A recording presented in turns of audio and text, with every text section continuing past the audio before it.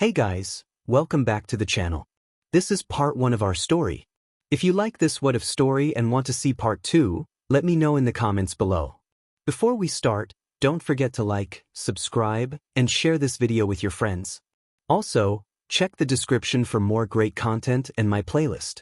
This story was posted by 𝐒𝐮𝐬𝐽 on Wattpad. Now let's start. Chapter 1. The last Omega. The night was dark. Screams echoed in the distance as monstrous roars shook the land. The village burned. 𝐒𝐮𝐬𝐽, carrying her small child Izuku, ran through the trees, her breath heavy and her eyes wild with fear. She held Izuku tightly, whispering to him to be strong. 𝐒𝐮𝐬𝐽, with tears running down her cheeks, reassured her child that she was there and that he needed to be brave. She explained that there were monsters out there, bad ones that hurt people like them. They reached a hidden cave covered with thick vines and rocks. Kneeling, 𝐒𝐮𝐬𝐽 gently placed Izuku inside, wrapping him in a thick shawl. She took off her necklace, a silver cross with an Omega crest, telling Izuku it was special and would protect him. Izuku, clutching her hand, begged her not to leave him, expressing his fear of being alone. 𝐒𝐮𝐬𝐽, her voice cracking, explained that she had to leave to keep him safe, urging him to live and grow as he was the last hope of their kind. With a kiss on his forehead, she told him to be brave and that someone kind would find him one day. She hid the entrance with branches and rocks before running off, the monstrous growls closing in around her. A scream echoed in the distance, followed by silence. Morning light peeked through the trees, and birds chirped faintly over the stillness. Tashinori Yagi, a beta dressed in worn travel clothes, held a newspaper with the headline, "Omega Territory Annihilated, No Survivors." Sighing to himself, he lamented the madness of the world, especially the loss of innocent lives. As he walked quietly through the forest path, he suddenly heard a faint cry in the distance. Following the sound, he pushed through the vines and saw the entrance of the cave. Inside, a small, trembling child curled up, holding a necklace tightly. Kneeling at the cave opening, Tashinori softly asked if the child was all right. The boy, startled and red from crying, explained that his mother was gone and had told him to wait. Tashinori's heart clenched at the sight, and he gently asked the boy's name. The child whispered that he was Izuku. Noticing the necklace around Izuku's neck, Tashinori's eyes widened slightly. He recognized the crest as belonging to an Omega bloodline and realized the child was one of them. Looking around, he returned his gaze to Izuku, his expression softening as he assured him that he was safe now. Izuku, still shaky, mentioned that his mother had said someone nice would come for him. Tashinori held back his emotions, telling Izuku that he had been very brave and that his mother had protected him with everything she had. Wrapping Izuku in his coat, he gently picked him up and promised to take care of him. As they walked out of the cave together, the necklace glinted in the sunlight, a symbol of a lost people now carried by the last Omega child. Inside a small, humble wooden house tucked deep within the forest, Tashinori gently placed a blanket over young Izuku as he sat on a small wooden chair. The room was quiet, warm, and safe, a stark contrast to the chaos Izuku had just escaped. In the kitchen corner, Tashinori stirred a warm vegetable stew over the fire, the scent filling the small cabin. He glanced over his shoulder and informed Izuku that he had made some stew, nothing fancy, but it would fill his belly. Izuku stared at the bowl quietly, tears still in his wide eyes. He picked up the spoon slowly, eating without energy, as if it was an effort to move. Kneeling beside him, Tashinori reassured Izuku that he didn't have to pretend to be okay and that it was all right to cry and feel broken. Izuku expressed his sorrow over the loss of everyone he loved, and as tears fell onto the table, Tashinori gently wiped his cheek with a cloth. He acknowledged that he couldn't bring back Izuku's loved ones or tell him to forget them, but he promised that Izuku was safe now and wouldn't be alone again. Izuku, with red eyes, asked why people hated Omegas and what they had done. Tashinori sighed, his eyes darkening with quiet anger, explaining that they had done nothing wrong. The hatred stemmed from fear of what they could not control or understand. He placed a hand on Izuku's chest, above his heart, and reminded him that his heart was strong, and as long as he was alive, his story wasn't over yet. They would write a new one together. Izuku softly asked if Toshinori would stay with him forever, and Toshinori smiled, ruffling his hair, assuring him that it was a deal. Time passed, and the little cabin became a warm home. Sunlight streamed through the windows, and the scent of soil and stew filled the air. Izuku, now calmer, was seen in his cozy room, his feet swinging as he read a book about the stars. He looked brighter, though still carrying a quiet sadness behind his smile. Reading aloud to himself, he reflected on the nature of stars and their enduring light. Toshinori watched from the doorway with a proud smile, acknowledging Izuku's progress. Izuku looked up shyly, sharing that he enjoyed reading because it made his head quiet. Toshinori praised him for helping around the house and noted how amazing he was. Suddenly, Toshinori froze, surprised by what Izuku had called him. When Izuku shyly asked if it was okay to call him Papa, Toshinori's eyes softened with emotion. He knelt and wrapped Izuku in a tight hug, feeling honored by the title. Later, in the garden, Izuku was barefoot in the soft soil, humming as he harvested tomatoes and corn. The sky was blue, and birds sang around him. As he picked a ripe tomato, the scene gently transitioned from the child Izuku's small hand gripping the tomato to the grown hand of a 20-year-old Izuku, sun-kissed and strong, holding the same fruit with a peaceful smile. Grown Izuku looked up at the sun, feeling calm and grounded, with a flourishing garden behind him. He quietly expressed gratitude to his mother and Toshinori for allowing him to live and for giving him this world. Toshinori's cheerful voice called from the house, reminding Izuku that dinner was ready and joking about the tomatoes. Izuku laughed and responded, carrying with him the memory of a lost past and the strength to face the future. The castle's golden halls shimmered under the midday sun as Beta Ida Tenya and Lady Yaoyorozu Momo, dressed in their formal steward uniforms, stepped inside the Grand Council Hall. At the end of the long table sat 8 Alpha Princes, each representing a noble bloodline of the Alpha clans. The atmosphere was tense yet composed. Servants stood along the walls as the royal council began. Ida bowed deeply and informed the princes that the beta harvest was complete, with crates of tomatoes, carrots, and corn awaiting at the outer gates. He requested permission to bring them into the royal pantry. Yaoyorozu added that they had also prepared medicinal herbs and cloth from the outer fields. Prince Shoto Todoroki, cool-toned and leaning back in his chair, approved the request, instructing them to store the 𝐟𝐻𝐵s away from the southern wing due to dampness. Prince Bakugo Katsuki, arms crossed and gruff, expressed his impatience, questioning whether the betas had any news worth sharing. Ida stiffly replied that there were no sightings or survivors, and the Omega territories remained barren. A heavy silence fell over the table, filled with strong alphas weighed down by memories of war, screams, and loss. Prince 𝐒𝐿𝐬 spoke softly, inquiring if there had been even a whisper after all these years. Prince Shinso gazed at his wineglass, stating that every last Omega was gone, with it, monsters leaving nothing behind. Prince Kirishima rested his chin on his knuckles, lamenting that Omegas had been the heart of the world, bringing warmth and balance. Prince Rodi leaned forward, recalling the cries from his youth, memories that never left him. Prince Kaminari attempted to lighten the mood with a joke about the possibility of an Omega still being alive, but Bakugo quickly dismissed the notion. Todoroki quietly pondered the idea, suggesting that if even one survived, it could change everything.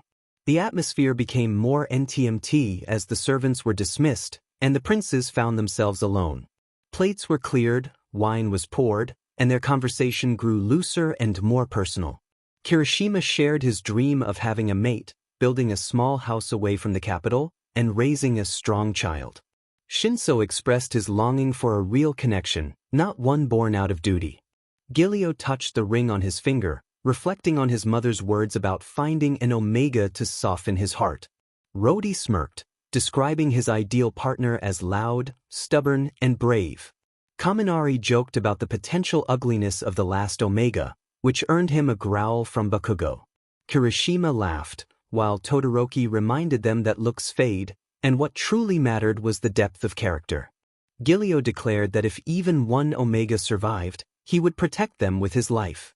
Kaminari shrugged, acknowledging their dreams but reminding them that dreams don't change facts.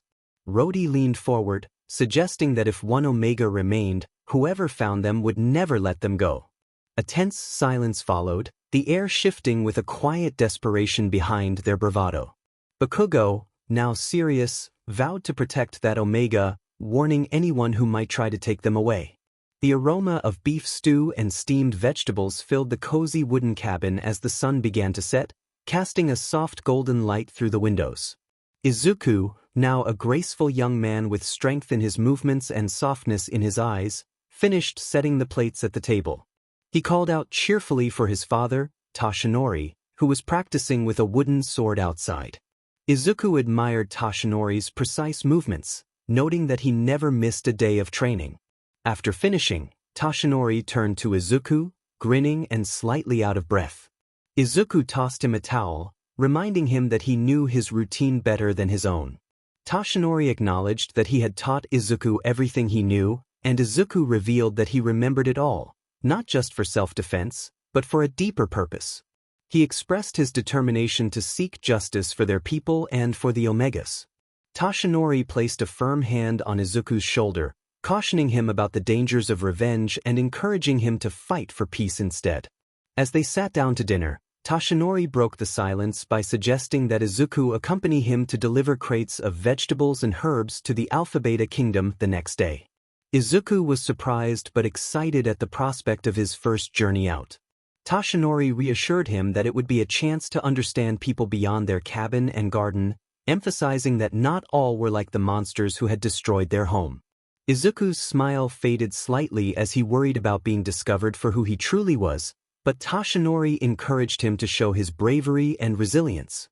Dinner ended with quiet laughter, and as Toshinori headed to his room, he reminded Izuku not to stay up too late. Izuku cleaned the table, humming softly before stepping outside barefoot.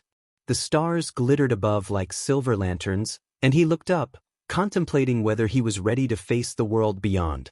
He whispered to the sky, affirming his resolve to be seen as a legacy, not a prize, and to choose his own fate. Morning sunlight flooded the land, birds sang, and dragons flew in the distance as the bustling gates of the kingdom of 𝗟𝗶𝐻s and 𝗠𝗠𝐵𝐻s came into view. A modest wooden carriage pulled by a strong white horse approached, and inside, Izuku parted the curtain, his emerald eyes wide with amazement at the world unfolding before him. It felt like something out of a story. Toshinori, holding the reins, chuckled softly and smiled as he recalled the first time he saw the magnificent kingdom. It was appealing, wasn't it? Izuku's gaze darted everywhere, the towering white stone walls, glimmering towers, floating mages casting spells above the street, dragons gliding through the sky, and pet-like creatures resembling small phoenixes and mossy rabbits walking beside their owners. Children in blue robes hurried past, carrying spell books, while elven vendors shouted prices for potions and golden apples. Izuku's eyes sparkled with excitement as he took in the sights, marveling at the magic school, the flying beasts, and even a flame bird. This kingdom felt alive. Toshinori, watching him with affection, gently slowed the horse and spoke more seriously. He reminded Izuku to enjoy the sights but to remember what he had told him. Izuku blinked, turning to his father, recalling the warning to be careful around the 𝗟𝗶𝐻s. Toshinori nodded, explaining that they were stronger than 𝗶𝗠s and more territorial. As the only Omega left in this world, Izuku needed to be cautious. If any of the 𝗟𝗶𝐻s caught his scent, they would try to claim him. Toshinori placed a hand on Izuku's shoulder, emphasizing that he was not a prize but his son. Many 𝗟𝗶𝐻s, however, would not see him that way. Izuku pulled out a small pouch from his side, revealing the herbal balm Toshinori had made. He had been applying it since dawn, and Toshinori felt relieved to know it masked Izuku's scent like a 𝗶𝗠s.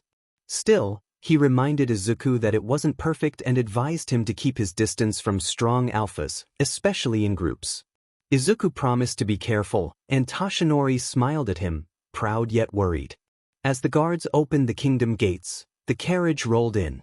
Back at the 𝗟𝗶𝐻 castle, inside the royal training grounds, a vast open marble field surrounded by archways and weapon racks, the 8 𝗟𝗶 princes were gathered. Sweat glistened on their toned bodies as metal clashed in the air. Their weapons danced like flame and ice. Kirishima grinned wide, twirling his great axe, eager for a challenge. Kaminari laughed, zapping sparks between his fingers, ready to face off against Kirishima. Bakugo snarled, circling Shoto with twin blades, urging him to stop dancing and come at him. Todoroki remained calm, waiting for Bakugo's usual explosive tantrum. Their blades clashed, ice against flame, precision versus rage. Meanwhile, 𝐒𝐮𝐬 and 𝗏𝗏 engaged in hand-to-hand combat, exchanging quick bursts of calculated strikes. 𝗏𝗏 smirked, teasing 𝐒𝐮𝐬 about hiding behind technique, while 𝐒𝐮𝐬 countered that at least he wasn't losing on purpose to impress someone. On the other side, Shinso faced off against Shindo-Yo, another noble alpha known for his earth-based magic. Shinso remarked that Shindo talked too much, while Shindo suggested they meet halfway. The tension was competitive, but beneath it all lay camaraderie, brotherhood, and the unspoken emptiness of never finding their destined mates. Kirishima paused mid-fight, pondering what it would be like if one Omega truly survived. Kaminari flopped onto the grass, exasperated by the recurring fantasy. Shoto, wiping sweat from his brow, noted it wasn't impossible. Bakugo gritted his teeth, insisting that if one had survived, they'd better stay away from people like them. Shinso muttered that it meant Kaminari was too reckless to protect anyone. 𝐒𝐮𝐬 calmly stated that if an Omega did exist, there would be war for them. 𝗏𝗏 half-joked that unless the Omega chose one of them willingly, it would be a battle. Bakugo, quiet but intense, warned that if someone found him, they'd better be ready to die for him. The air stilled, and their laughter faded as the thought became more real. Meanwhile, outside the kingdom market, a carriage approached the castle gates. The castle's grand stone kitchen bustled with activity, beta cooks chopping vegetables, boiling cauldrons, and servants rushing about. Izuku and Toshinori, both in cloaks and carrying wooden crates, entered through the back entrance and were greeted by two familiar faces. Achiko Uraraka, a kind-hearted beta cook, wiped her hands on her apron and approached them, brightening the atmosphere. Toshinori chuckled, noting that they must have had a good harvest, thanks to Izuku. Izuku smiled shyly, trying to learn something new during his first visit to the kingdom. Achiko, curious, remarked that Izuku didn't look like a beta, but Toshinori explained that he was sensitive to crowds and preferred to keep things quiet. Siro, a tall beta guard stationed in the kitchen, joined in with a grin, directing them to place the crates in the second storage room near the pantry stairs, cautioning them to watch their step. As they carried the crates through the narrow hallway, Izuku paused, his eyes wandering toward the slightly opened gate leading to the training grounds. He saw 8 strong alpha men, their blades clashing with trained knights, sweat dripping from their arms, their voices loud and proud. Something stirred deep within him, and his pulse quickened. Izuku gasped softly, feeling the heat in his chest flare, a dangerous flicker. His body temperature rose, and a subtle glow spread over his skin as the 𝗟𝗏𝐻𝐵's effects began to wear off. His Omega scent leaked out, sweet and wild, like crushed lilies in summer wind. Panicking, he whispered to himself that it couldn't be happening now. He dropped the crate quickly and fumbled for the herbal bottle hanging by his belt, trembling as he opened the cap and downed the bitter liquid. He pulled his cloak tighter over his face just as Toshinori turned back, concerned for his son. Izuku forced a smile, claiming he was okay but had just felt dizzy for a moment. Toshinori narrowed his eyes, realizing Izuku had sensed the alpha's presence, and sighed, reminding him that they needed to stay quiet and hide his light in the shadows until the right time. Izuku quietly asked when that time would come, and Toshinori placed a reassuring hand on his shoulder, explaining it would be when they could see him as more than just an Omega. Meanwhile, outside in the alpha training field, the air suddenly shifted. The sound of steel clashing halted, and the alpha princes froze, their instincts kicking in as a sweet, intoxicating scent filled their nostrils. Kirishima sniffed, confused, while Shoto's eyes widened in realization. Bakugo growled, stepping back, recognizing the scent as that of an Omega. Shinso slowly turned his head, incredulous, while 𝐒𝐮𝐬 remained calm but alert, considering the implications. Kaminari's eyes darted as he confirmed it was faint but real, coming from the direction of the kitchen wing. 𝗏𝗏 instructed Kaminari to check it out, and he sprinted around the edge of the field, following the fading scent trail. Around the far side of the outer courtyard, he spotted a cloaked figure, a bit shorter than most, climbing back onto a wooden carriage with an older man. Crates were loaded, and the horse was ready. 𝐼𝐻𝐬 narrowed his eyes, recognizing them, and approached quietly, unable to see the person's face but catching a glimpse of the cloak and the green glint of hair. He halted just as they rode away through the secondary gate. Breathless, he ran back to the others, reporting that he had seen someone, a beta man with a younger person under a cloak. He couldn't see the face, but the scent had been unmistakable. Kirishima stepped forward, questioning 𝐼𝐻𝐬's certainty, and 𝐼𝐻𝐬 insisted he was sure there was an Omega in the kingdom, one who had just left. Shoto exchanged thoughtful glances with Bakugo, realizing the rumors had been wrong. Bakugo clenched his jaw, feeling the intensity of the situation. 𝐒𝐮𝐩𝐸 calmly posed the question of who the Omega was and why he was there now, while 𝗏𝗏 tilted his head, pondering who would find him first. The princes fell silent, the weight of the revelation settling over them. The heat of the battle has faded. A new hunt has begun, driven not by cruelty, but by longing, curiosity, and destiny. Shinso, with a low voice, reflects on the situation, sensing that everything is about to change. Inside the castle halls, the 8 alpha princes gather in the strategy chamber, no longer discussing war but the cloaked figure whose scent still lingers faintly in their memories. Bakugo paces impatiently, expressing frustration that someone must have seen the mysterious figure. Shoto, calm and collected, notes that not many pass through the training grounds at that hour, and the scent seemed to drift from outside the castle. 𝐒𝐮𝐬 considers the possibility that it could have been a devoured person from the outer district. 𝗏𝗏 suggests they question the workers. Surely someone must have noticed something. Moments later, the group splits up, questioning guards, stable boys, gardeners, and castle staff. Shinso approaches a knight, inquiring if anyone entered through the southern gates that morning. The knight, confused, apologizes, stating he only saw routine deliveries. Meanwhile, Shoto and 𝗏𝗏 question several maids near the entrance hall, but they only recall crates being taken in, which were already inside the kitchen by the time they noticed. Frustrated, the alphas regroup, and Kirishima proposes checking with Iida and Yamamoto, the betas responsible for managing schedules. The princes find Iida and Momo organizing scrolls in the planning room. Kirishima asks if they know who delivered food and herbs that morning. Iida, adjusting his glasses, explains that they keep logs of regular deliveries, but nothing unusual occurred that day. Yaoyorozu glances at the schedule scroll and confirms that no merchant or noble courier had appointments that morning, suggesting it might have been handled by the kitchen team. Bakugo insists they should ask the kitchen staff. They arrive at the kitchen wing, where Achiko and Siro are finishing lunch prep. Achiko is startled by their presence, while Siro bows slightly, curious about their visit. Shinso states they are looking for a cloaked visitor who was near the kitchen wing that morning. Bakugo adds that the figure had a unique scent, one they hadn't encountered in years. Achiko and Siro exchange a glance, and Siro recalls an early morning delivery that wasn't from a merchant, mentioning Mr. Tashinori and his child. Kaminari's eyes widen as he recognizes the name, recalling that Tashinori grows herbs outside the capital. Achiko confirms they bring vegetables once or twice a week, noting this is the first time she saw him bring someone along. 𝗏𝗏 asks if she is sure he wasn't alone, and Achiko insists that the helper was younger, smaller, and kept the hood on, remaining polite and quiet. Shoto inquires about the helper's name, but Siro shrugs, explaining that Tashinori never mentioned it, referring to him only as my boy or my son, implying they are family.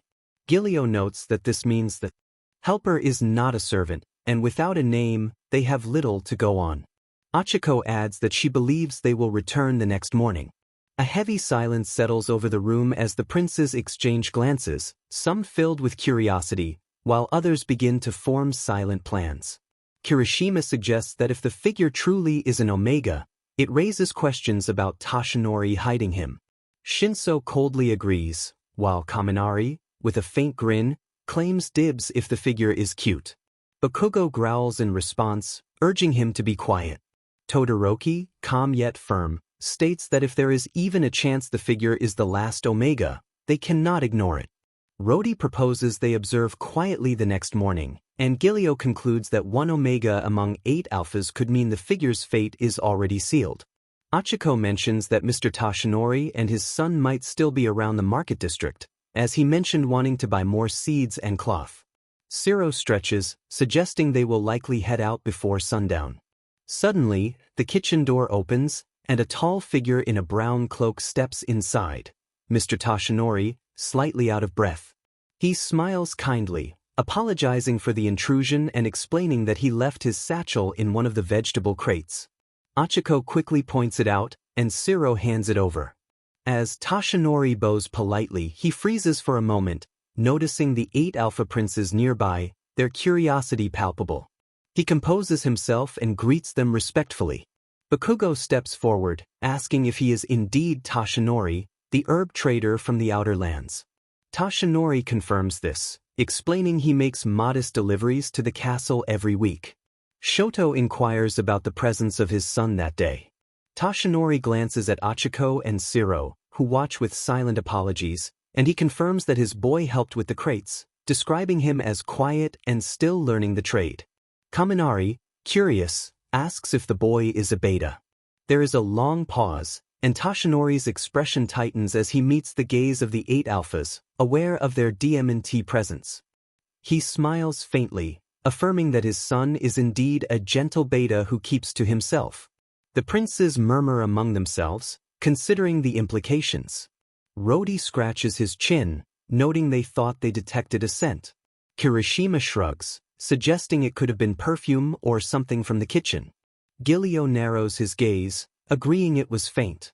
Tashinori bows once more, expressing his gratitude for their interest but insisting his son is no one important and that they live quietly away from the city. He requests to take his leave, and Bakugo, watching him closely, reluctantly allows him to go. After Tashinori exits, the 8 princes gather by the windowsill, still feeling the unease from earlier. Todoroki coolly suggests they might have imagined it, as scent memories can play tricks. 𝐒𝐮𝐲 sighs, acknowledging that such memories are often tied to longing. Kirishima insists they should respect Tashinori's claim that his son is a beta. Shinso dryly counters that he could be lying. Kaminari, now serious, asserts that he followed the scent himself and insists it was unmistakably that of an omega. Bakugo, tense, questions Kaminari's certainty, while Kaminari defends his claim, recalling the figure he saw walking beside Tashinori, small, delicate, and the scent trailing only from that person. Rhodey sighs, pondering what they would do if they accused Tashinori of hiding the only living omega in the kingdom. Shinso suggests they can't force the truth but can observe closely if they return the next day. Shoto agrees, stating that if it truly is an omega, they will decide what to do next. Bakugo quietly vows to find the figure first. As the sun dips below the hills, the skies glow orange and gold, filtering through the trees outside a small wooden cabin. Inside the training field behind their home, Izuku practices with a wooden sword, his form clean and powerful. Tashinori watches from the porch, arms crossed, his thoughts elsewhere. After several swings, Izuku notices the silence and turns to his father, asking why he seems unusually quiet. Tashinori looks up slowly and reveals that he saw the princes at the castle when he returned for the satchel, and they were asking about Izuku. It was faint, but enough to awaken their instincts. Tashinori had lied, telling them that Izuku was a beta and that his name wasn't important. Izuku's eyes lowered slightly as he gripped his sword tighter. Tashinori continued, his voice heavy, explaining that he had looked those men in the eye. They weren't ordinary men. They were alphas of royalty, predators who felt something rare. If they discovered what Izuku truly was, they would take him. Tashinori nodded bitterly, warning that they might lock Izuku in the palace, use him like a trophy to rebuild what they had lost. Izuku remained quiet for a long moment, reflecting on how Tashinori had protected him. Tashinori softened, assuring Izuku that he always would, but he couldn't stop the world from chasing what it desired. Alphas, he warned, did not share what they believed belonged to them. Izuku stepped forward, his voice resolute as he declared that they would learn he didn't belong to anyone. He walked inside, setting his sword by the door. Wiping the sweat from his brow, he stared at his reflection in a small mirror, green curls sticking to his forehead, eyes glowing faintly with determination. Toshinori sat at the table, watching him, and the silence thickened until Izuku spoke again, his voice calm but unwavering. He stated that he wasn't afraid of them. Toshinori, concerned, insisted that he should be, as 𝗟𝗚s did not listen when instincts spoke louder. Izuku turned to him, asserting that he was not like other 𝗟𝐽𝐬s. He had never been delicate or dependent, and he would never be someone's possession. Toshinori asked softly if Izuku would still fight back even if they came for him. Izuku nodded, stating that they wanted someone to bow, to kneel and beg to be claimed, but he wouldn't. If they wanted him, they would have to face him as an equal, or not at all. He stepped closer, sitting beside his father, his voice dropping to a more vulnerable tone. He acknowledged that he was sensitive, feeling emotions deeper than most and craving connection, but that didn't mean he would be ruled by it. Toshinori quietly reminded him that they would keep looking. Izuku narrowed his eyes, declaring that they could look and hope, but if they thought they could force him to choose, they would learn that this 𝗟𝐽𝐬 was not born to be claimed, he was born to rise. Toshinori stared at him for a long moment, a mix of pride and fear in his expression. Finally he smiled, bittersweet, saying that Izuku's mother would be proud. Izuku looked at the stars outside, hoping he would make her sacrifice worth it. Under a blanket of stars, the moon glowed silver across the countryside. Hooves thundered softly against the cobbled roads as the 8 alpha princes rode their horses through the villages outside the capital. Knights along the way stepped aside and bowed respectfully, holding torches or spears across their chests. The knight captain saluted, announcing that all roads were clear. Bakugo gruffly agreed, while Kaminari leaned back on his saddle, grinning and expressing relief at stretching after being cooped up in the castle for too long. The cobblestone gave way to a path of lantern-lit stalls and small homes. Beta maidens peeked from their windows and porches, waving eagerly and giggling as they tossed flower. Petals. Kirishima laughed, dodging a petal, while Rody grinned slyly, teasing about who was popular. Shinso remarked dryly that they were wasting their time, and 𝐾𝐿𝐬 politely waved at a maiden, noting that none of them were searching for a beta match. Todoroki calmly confirmed that they were not anymore. Kaminari half-joked about the possibility of one 𝗟𝐽𝐬 still being alive, while Bakugo muttered skepticism. Rody looked around the peaceful village, expressing disbelief that anyone could hide someone like that for years. Shoto pondered aloud that if Toshinori had raised him away from the capital, it would explain why no one had ever noticed. 𝐾𝐿𝐬 added seriously that the scent had not fully developed, suggesting that Izuku had probably been suppressing it his whole life. Shinso narrowed his eyes, noting that it had slipped, even briefly, indicating that Izuku was reaching maturity. Kirishima thought that if he was, hiding would become harder, while Kaminari grinned, eyes gleaming, anticipating the fun of the next day. Later that night, the 8 princes returned to the castle. Their boots echoed against the marble floors as they entered the private royal lounge. A fire crackled and velvet chairs, fur-lined rugs, and warm lights greeted them. A group of beta servants entered silently with trays of steaming tea, lavender pastries, and honeyed fruit slices. One servant bowed, announcing the evening refreshments. The princes settled in, tired but restless.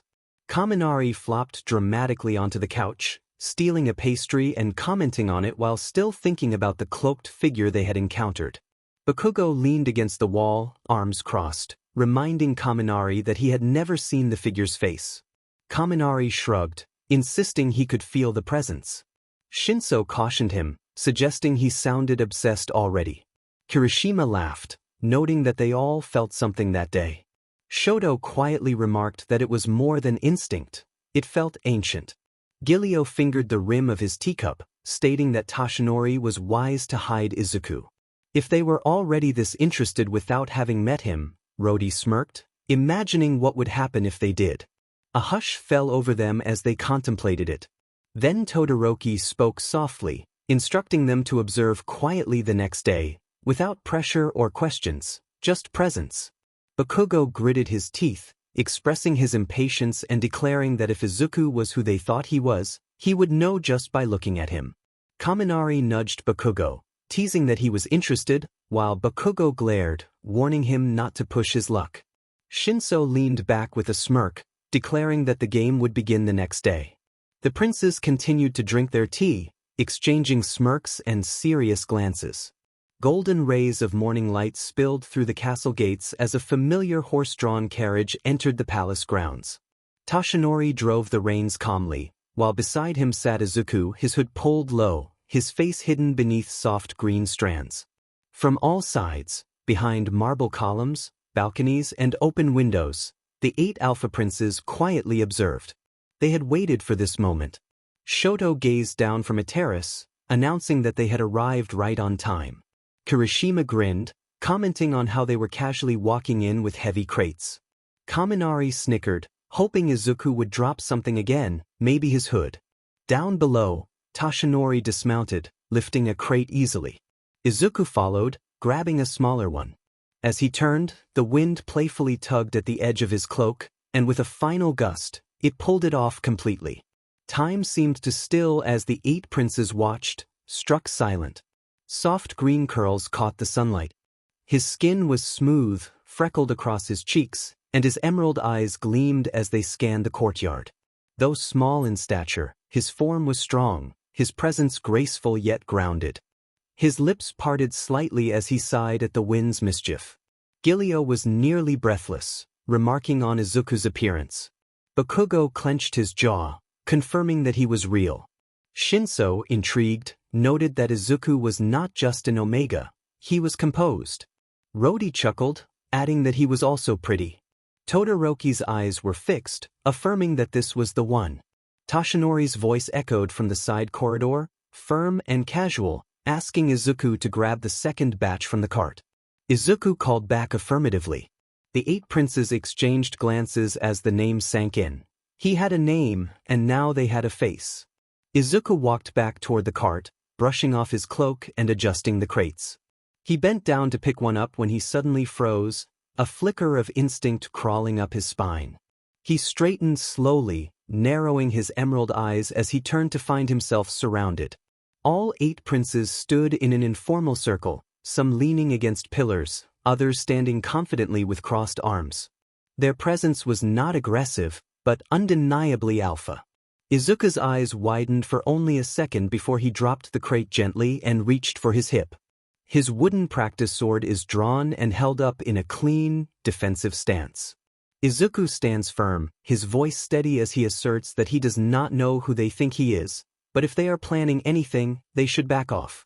The princes blink, then slowly, almost in sync, begin to smile. Kirishima's eyes widen in surprise as he notes that Izuku is holding a stance. 𝗏𝐾𝐭, smirking and folding his arms, acknowledges Izuku's bravery. Rodi whistles, intrigued by the combination of swordplay and attitude. Kaminari laughs, assuring Izuku that they are not going to bite him, they are just curious. Izuku narrows his eyes, sarcastically pointing out that curious people do not corner others with smug grins, likening them to wolves surrounding a lamb. Shinso, amused, praises Izuku's cleverness, while Shoto calmly confirms that Izuku is indeed who they think he is. Izuku tightens his grip on the sword and confirms his identity, asking who they are. 𝐒𝐮𝐬 playfully bows, introducing themselves as overly curious admirers. Izuku raises an eyebrow, suggesting that his admirers stop acting like hunters. They chuckle, and a moment of mutual tension hangs in the air before a firm voice breaks it. Tashinori approaches quickly, his eyes sharp as he calls out to Izuku. Izuku looks at him and nods, lowering his sword but not dropping his guard. Tashinori places a hand on his son's shoulder, turning to face the princes and asserting that Izuku is not there for royal entertainment and deserves the same respect they give each other. Shoto bows slightly, apologizing for their behavior, while Kaminari smirks, questioning if they can be blamed for their interest. Tashinori sternly insists that they are future kings and should control themselves. Izuku mutters as he walks past them that he is not interested in being anyone's prize. As he passes, 𝗏𝐾𝐭 watches closely, something unreadable in his gaze. The courtyard is filled with soft chatter from servants, knights, and stable hands. The morning sun casts golden light on the stone paths as Izuku and Toshinori secure the last crate onto their carriage. Just as they are about to mount the cart, the sound of boots draws near. The 8 princes stride toward them, a quiet intensity in their eyes. Izuku pauses, feeling their presence, and slowly turns, his expression sharp. He glares, asking what they want now. Shoto calmly explains that they were hoping Izuku and his father could join them for lunch. Kaminari smiles, assuring him that it is nothing formal, just food, company, and a chance to talk more. Izuku folds his arms, dryly stating that he already ate, and the tension from earlier filled him up. Rody raises an eyebrow, urging him not to be so cold, to which Izuku flatly replies that it is his natural temperature. He steps into the carriage without another glance. Toshinori, a bit flustered, turns and gives a respectful bow, apologizing for Izuku's bluntness, explaining that he is not used to social attention and has always been a private one. Shinso calmly reassures him that they do not mind, finding it refreshing. Shindo steps forward, challenging the situation by stating that they want to court Izuku. Izuku's eyes widen, popping back up from the carriage seat in disbelief. 𝐒𝐮𝐬𝐽 confirms that they heard right, courting. Izuku interrupts, sarcastically declaring that he is not interested, not ever, and not in any of them. He gestures dramatically to all of them, visibly shuddering at the thought. Some of the princes blink, surprised, while Kirishima laughs softly under his breath. Toshinori steps forward quickly, apologizing again and explaining that Izuku is blunt but honest. Todoroki softly states that they respect honesty, while Kaminari teases that even when it burns, it is better than being lied to. Izuku snorts, getting comfortable in his seat, and the carriage begins to roll forward. As the 8 princes watch them leave, none are discouraged. In fact, they look even more determined. Bakugo grins, calling Izuku a feisty little punk, while Rody smirks, expressing that he likes Izuku even more after being rejected. 𝐒𝐮𝐬𝐽 states seriously that Izuku is the only Omega, and they have to try. Shinso thoughtfully adds that Izuku would be a challenge, not a pet, and he could live with that. Shoto quietly notes that it has to be someone who earns Izuku's affection. The carriage creaks along the forest path as birds chirp overhead. Izuku leans on his elbow, staring ahead, his face visibly irritated. Toshinori glances sideways at him, chuckling softly, suggesting that Izuku looked like he wanted to draw his sword again back there. Izuku scowls, stating that it would have been satisfying, one swing for each ego. Toshinori laughs heartily, reminding him that they did not mean harm.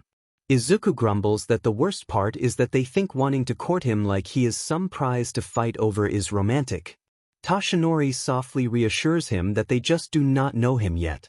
Izuku turns to him, insisting that he does not want them to know him. He does not want to be someone's fantasy or trophy, he is not there for their urges. Toshinori nods quietly, understanding. Izuku's voice lowers as he expresses his longing for someone who sees him for who he is, not what he is, someone who would stay even if he were not rare, someone who truly cares, not just for a season or a 𝐒𝐮𝐬𝐽. There is a brief silence, broken only by the gentle clop of hooves. Toshinori smiles, assuring Izuku that he will find that person, as he is strong enough to wait for love, not just attention. Izuku groans, adding that he hopes it is not one of those 8 princes. Toshinori laughs again, louder this time, teasing that one of them might surprise him. Izuku, deadpan, declares that he will fight fate before accepting any of them. Toshinori grins, proud of his son. Inside the royal dining hall, the long table is adorned with golden platters of steaming meats, baked breads, colorful fruits, and chilled juices. Seated around it are the 8 alpha princes, their plates half-eaten as their conversation shifts from food to the one who left a mark on all of them. Kaminari grins as he sips his drink, recalling Izuku's glare and how he thought he was going to be knocked out. Shoto calmly observes that Izuku is bold but not rude, just guarded. Kirishima agrees, noting that it is clear Izuku has been through something, but his ability to hold his ground was brave. Bakugo, chewing, mutters that the little punk has guts, which he likes. Rody smirks, recalling how Izuku shut them all down with his sarcastic remark. 𝐒𝐮𝐬𝐽 leans on the table, calling Izuku hot. Shinso leans back, noting that Izuku is not interested in any of them, which makes him even more intriguing. Shoto softly states that Izuku does not want to be owned, he wants to be loved. Kaminari suggests that it might be time to show Izuku that not all alphas want to own him. Kirishima playfully points out that Kaminari would claim him in a second, to which Kaminari mockingly defends himself, insisting he would ask first. Bakugo slams his cup down, declaring that he will not let Izuku go just because someone else smiled pretty. He is determined to win. Rody winks, teasing Bakugo that Izuku did not even look at him. Bakugo growls in response. 𝐾𝐿𝐬 snorts, stating that Izuku looked at him and insulted him, which he considers progress. Shinso deadpans that if insults are progress, they are all in love already. Kaminari teasingly suggests that they should all line up and confess. Shoto, quiet but firm, insists that they should not overwhelm Izuku again and should learn who he is first, properly. Kirishima agrees, stating that Izuku deserves to be approached with respect. Bakugo grumbles that he will win regardless. Shinso glances at Ida, asking if he has connections with local village maps. Ida, startled, nods in confirmation. Shinso instructs him to discreetly find out where Mr. Toshinori lives. Kaminari points his fork, playfully accusing Shinso of being ready to stalk.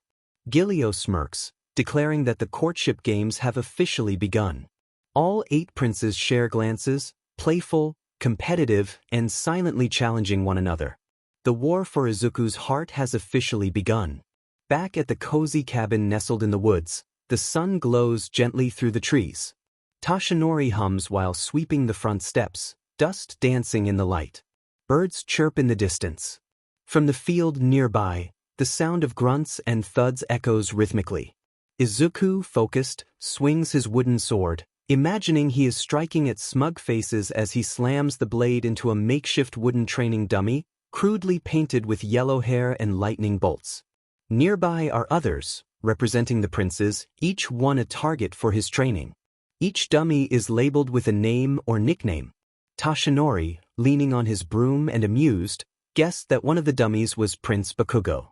Izuku, wiping sweat and mock growling, corrected him, stating that it was actually Prince Kaminari, the loud flirt. Toshinori chuckled as he stepped down from the porch to watch closer, noting that Izuku had recreated the entire royal bloodline out there. Izuku snorted, explaining that the dummies were great for stress relief as he struck again at the dummy marked Shoto, gritting his teeth. He muttered about perfect posture, perfect calm, and perfect nonsense. Toshinori, arms crossed, asked if Izuku was still thinking about them. Izuku paused and lowered his sword, expressing his frustration about how some of them acted like he was something to chase and tame. Toshinori spoke softly, suggesting that maybe not all of them saw him that way. Izuku tilted his head, acknowledging that enough did and that he didn't want to be a conquest. He wanted to be seen for who he was, not what he was.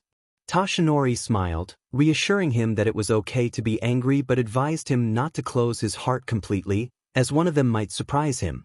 Izuku chuckled, joking about being surprised with a collar and a leash, to which Toshinori laughed, claiming he would break it in 5 minutes. Izuku smiled, looking up at the sky, feeling calmer now.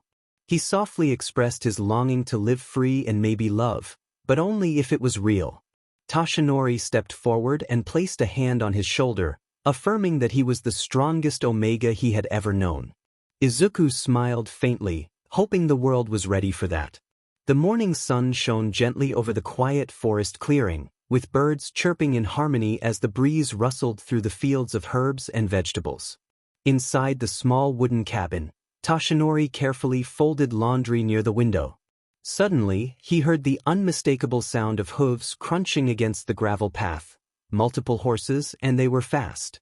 Frowning, he muttered that it didn't sound like a merchant.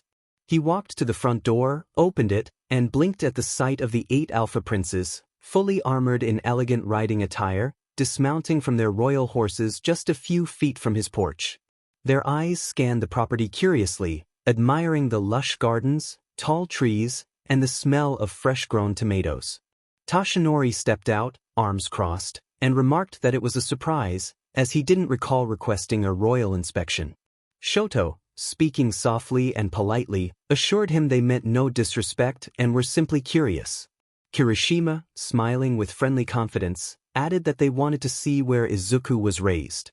Tashinori narrowed his eyes, stating firmly that Izuku was not a tourist attraction. Bakugo gruffly insisted they just wanted to talk to him. Tashinori firmly replied that Izuku wasn't inside the house, as he preferred mornings outdoors. A moment of silence passed as the 8 princes glanced among themselves, some looking thoughtful, others mildly guilty, but all still determined. Tashinori stated clearly that while they may be royalty, they did not get to demand his son's time like he was their possession. 𝐾𝐿𝐬 raised his hands in peace, claiming they understood and had come to speak, not to claim.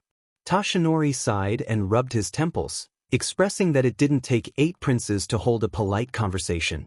Rodi suddenly looked past Tashinori's shoulder and exclaimed that he saw Izuku.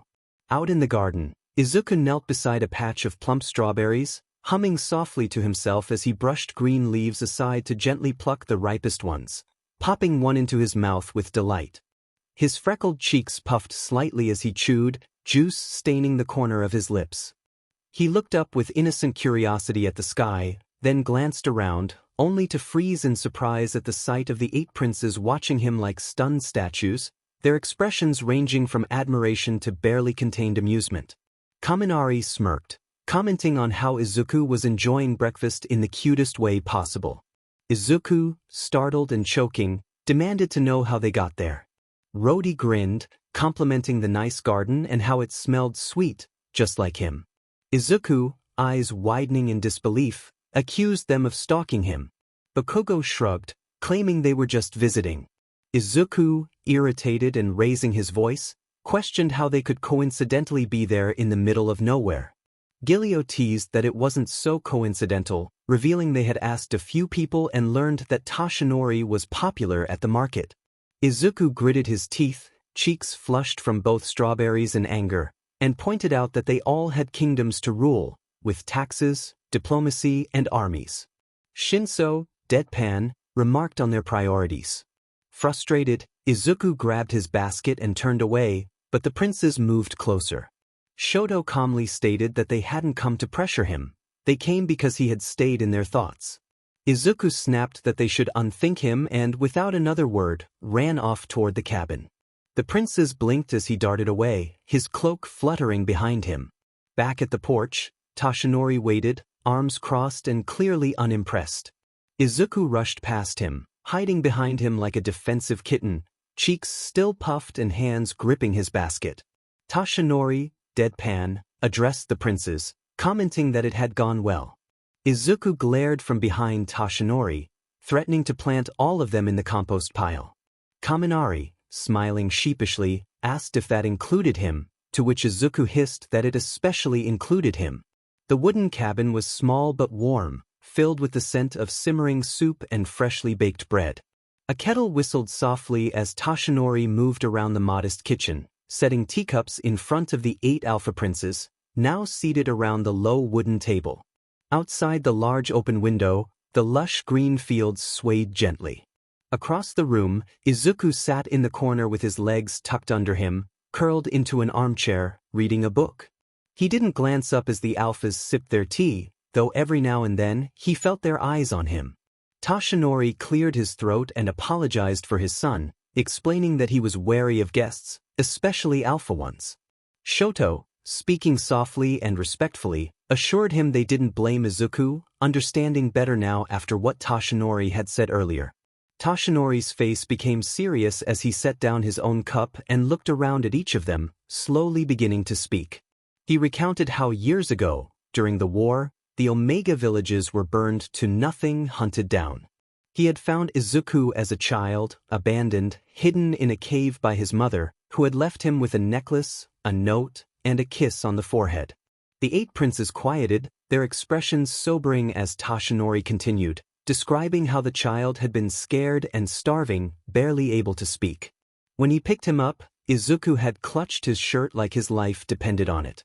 Izuku looked up briefly, his emerald eyes flickering with pain and annoyance, quietly but sharply telling Tashinori he didn't have to share all that.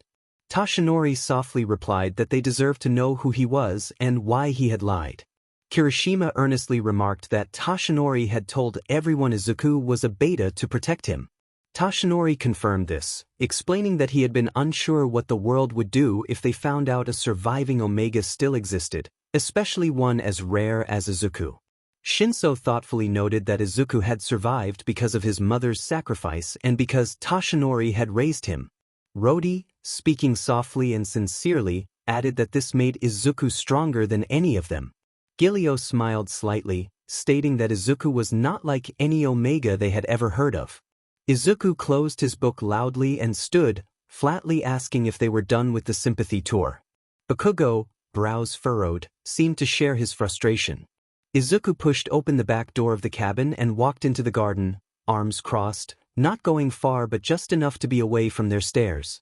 He grumbled under his breath that they didn't care and were just there because he was the last shiny thing in a broken collection.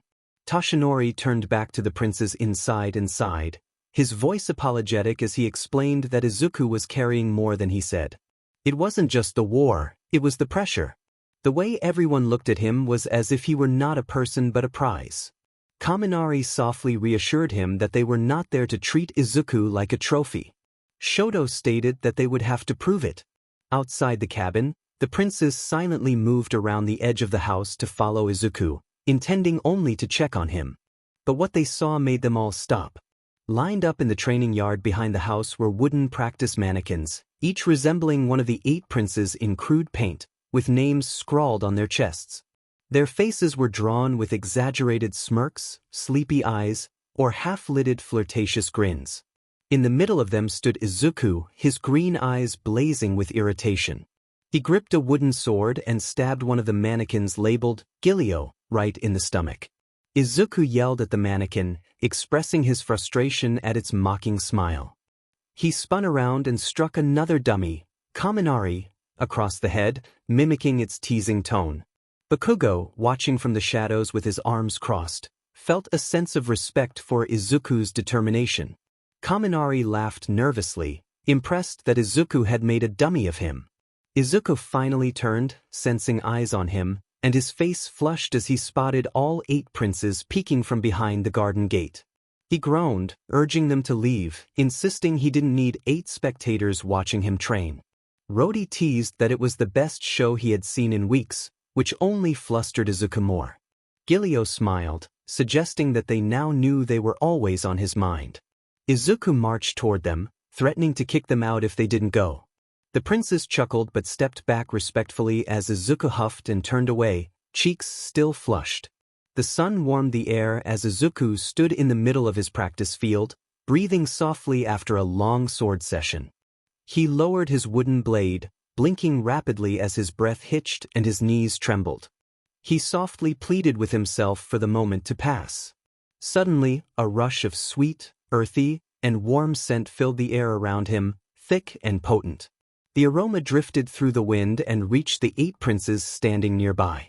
Bakugo gasped, stiffening at the unexpected scent. Shoto's eyes widened as he recognized it. Kaminari, suddenly flushed, commented on how strong it was, while Rodi stepped back, feeling overwhelmed by the sensation. Izuku clenched his teeth and stumbled forward, sweat forming on his brow as his chest tightened. He called out for his father, Tashinori, who rushed toward him, pushing past the stunned 𝗟𝗶𝐻 and pulling out a small wooden vial from his pouch. He caught Izuku as he dropped to his knees. Tashinori urgently instructed everyone to back away, warning that Izuku's heat was flaring and their instincts would only make it worse. He helped Izuku sit upright, opening the herbal vial and pressing it gently to Izuku's lips. The younger Omega drank shakily, gripping Tashinori's sleeve with a trembling hand. The sweet scent slowly began to fade, but its lingering effect hung in the air like a spell. Shinso, still stunned, remarked on the powerful scent, while 𝐾𝐿𝐬 softly admitted he had never felt anything like it. Izuku breathed hard, his eyes fluttering closed as Tashinori carried him to the cabin and laid him gently on the couch. His cheeks were flushed, eyes glossy, and the pain slowly subsided thanks to the herbs. Kirishima hesitantly asked if Izuku was okay now. Tashinori, facing them with tension, assured them he would be but warned that it was becoming harder to control Izuku's heat cycles, which had been suppressed for years with medicine. The alphas remained frozen in place, some gripping their swords, others their own chests as they tried to calm the primal reaction triggered by the scent. Kaminari, still catching his breath, boldly suggested that Izuku's heat indicated he needed a mate. Tashinori snapped that Izuku had herbs, and that was all he needed. Shoto, speaking carefully, pointed out that herbal suppressants wouldn't last forever and questioned what would happen if Izuku were alone next time. Izuku, from the couch, sharply declared that he didn't need a mate. Surprised by the strength behind his words, Izuku sat up slowly, his eyes burning with determination. He expressed that he didn't want to be tied down to any of them just because of his body's natural cycles. Rodi softly explained that it wasn't about control but about care. Izuku snapped back that it was about ownership, recalling how omegas were often treated. Shinso stepped forward, insisting that was not their intention. Izuku bitterly challenged them to prove it by leaving. Silence followed, and no one dared to move until Tashinori stepped between them, arms spread protectively. He calmly but sternly insisted that they respect Izuku's choice and asked them to leave. After a long pause, one by one, the princes turned away, heading to their horses in silence. As they rode through the trees, they fell into quiet conversation. 𝐾𝐮𝐲 rode next to Shoto, commenting that he could still feel the lingering scent. Kirishima noted that Izuku was fighting it with everything he had, while Shoto nodded in agreement, acknowledging that he was alone in this struggle. Kaminari, with a slight grin, declared he wasn't backing off, and 𝗏𝐾𝐽 growled that Izuku was his, ready to fight anyone who challenged that claim. Rodi sighed, recognizing the 𝐒𝐮𝐬𝐽 of rivalry was beginning again. Shinso murmured that no matter what Izuku said, he wasn't safe alone. Todoroki, quiet but firm, concluded that they would wait but not give up. Their silhouettes disappeared into the forest, but their determination only grew stronger. Noon arrived, and the grand throne room of the castle echoed with murmurs. The 8 alpha princes stood before a long obsidian table, where the council of elders was seated in formal robes. Tension hung in the air like smoke. The council head elder sternly reminded the princes of the kingdom's ancient laws, stating that the prince who first secured a suitor would ascend as the next rightful king. A counselor added that the suitor must be chosen with sincerity, not just for conquest. 𝗏𝐾𝐽 crossed his arms, declaring he didn't need a lesson and was ready for the challenge. Shoto, calm but serious, asserted that no one was backing down. Kaminari, with a grin, pointed out that none of them had claimed anyone yet, leaving the game open. Rodi leaned on the table, noting it wouldn't stay open long. Kirishima asked the council if the suitor must accept the prince, to which the council had confirmed that forced unions did not count. Shinso quietly muttered that this might be their problem. 𝐾𝐮𝐽 smirked at the others, suggesting they would just have to make Izuku choose. The princes exchanged sharp, warning glances, the room filled with the silent storm of unspoken rivalry. Each one of them was now burning with 2 things, the hunger for Izuku and the weight of the crown. The council head nodded slowly, wishing them luck as they left. Silence lingered until the heavy doors shut, and the princes turned on each other. 𝗏𝐾𝐽 growled for them to stay out of his way, while Shoto coldly refused to back down. Kaminari, smiling but sharp, teased that Izuku would never choose a brute and suggested 𝗏𝐾𝐽 try smiling. Rodi smirked, questioning if Izuku would fall for arrogance or cold silence. Shinso quietly stated that it had begun. Night fell, and a soft wind rustled through the trees outside the small cabin. Crickets sang under the moonlight as Izuku, holding a wooden bucket, walked toward the well, the stars reflecting in the water. Suddenly, a deep, snarling growl cut through the night, causing Izuku to freeze and whisper that it wasn't a wolf. From the bushes, a creature leapt, a grotesque monster with black scales, burning red eyes, and clawed limbs. Its roar shattered the night. Izuku dropped the bucket and called out for his father, Tashinori, who burst from the cabin with sword in hand, eyes blazing with the instincts of a soldier. He urgently instructed Izuku to go inside. They slammed the door, breaths heavy as the cabin trembled under the weight of the creature trying to break in. Izuku gripped his blade, insisting there was only one monster and they could fight it. Tashinori looked at him seriously, warning that if he told Izuku to run, he needed to run. But before they could plan, the door shattered and the monster lunged. Tashinori leapt forward, slashing at its chest, but the beast struck first, causing a deep wound. Izuku screamed for his father, trying to attack, but the monster swiped at him, causing him to cry out in pain yet still refusing to stop. Gripping his sword, Izuku lunged behind the creature and stabbed deep into its back. A deafening screech echoed through the air as the creature collapsed. Silence followed. Izuku dropped the sword, stumbling toward his father. His voice trembled as he called out for Tashinori, urging him to stay. Tashinori's breath was shallow, blood staining his clothes. He smiled weakly, reaching up to cup Izuku's cheek, expressing his pride in his son's strength. Izuku, filled with desperation, insisted that he could find a way to help. Tashinori shook his head, urging Izuku to embrace who he was and to let others see him. Izuku pleaded for him not to go, but Tashinori took his final breath, leaving Izuku in a state of anguish. Izuku screamed, a raw sound filled with pain and grief echoing through the forest. His body trembled as he held Tashinori's lifeless frame in his arms, tears streaming down his cheeks. Blood stained the wooden floor, and his vision blurred as he tried to stand, the pain in his leg worsening. Darkness enveloped him. The forest was eerily quiet as the 8 princes approached the cabin, sensing something was amiss. The scent of blood lingered in the air, and crows cawed from the trees above. Bakugo gripped his reins tightly, voicing his concern, while Shoto noticed smoke in the distance.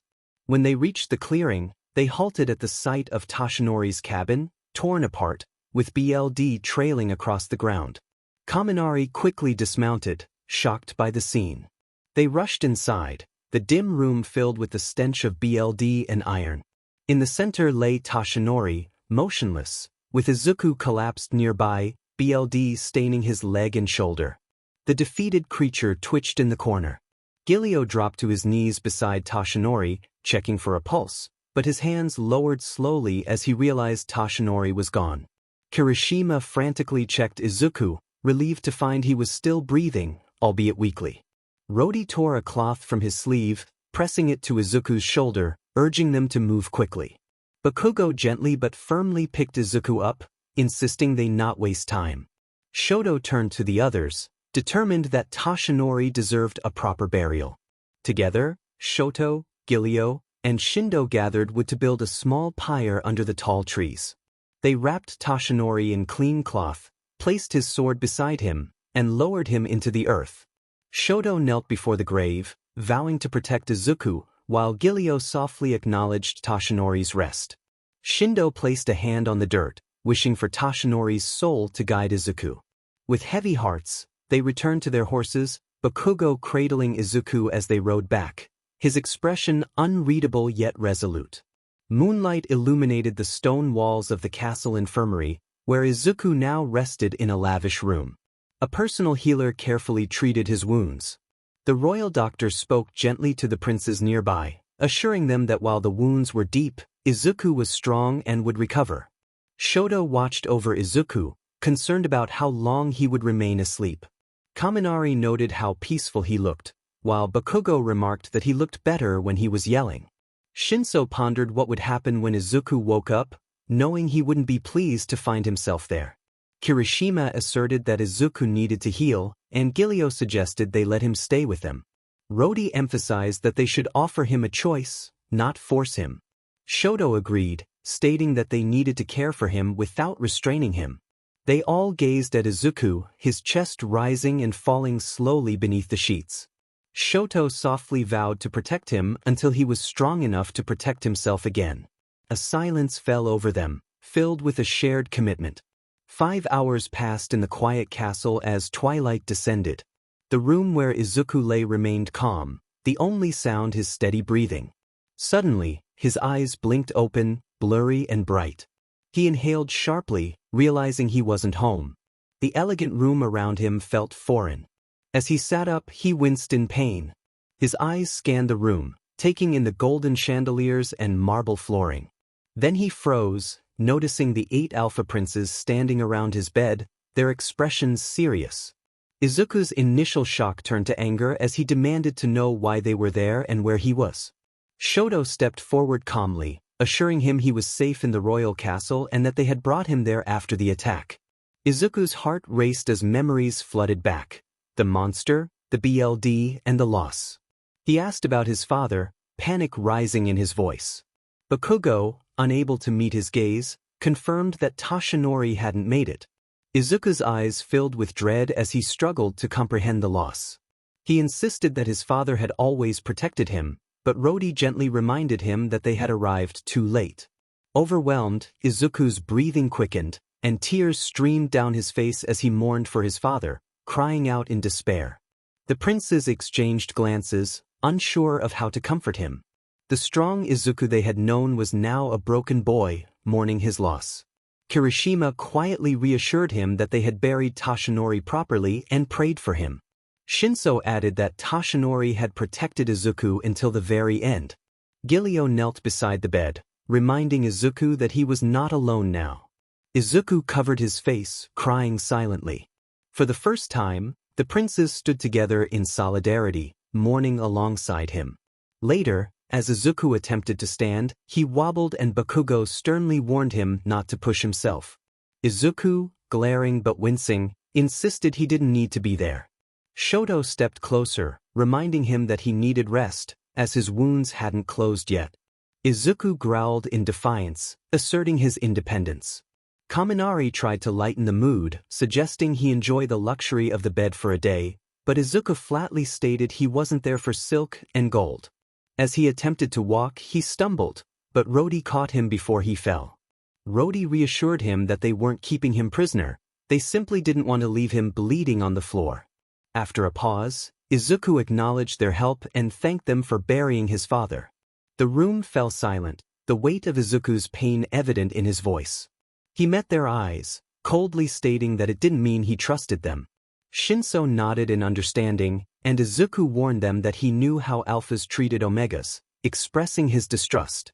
Bakugo growled in response, insisting they were different, but Izuku challenged him to prove it.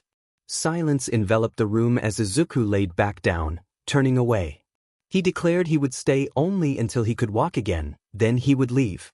Shoto gently suggested they prepare a room next to the library, knowing Izuku enjoyed reading. Izuku didn't respond, leaving the princes to contemplate their next steps. But the faintest shift of his shoulder showed he heard him. As the princes quietly left the room one by one, each paused at the door to look back at the boy they all desired, now lying broken yet still strong. 𝐾𝐿𝐬 thought to himself as they departed that the crown meant nothing if he didn't choose them. The sun was high, light spilling gently through the stained glass windows of the castle. Izuku sat on the bed, a book in hand, pretending to read, but his eyes didn't move. Suddenly, a soft knock on the door interrupted him.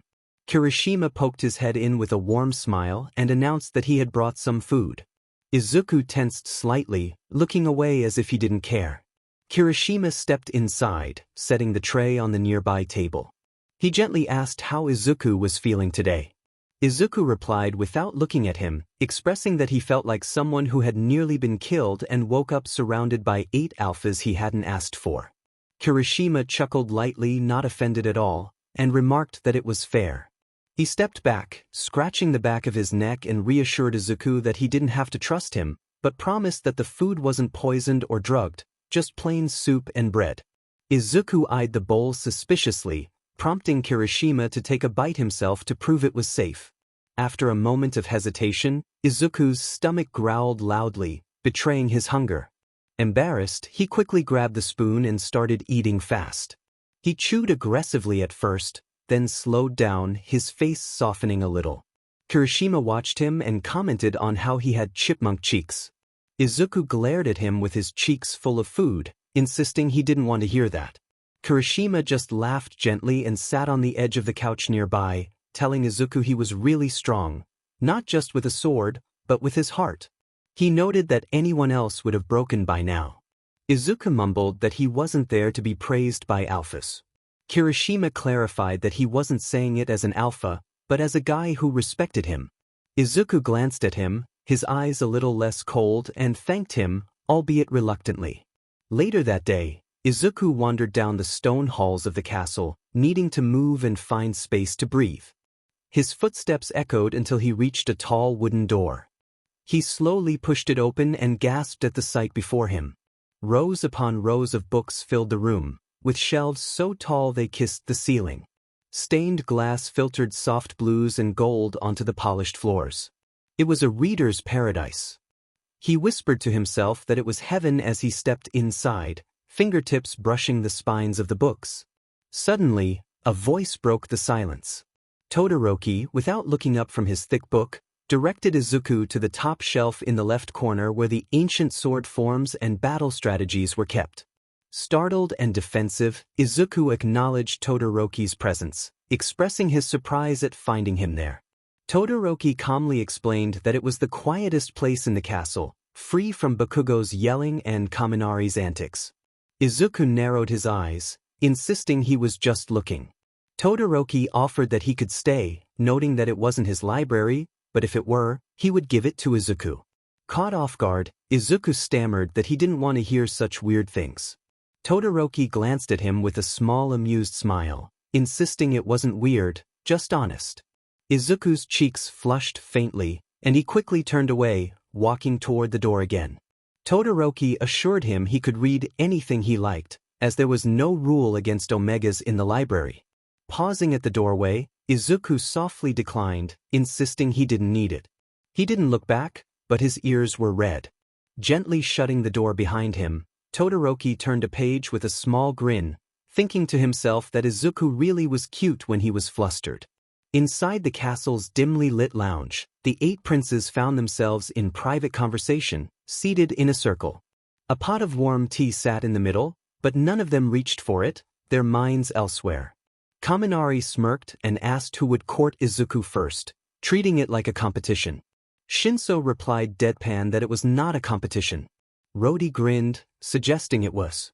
𝐒𝐮𝐬 calmly sipped his tea, noting that Izuku was different from others. Todoroki gazed at the steam rising from his cup, explaining that Izuku reacted to sincerity rather than flattery or strength. Kirishima nodded, recalling how Izuku had given him a skeptical glare when he brought food, but had smiled when he proved it was safe. Bakugo gruffly stated that Izuku wasn't impressed by power, as he had power himself. Rody playfully teased that Izuku was easily flustered, recalling how red his face had been when Todoroki offered him the library. Todoroki cleared his throat but didn't deny it, prompting chuckles from the others. Shinso, more seriously, warned that they shouldn't rush things, as Izuku was still grieving. Kirishima emphasized that they cared, and it was about being there for him and letting him trust them at his own pace. They sat in silence for a moment, the weight of Izuku's trauma still fresh in their minds, all sharing the same burning longing, not just to have Izuku, but to protect him, heal with him, and be chosen by him. 𝐒𝐮𝐬 softly suggested they should not fight, but instead earn his trust. The morning sun cast a soft glow over the royal garden, filling the air with the scent of lavender and tomato vines. Izuku stood quietly by the corner of the plot, his hand grazing the blooming vegetables. He gently touched a sprouting corn stalk, his fingers lingering. Whispering to himself, he expressed how his father would love this place, the air, the soil. His voice wavered, and his eyes shimmered as he looked up at the sky, wondering if his father was proud of him and if he was doing okay, even while hurting. He didn't notice how long he stood there or how many tears fell onto the lettuce leaves. When he finally turned to go back inside, he quickly wiped his eyes, putting on his usual frown. Inside the training courtyard, the 8 princes were sparring, with shouts and laughter filling the air. Izuku entered quietly, intending to walk past them without staying. But Shoto was the first to notice him, his gaze softening immediately. He called out to Izuku, and the others turned, momentarily silent. Bakugo, in a soft yet firm tone, invited Izuku to sit or even join them. Surprised, Izuku asked if he could really join. Kirishima grinned, encouraging him that it might help, as he had fire in him. Shinso added that he could pick anyone for just one round. Izuku's gaze dropped to the sword offered to him. His fingers brushed the wooden hilt, and after a moment he nodded, agreeing to one round. 𝐼𝐻𝐬 puffed out his chest, volunteering to spar with him and assuring Izuku he would go easy. But before he could finish, Izuku moved swiftly. His footwork was precise, his body low and centered. 𝐼𝐻𝐬 blinked once, and in an instant his sword was knocked from his hand. A firm hit landed on his ribs, and a sweep of Izuku's foot sent him flat on his back. 𝐼𝐻𝐬 wheezed, expressing his discomfort. Shinso murmured that it had taken less than a minute. 𝐒𝐮𝐲, genuinely impressed, remarked that Izuku hadn't hesitated once, pure precision. Izuku stood above them, eyes sharp but distant, before quietly dropping the training sword beside 𝐼𝐻𝐬 and calmly stating that he wasn't there to play. With that, he turned, his cloak brushing behind him as he walked out of the courtyard. His footsteps were silent, but the heat he left behind lingered like a storm. Bakugo admired the fire within him. The dining hall was lively with the clinking of utensils, the soft murmurs of plans, and the warm flicker of golden chandeliers. The 8 alpha princes were seated around the long banquet table as the final courses were being cleared. 𝗟𝗏 leaned back with a grin, suggesting they host a royal ball the following night, a celebration for the village and a chance to talk to Izuku properly. Shindo eagerly nodded, proposing they send invites to the villagers for a grand event. 𝐼𝐻𝐬 smirked, hoping that under the music and lights, Izuku might not glare at them so hard. 𝐒𝐮𝐲 calmly reminded them to avoid overwhelming him. Suddenly, Kirishima entered with a slight frown, brushing back his red bangs.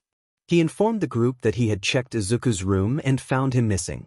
Bakugo snapped upright, alarmed by the news.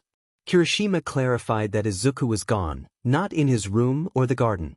Shinso, near the tall window, narrowed his eyes and pointed, identifying a cloaked rider in the distance.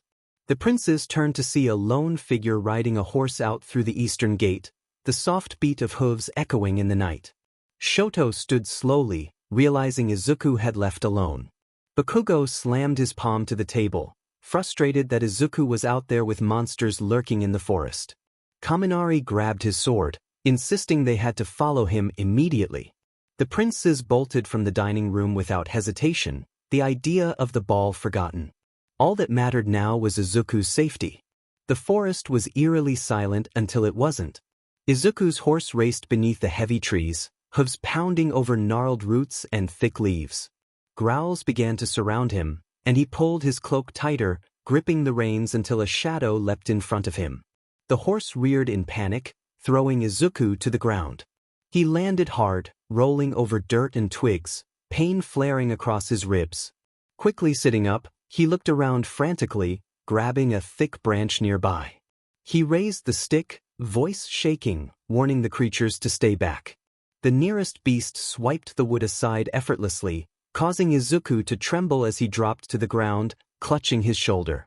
Just as a claw came down, a powerful blade blocked the blow, sending sparks flying. Fire burst through the trees as Bakugo, Shoto, Kirishima, Todoroki, 𝐒𝐮𝐲, Shinso, 𝐼𝐻𝐬, 𝗟𝗏, and Shindo appeared one by one, weapons drawn. The monsters didn't stand a chance, and within moments, they lay defeated. As the dust settled, the princes turned to see Izuku collapsed on the ground, sweating and trembling, his hand clutching his chest as he breathed heavily. He gasped, questioning why they had followed him. He froze, feeling an overwhelming heat rising in his chest. The 8 princes also froze, their eyes widening in realization. Kirishima softly noted Izuku's scent, while Shinso whispered about the heat he was experiencing. Izuku panicked, insisting it wasn't the right time. His legs gave out and he fell forward, but Todoroki was already beside him, catching him gently. He urged Izuku to breathe, assuring him it was all right. Izuku trembled, struggling to catch his breath. In a moment guided by emotion, Todoroki leaned in and pressed a gentle kiss to Izuku's lips, a calming presence amidst the chaos. Everyone around them froze, and the heat in Izuku's body surged before slowly calming. He slumped slightly into Todoroki's arms, his breath heavy. Izuku, with glassy eyes, questioned why Todoroki would do such a thing. Todoroki replied that he wanted to help, not as an alpha, but as someone who saw him. Izuku stared in silence, stunned and unsure of how to respond. The other princes stood around, their faces filled with mixed shock, jealousy, and awe, but none dared to speak. Todoroki gently pulled Izuku closer, resting his forehead against his. He assured Izuku that he was safe now, but Izuku was trembling, the scent of his heat still thick in the air. His chest heaved as he stood before Todoroki, wide green eyes burning with fury and humiliation. He accused Todoroki of daring to kiss him, raising his hand to slap him across the face. The sound echoed in the forest, and everyone froze. Todoroki didn't react in anger.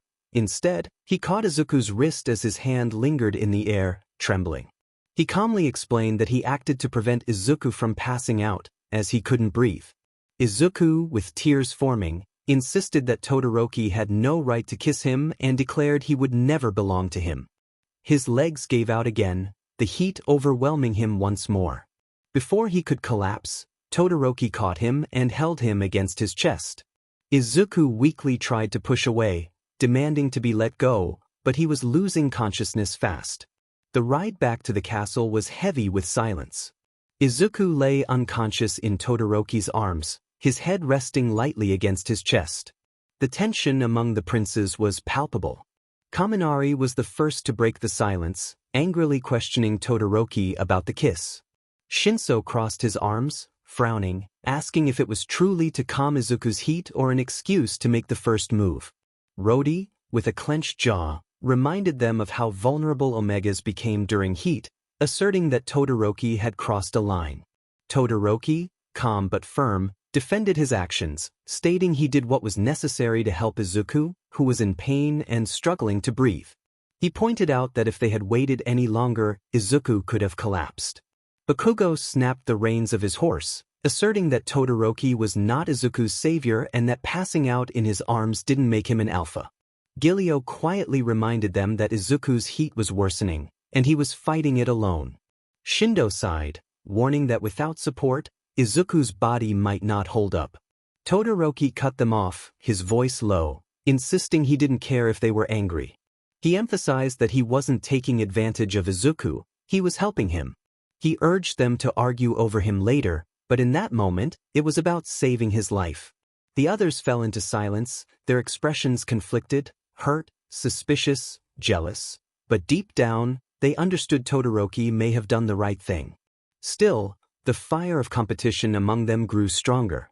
Late into the night, the moonlight touched the velvet sheets of Izuku's bed. He awoke, staring blankly at the canopy above him. His hand slowly moved to his lips, softly whispering to himself about why Todoroki had kissed him. His fingertips lingered, remembering the warmth and calm it had brought him when he thought he would lose control. Frustrated, he shook his head, muttering to himself that he was not weak, nor just an 𝐒𝐮𝐬𝐽 who needed to be saved with a kiss.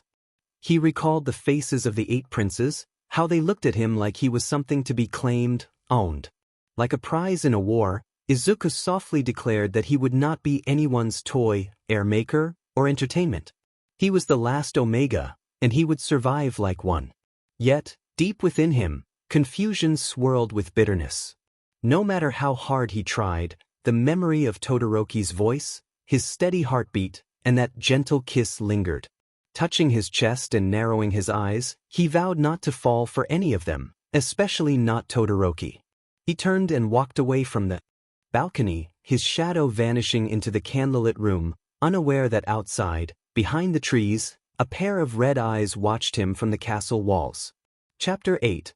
My strategy. The sun streamed through the high glass windows of the castle, and birds chirped in the distance as the 8 alpha princes settled in for breakfast, enjoying fresh bread, glazed ham, fruits, and hot tea. Bakugo, chewing his food, asked if there was still no sign of Izuku leaving. Shoto calmly sipped his tea and remarked that Izuku wouldn't leave easily anymore, especially after what had happened in the woods.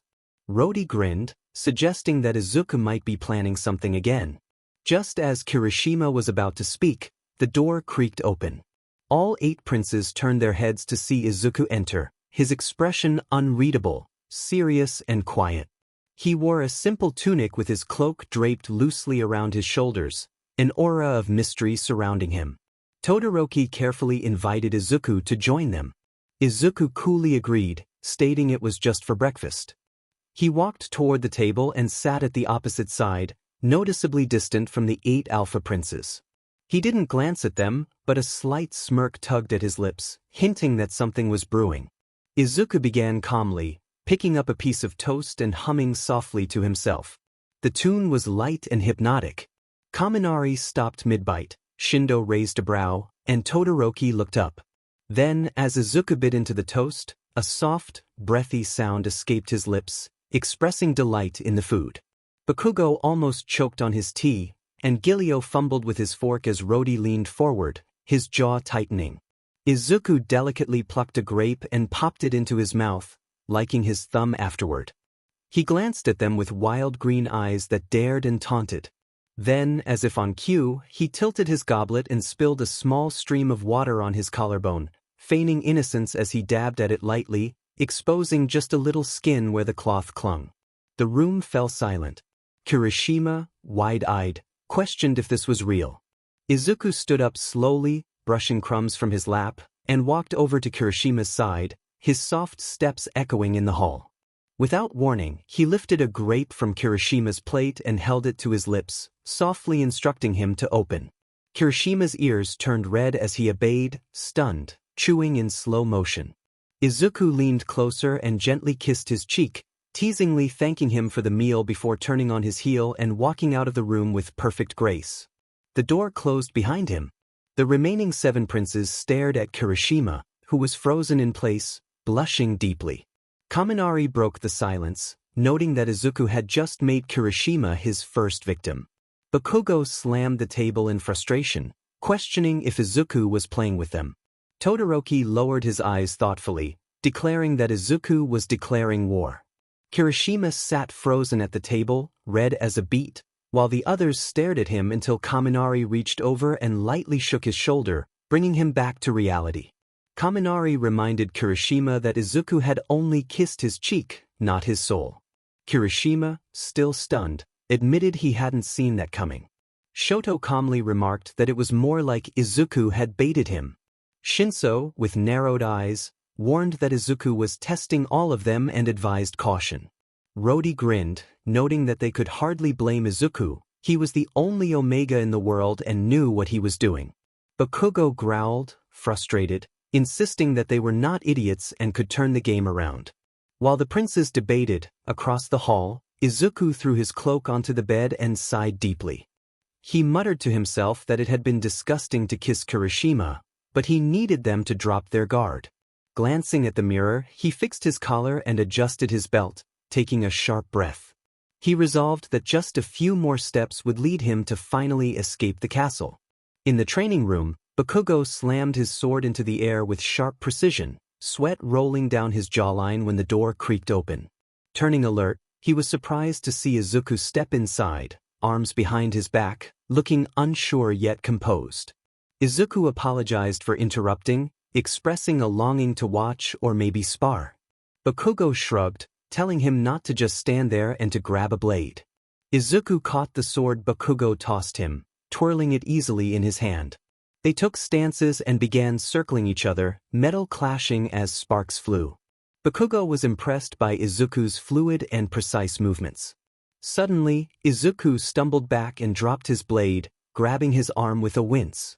Bakugo rushed forward, concerned he might have hit too hard. Looking up at Bakugo with wide, glossy eyes, Izuku tilted his head slightly and smirked, softly commenting that Bakugo looked kind of handsome up close. Caught off guard, Bakugo blinked, a red flush rising on his cheeks. He gruffly returned the compliment, and Izuku leaned back, picked up his sword, and stood up as if nothing had happened. Teasingly, he thanked Bakugo for the spar before turning and walking out, leaving Bakugo standing in the middle of the room, speechless, his lips twitching into a smirk as he muttered to himself that Izuku was dangerous. Kaminari sat alone in the castle lounge, lazily chewing a cupcake and swinging his legs off the armrest of the sofa, the late morning sun lighting the room with a golden glow. He commented to himself that there was too much frosting but that it wasn't bad for a failed batch. Suddenly, the seat across from him dipped, and he looked up to see Izuku settling in, casually stealing a cupcake from the tray. Izuku smirked, teasing that Kaminari had a sugar addiction. Kaminari grinned, defending his love for sweets and claiming that life was better with sugar and a bit of peace. Izuku mentioned he would be visiting his father's grave later and figured a little sweetness wouldn't hurt beforehand. Kaminari paused mid-bite, his smile fading slightly as he expressed his condolences about Izuku's loss. Izuku nodded with a quiet smile, assuring Kaminari that it was fine and that he still talked to his father in his own way. Then, without warning, Izuku leaned forward slightly, liking frosting from his thumb before picking up a cupcake and taking a small bite. He teased Kaminari, asking if he wanted to know what was more exciting than a cupcake. Kaminari raised a brow, curious. Izuku leaned forward and pressed a brief kiss against Kaminari's lips, tasting sugar. Kaminari's eyes widened, stunned, as Izuku pulled away with a smirk, biting his lower lip and declaring that it was sweet but not enough spark. He stood and walked out without another word, leaving Kaminari dazed, red-faced, and still holding half a cupcake. Kaminari whispered to himself, questioning what had just happened. Steam rose gently from the private hot spring tucked inside the palace courtyard, where 𝗏𝗏 relaxed in the water, eyes half closed, a towel over his head as he hummed a tune. He jolted when water splashed at his side. 𝗏𝗏 exclaimed in surprise, and Izuku slid into the water beside him, his bare shoulders glistening with steam and his green eyes relaxed. Calmly, Izuku reassured 𝗏𝗏 not to freak out, stating he just wanted a soak because 𝗏𝗏 looked lonely. 𝗏𝗏 blushed, insisting it was fine, just that he hadn't expected Izuku. Izuku casually mentioned he had heard 𝗏𝗏 baked cupcakes. 𝗏𝗏 rubbed his neck, admitting he was trying new flavors and had given one to Kaminari to test. Izuku smiled teasingly, complimenting the cupcake as very sweet. 𝗏𝗏 looked away, his ears red from the compliment and their proximity. Izuku leaned closer, his voice softening as he suggested 𝗏𝗏 should make a new batch. 𝗏𝗏 turned his head just as Izuku leaned in, pressing a feather-light kiss to his cheek. With a grin, Izuku remarked that 𝗏𝗏 was sweet, then stood up, water dripping as he climbed out with grace. 𝗏𝗏 blinked, lips slightly parted, still frozen in place, realizing he was not ready for that. In the royal lounge, the 8 alpha princes gathered, still flushed and confused from the day's events. The room was dimly lit and quiet, save for the crackle of the fire and the unease among them. Kirishima scratched his head, wondering if anyone else felt that Izuku was acting differently that day. 𝗏𝗏 rubbed his cheek and admitted that Izuku had kissed him. Kaminari raised a hand, saying that Izuku had kissed him too, kind of, with frosting. 𝗏𝗏𝐽 growled, questioning what the nerd was planning. Shinso frowned, suggesting that Izuku was playing them, but they were unsure why. Kaminari asked if they were still going to have the ball, and Shoto calmly stated that it had been cancelled because Izuku wasn't in the mood. Before anyone could respond, the door suddenly swung open. The princes turned to see Izuku standing in the doorway, his expression unreadable. His voice was soft, but his words struck like lightning as he mentioned needing help with his heat that night. They all froze, staring at him. Izuku tilted his head and suggested that maybe one of them, or all of them, could help. Gasps filled the room, and Kaminari made a choking sound as 𝗏𝐬 dropped his goblet. Izuku smiled wickedly, stating that his door was open that night, before turning and leaving with a graceful strut. The room fell silent for a moment. Shindo blinked, questioning if that was real, while 𝗏𝗏𝐽 gritted his teeth, convinced Izuku was up to something. Shinso narrowed his eyes, wondering what that something could be. Later that night, the 8 princes gathered outside Izuku's door, hesitant and nervous, some more smug than others. A few adjusted their collars while others rehearsed what to say.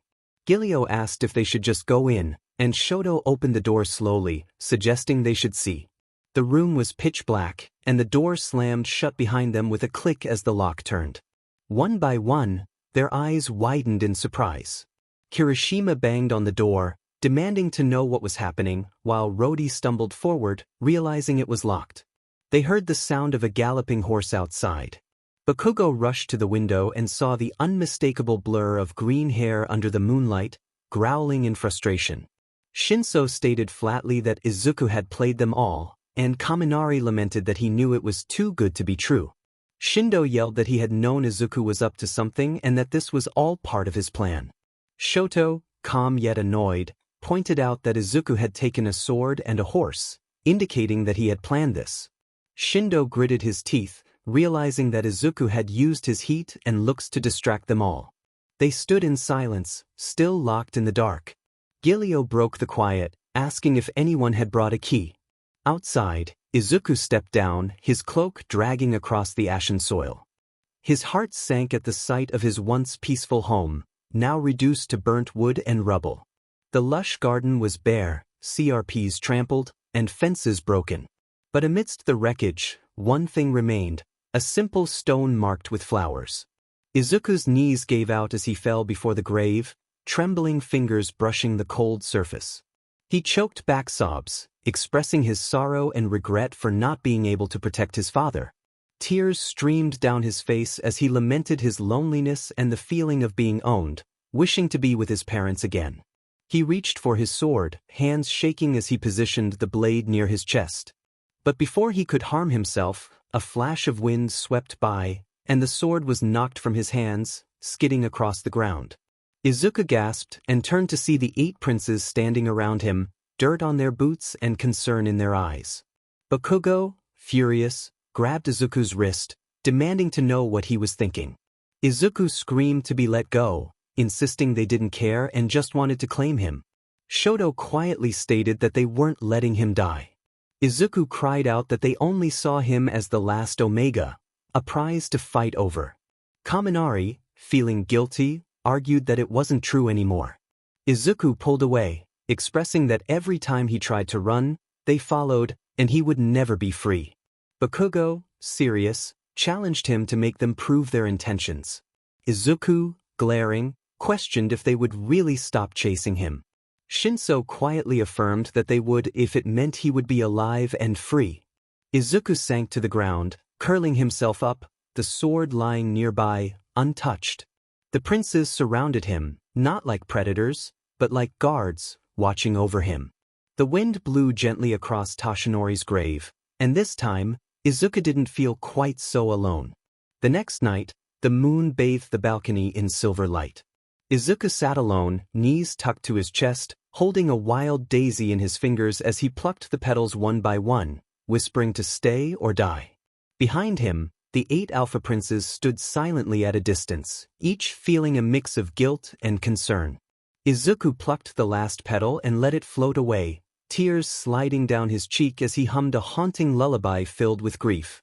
Shoto murmured that the song was heartbreaking, while 𝐾𝐿𝐬 observed that Izuku seemed to be praying for death. Kirishima noted that Izuku wished he had died with the other Omegas. Bakugo growled quietly, expressing his anger at anyone who would dare touch Izuku again without care. Shinso flatly reminded them that they had already touched him by forcing him there. They remained still, listening to Izuku mourn. The following morning, the grand dining hall was silent. The table was filled with warm food, but Izuku sat at the end, isolated and with dull eyes. Kaminari gently urged him to eat, reminding him that the bread was his favorite. Izuku coldly questioned why he should bother, suggesting that it would only give him energy to run again. The tension grew as 𝗏𝗏 insisted that Izuku was not a prisoner there. Izuku bitterly retorted that they had chased him down like wolves when he tried to escape. Shindo softly explained that they were scared he would die. Izuku sharply replied that he would rather choose his death than be treated like a prize. He stood suddenly, glaring at each of them in turn, accusing Bakugo of wanting to win, Shoto of stealing a moment without permission, and Kirishima of being kind but ultimately wanting to claim him. But that doesn't mean I owe you anything.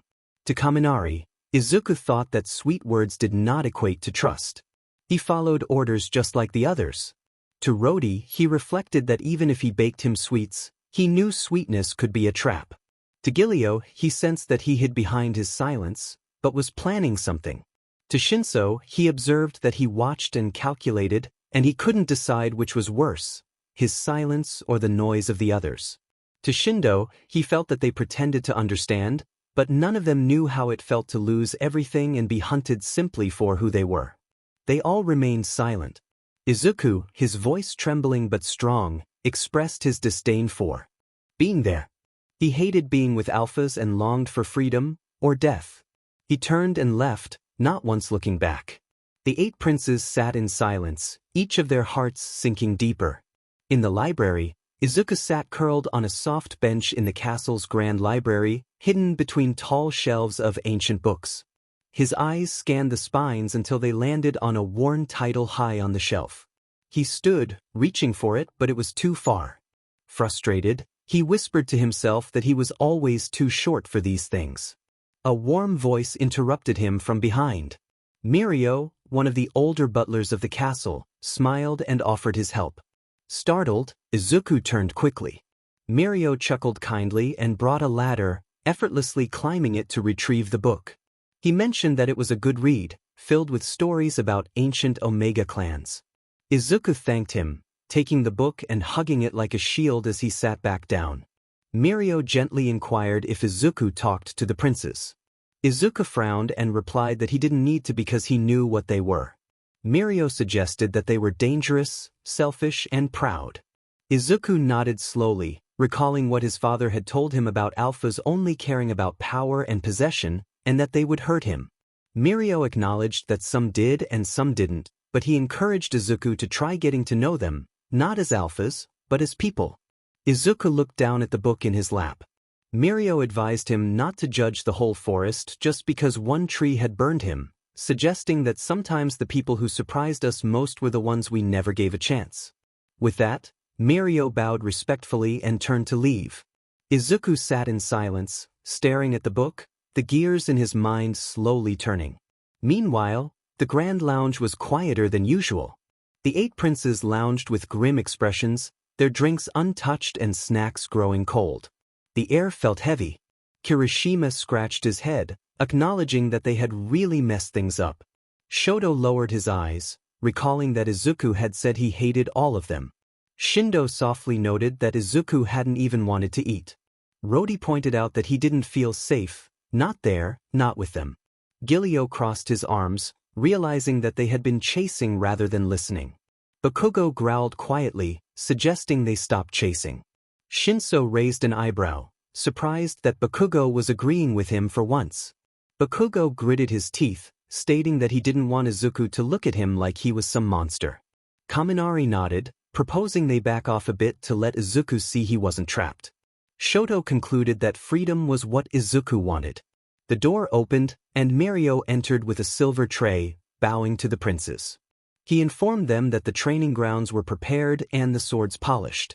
Shinso asked if 𝐒𝐮𝐬 had seen Izuku, and 𝐒𝐮𝐬 smiled, revealing that he was in the library reading.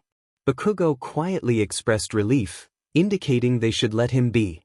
The princes sat in silence again, but this time with a new resolve, not to win Izuku over, but to understand him.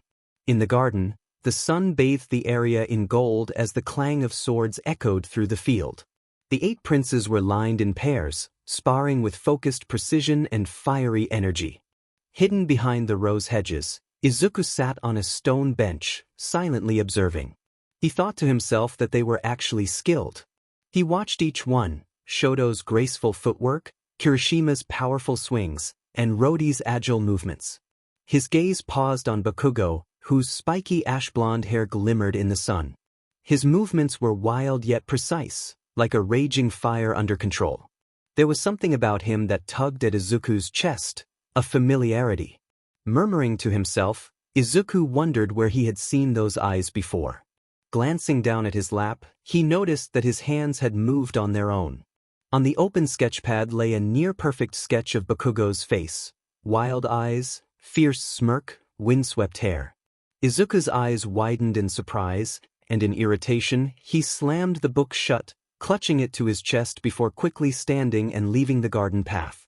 Back on the field, the princes suddenly stopped. Shinso sniffed the air, questioning if anyone else had smelled something. Shindo agreed, recalling the scent. Todoroki frowned, realizing it was Izuku. 𝗏𝗏𝐽 turned sharply, asking if he had been there. They looked around but saw no trace of him, only faint hints of his fading scent. They exchanged quiet glances. 𝗏𝗏𝐽 shrugged, suggesting they keep training, reasoning that if Izuku wanted to be seen, he wouldn't have left. They nodded and continued sparring, but some part of them couldn't shake the feeling of his presence lingering. Later, the dining hall was filled with the scent of roasted meat, herbs, sweet tarts, and fresh bread. The long table was covered in a vibrant feast. The 8 princes sat together, chatting lightly but distracted, still thinking about the earlier encounter in the garden. Kirishima poked at his food, wondering if they had scared Izuku off again. Rody sighed, noting that Izuku wouldn't even look at them. The door creaked open, and all heads turned. Izuku stepped in, accompanied by Mirio. He held his sketchbook close like a shield, but his expression was composed, calm, and unreadable. Mirio cheerfully announced that lunch was served and thanked the princes for inviting their guest. Izuku glanced at the princes before slowly making his way to an empty seat near the end of the table. Silence filled the room. Shoto softly called out to him, but Izuku, sitting down and avoiding eye contact, stated that he was just there to eat. The princes blinked, none of them moving as Izuku began to eat. He didn't rush or scowl. He quietly tasted the food, chewing slowly, his mind elsewhere. Once he finished, he stood calmly and thanked them for the good food before leaving the dining hall, his sketchbook still held tight against his chest. The princes looked around in stunned silence. Kaminari broke the quiet, questioning if Izuku had just eaten with them calmly. 𝐾𝐮𝐲 raised an eyebrow, noting the absence of yelling or sarcasm, which was new. Mirio smiled faintly as he collected the dishes, suggesting that perhaps Izuku had taken his advice. Bakugo narrowed his eyes, asking what advice Mirio had given. The butler chuckled softly, wiping a plate as he explained that he simply told Izuku he couldn't hate what he didn't know. Maybe he was finally starting to see each of them. The princes exchanged looks, a flicker of warmth passing between them, hope. The sun peeked through the clouds, casting a soft golden glow over the castle garden. Birds chirped, flowers swayed with the breeze, and on the edge of the small stone pond, 2 elegant white swans floated close to each other, forming a perfect heart with their curved necks.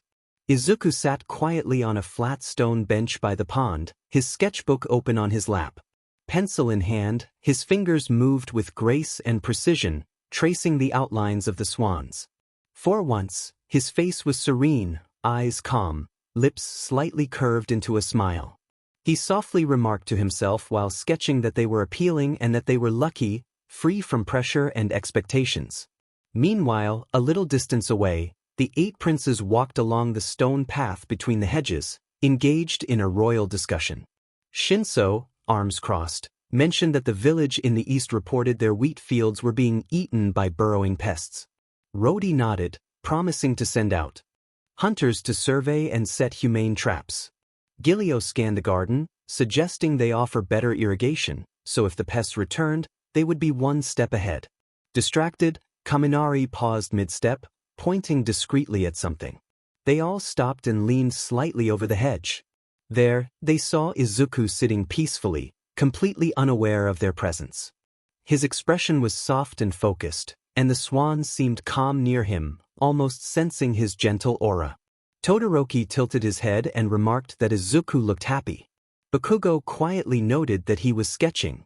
Kirishima grinned and commented on how manly and cute that was. Shindo smirked and suggested they go closer, while 𝐾𝐮𝐲 chuckled, warning that they might get poked by Izuku's pencil. Shinso dryly remarked that the swans should live longer than them, and they could admire from their spot. They all laughed softly, their eyes not leaving Izuku. For once, they didn't feel the need to chase. Watching him from afar was enough. After finishing his sketch, Izuku stood up, stretching his arms. He held his book close and wandered slowly through the garden path, lost in thought. Suddenly, soft quacks echoed behind him. He turned and was surprised to see a line of small fluffy ducklings following him, 7 of them waddling in a neat row. Izuku chuckled and crouched down, greeting them as his little army. The ducklings quacked, flapping their tiny wings. As he walked slowly, he playfully remarked that he preferred being followed by cute ducks rather than ugly 𝗟𝗼𝐻𝐿. This prompted a collective twitch of offended pride from behind the bush. Kirishima feigned injury at being called ugly, while Rody laughed quietly, saying it was expected. Shindo mockingly insisted that Izuku didn't mean it, probably. Shinso stated flatly that he absolutely meant it, and 𝐾𝐬 sighed, noting that at least they were ranked below ducks now. They all chuckled as they continued watching. Izuku didn't look back again, but a faint blush tugged at his ears as he walked off with his fluffy little followers in tow. The castle was quiet beneath the stars. Moonlight filtered through the tall stained-glass windows, casting soft colors along the grand hallways. Izuku wandered quietly, sketchbook in hand, his footsteps light against the marble. He passed by a wide ornate door, half open, and paused. A gentle sound floated through the air, a piano. Leaning slightly, he peeked inside. The room was dim and elegant, with velvet curtains hanging by the walls and golden chandeliers glowing from the ceiling. In the center, beside the grand piano, sat Todoroki, his fingers moving gracefully over the keys, playing a hauntingly appealing melody. Izuku blinked in surprise. He didn't expect Todoroki to play something so delicate. The music was not just appealing, it was deeply moving. Todoroki suddenly spoke without looking up, acknowledging Izuku's presence. Startled, Izuku stepped inside and closed the door behind him, trying to act indifferent. He crossed his arms and teased Todoroki about being a prince pianist, questioning if this was his secret weapon to charm others. Todoroki chuckled softly, shaking his head, and explained that it was just a way to communicate when words weren't enough. After a moment of silence, Izuku approached, his green eyes flickering with curiosity. Todoroki gestured to the bench, inviting him to try. Startled, Izuku hesitated, admitting he didn't know how to play. Todoroki calmly offered his hand, ready to teach him. Reluctantly, Izuku sat beside him, their shoulders brushing, causing his heart to race. Todoroki gently guided his hands, encouraging him to feel the sound before pressing the keys. As Izuku played a few notes, he smiled without realizing it, finding the experience enjoyable. However, just as warmth grew in his chest, he suddenly coughed, pulling his hands back and standing up, declaring that it was enough and that it was a silly activity. Todoroki watched him, noting that he had been smiling. Izuku, without looking back, insisted it was an accident and walked out, closing the door quietly behind him. Todoroki looked at the piano keys, a faint smile lingering on his lips. Later, the training ground was lit only by lanterns hanging from the posts. Izuku stood alone in the center, breathing in the night air. He picked up a sword from the rack, its weight familiar in his grip. Taking a stance, his body moved with instinct, fluid, graceful, sharp. He reminded himself to focus, breathe, and swing. From the shadows, a chuckle echoed. Bakugo leaned against a pillar, teasing Izuku about his style of swinging. Izuku rolled his eyes but didn't lower the sword. He mockingly retorted that at least he didn't growl like a half-awake gorilla. Bakugo pushed off the wall, grabbing a sword with a feral grin, challenging Izuku to prove himself.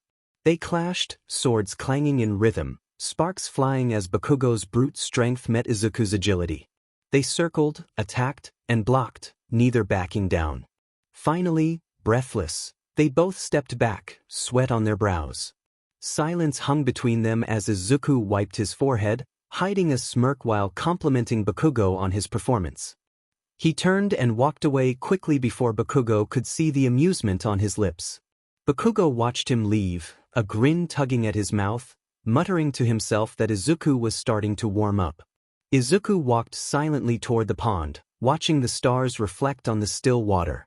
He sat on a nearby bench, observing the swans and ducks gliding peacefully, feeling a quiet, fleeting peace wash over him.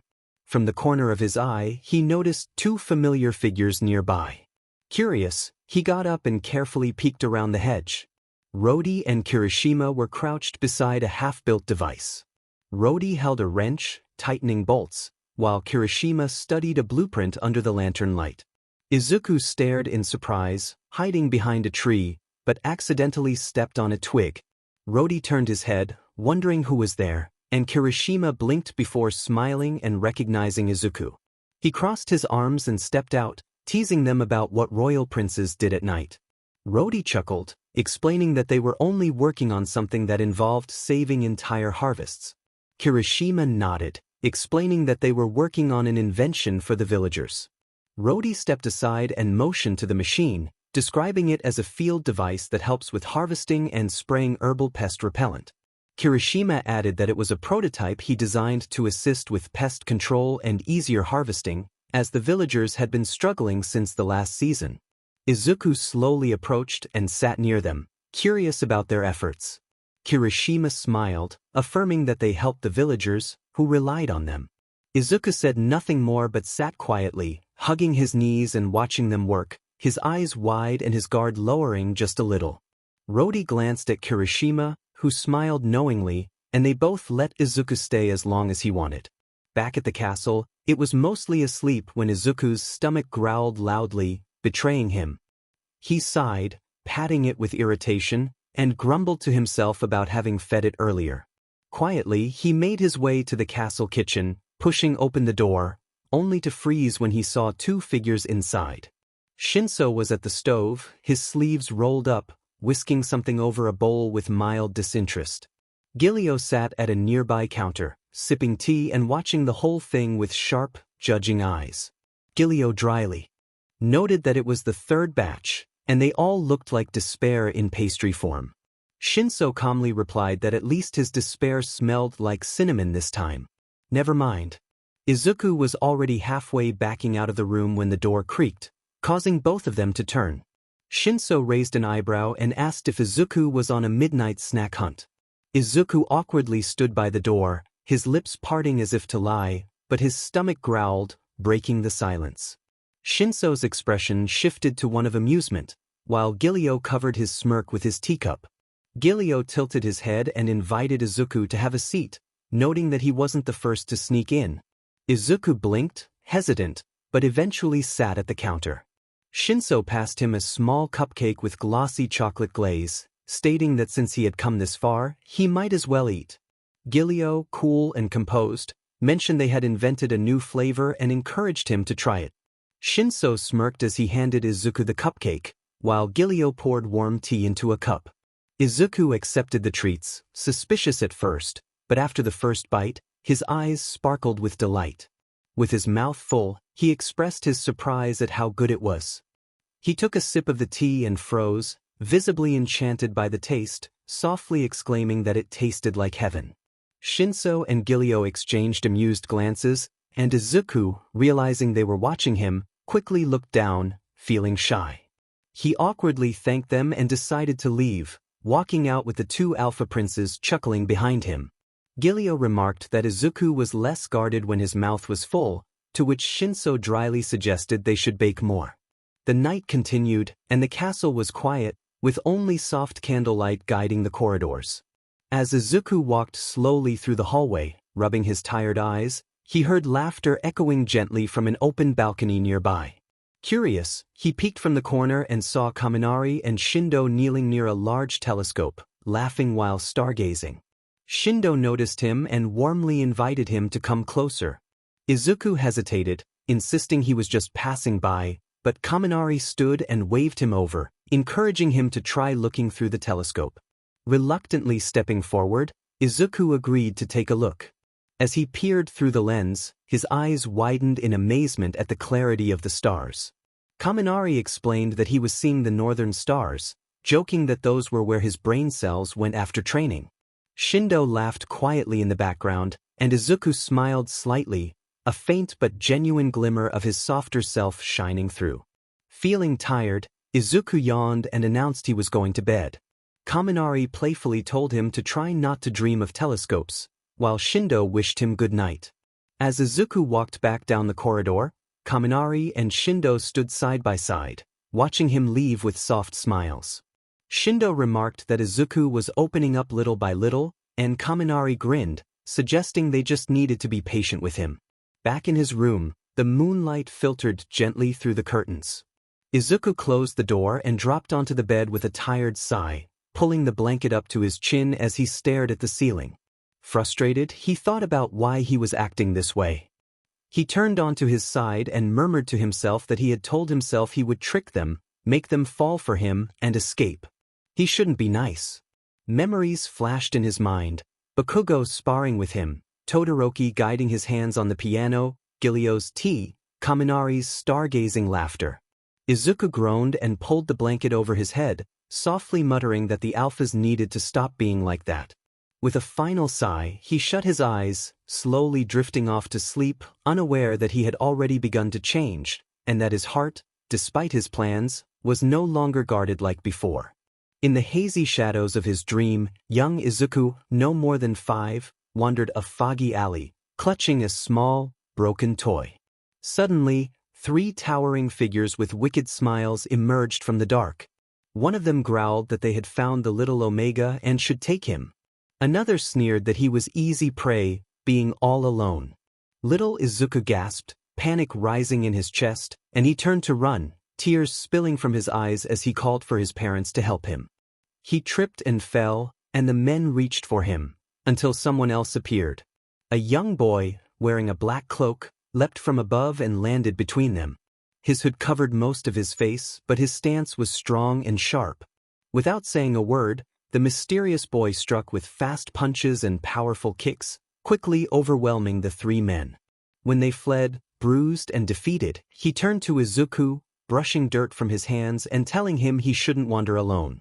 Izuku flinched, sniffling, and the boy sighed before holding out his hand, offering to take him somewhere safe. They ran together, and after reaching a quiet place, the boy let go of Izuku's hand. When Izuku softly asked who he was, the boy didn't answer. Instead, he looked up at the sky and then back at Izuku, murmuring that he should stay out of trouble next time.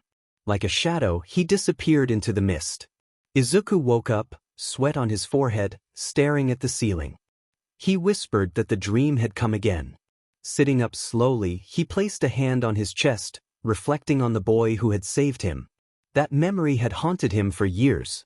In the grand castle dining hall the next morning, the 8 alpha princes were seated, enjoying a hearty breakfast. Bakugo took a loud bite of bread, while Todoroki calmly poured tea. Kirishima and Rody chatted about the village, discussing improvements to the pesticide device that should yield better harvests.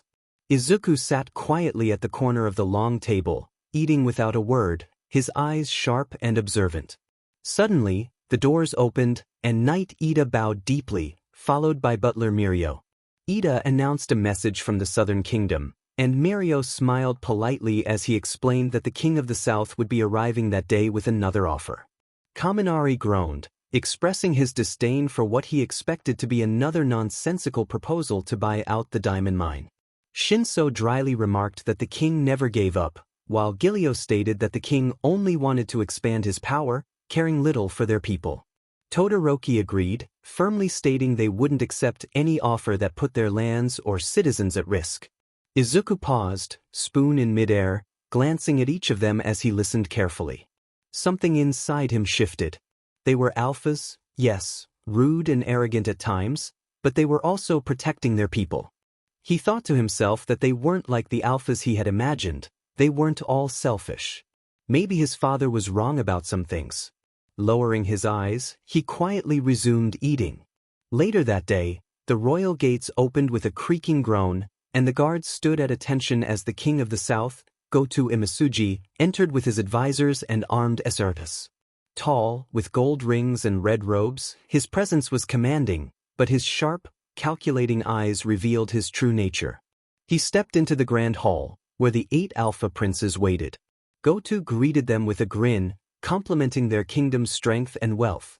Bakugo coldly cut through the pleasantries, demanding to know what 𝐿𝐻𝐻 wanted.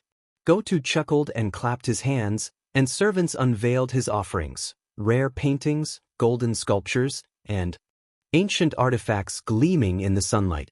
He proposed a fair trade, these priceless treasures in exchange for a share of their diamond mine. Todoroki, quiet but firm, simply said no. 𝐿𝐻𝐻 raised an eyebrow, and Rody stepped forward to explain that they used the mine to provide for their people and wouldn't sell their future for sculptures. 𝐿𝐻𝐻 insisted they misunderstood, claiming he could offer more, rare beasts, ancient scrolls, 𝗟𝗍𝐿 from beyond the borders. Kaminari, with a sarcastic tone, questioned whether those things would feed their villages or cure the sick, expressing his disinterest. 𝐒𝐮𝐬, sharp in his response, stated that the mine was the heart of their people's survival, and no amount of gold could buy that. Goto's smile faded slightly, and his jaw clenched, realizing his proposal was not going as planned. The rejection was final. He exhaled slowly. Goto, with a cold tone, acknowledged the situation and turned away. Just as he did, Izuku, holding a thick book against his chest, passed by the hallway where the conversation had taken place. His soft scent floated subtly into the room. Goto's head turned sharply, his nostrils flaring as his eyes followed Izuku like a hawk spotting prey. The young Omega, unaware, continued walking. He paused slightly, glancing at the room full of powerful alphas, then quickly turned his gaze down and kept walking. But Goto's lips curled into a disturbing smirk. He expressed his longing for Izuku, stating that he wanted the Omega instead of the mines. Shoto stood up immediately, and Shinso narrowed his eyes. Bakugo growled, clearly displeased. Goto continued, describing Izuku as appealing and untouched, claiming that everything had a price and that if they were not using him, perhaps he would. The tension in the room turned deadly as each of the 8 princes glared at him, ready to take action if necessary. Todoroki warned Goto that if he touched Izuku, he would see why their kingdom had never fallen. Goto stared back in silence, his expression unreadable but full of warning. He chuckled, suggesting that it would be interesting to see how far they would go for one boy, before turning on his heels and leaving the chamber, his laughter echoing down the hall. The 8 princes exchanged glances, their expressions hardening as they realized that King Goto would return, and next time, he wouldn't come with gifts. Izuku sat beneath the shade of a garden tree, deeply engrossed in his book. The soft waddling sounds made him glance up. The little ducks were back again, pecking around his boots. He chuckled softly, patting the grass. Suddenly, a long shadow loomed over him, causing the ducks to scatter in panic. Izuku slowly raised his eyes and froze. A man in dark robes with cold, greedy eyes stood there, looking down at him. Goto stepped forward, smirking confidently and introducing himself as King Goto, ruler of the southern lands. Izuku instinctively stood and stepped back, clutching his book tightly to his chest. Goto continued, claiming that Izuku was even more captivating up close and offered him freedom, luxury, and anything his heart desired if he would just come with him. He leaned close, inhaling Izuku's scent and resting a hand on his shoulder. Izuku, feeling disgusted, firmly told Goto not to touch him. When he tried to leave, Goto grabbed his wrist tightly, declaring that Izuku belonged to him now and not to run. Izuku's eyes widened in fear, and he stomped ℏRD on Goto's foot, breaking free and running across the garden path. Goto, unfazed, remarked on Izuku's feistiness and gave chase, the heavy fabric of his robe brushing through the wind. Izuku ran, but his body began trembling, and his vision blurred. He whispered for help as he tripped onto the grass. Goto caught up, grinning like a predator and insisting that Izuku was coming with him. Just then, a blast of air knocked Goto backward. Bakugo stood in front of Izuku like a shield, fire sparking at his palms. Todoroki appeared beside him, ice trailing at his feet, his eyes cold. 𝐾𝐮𝐲 drew his rapier with precision, and Kirishima cracked his knuckles, jaw tight with fury.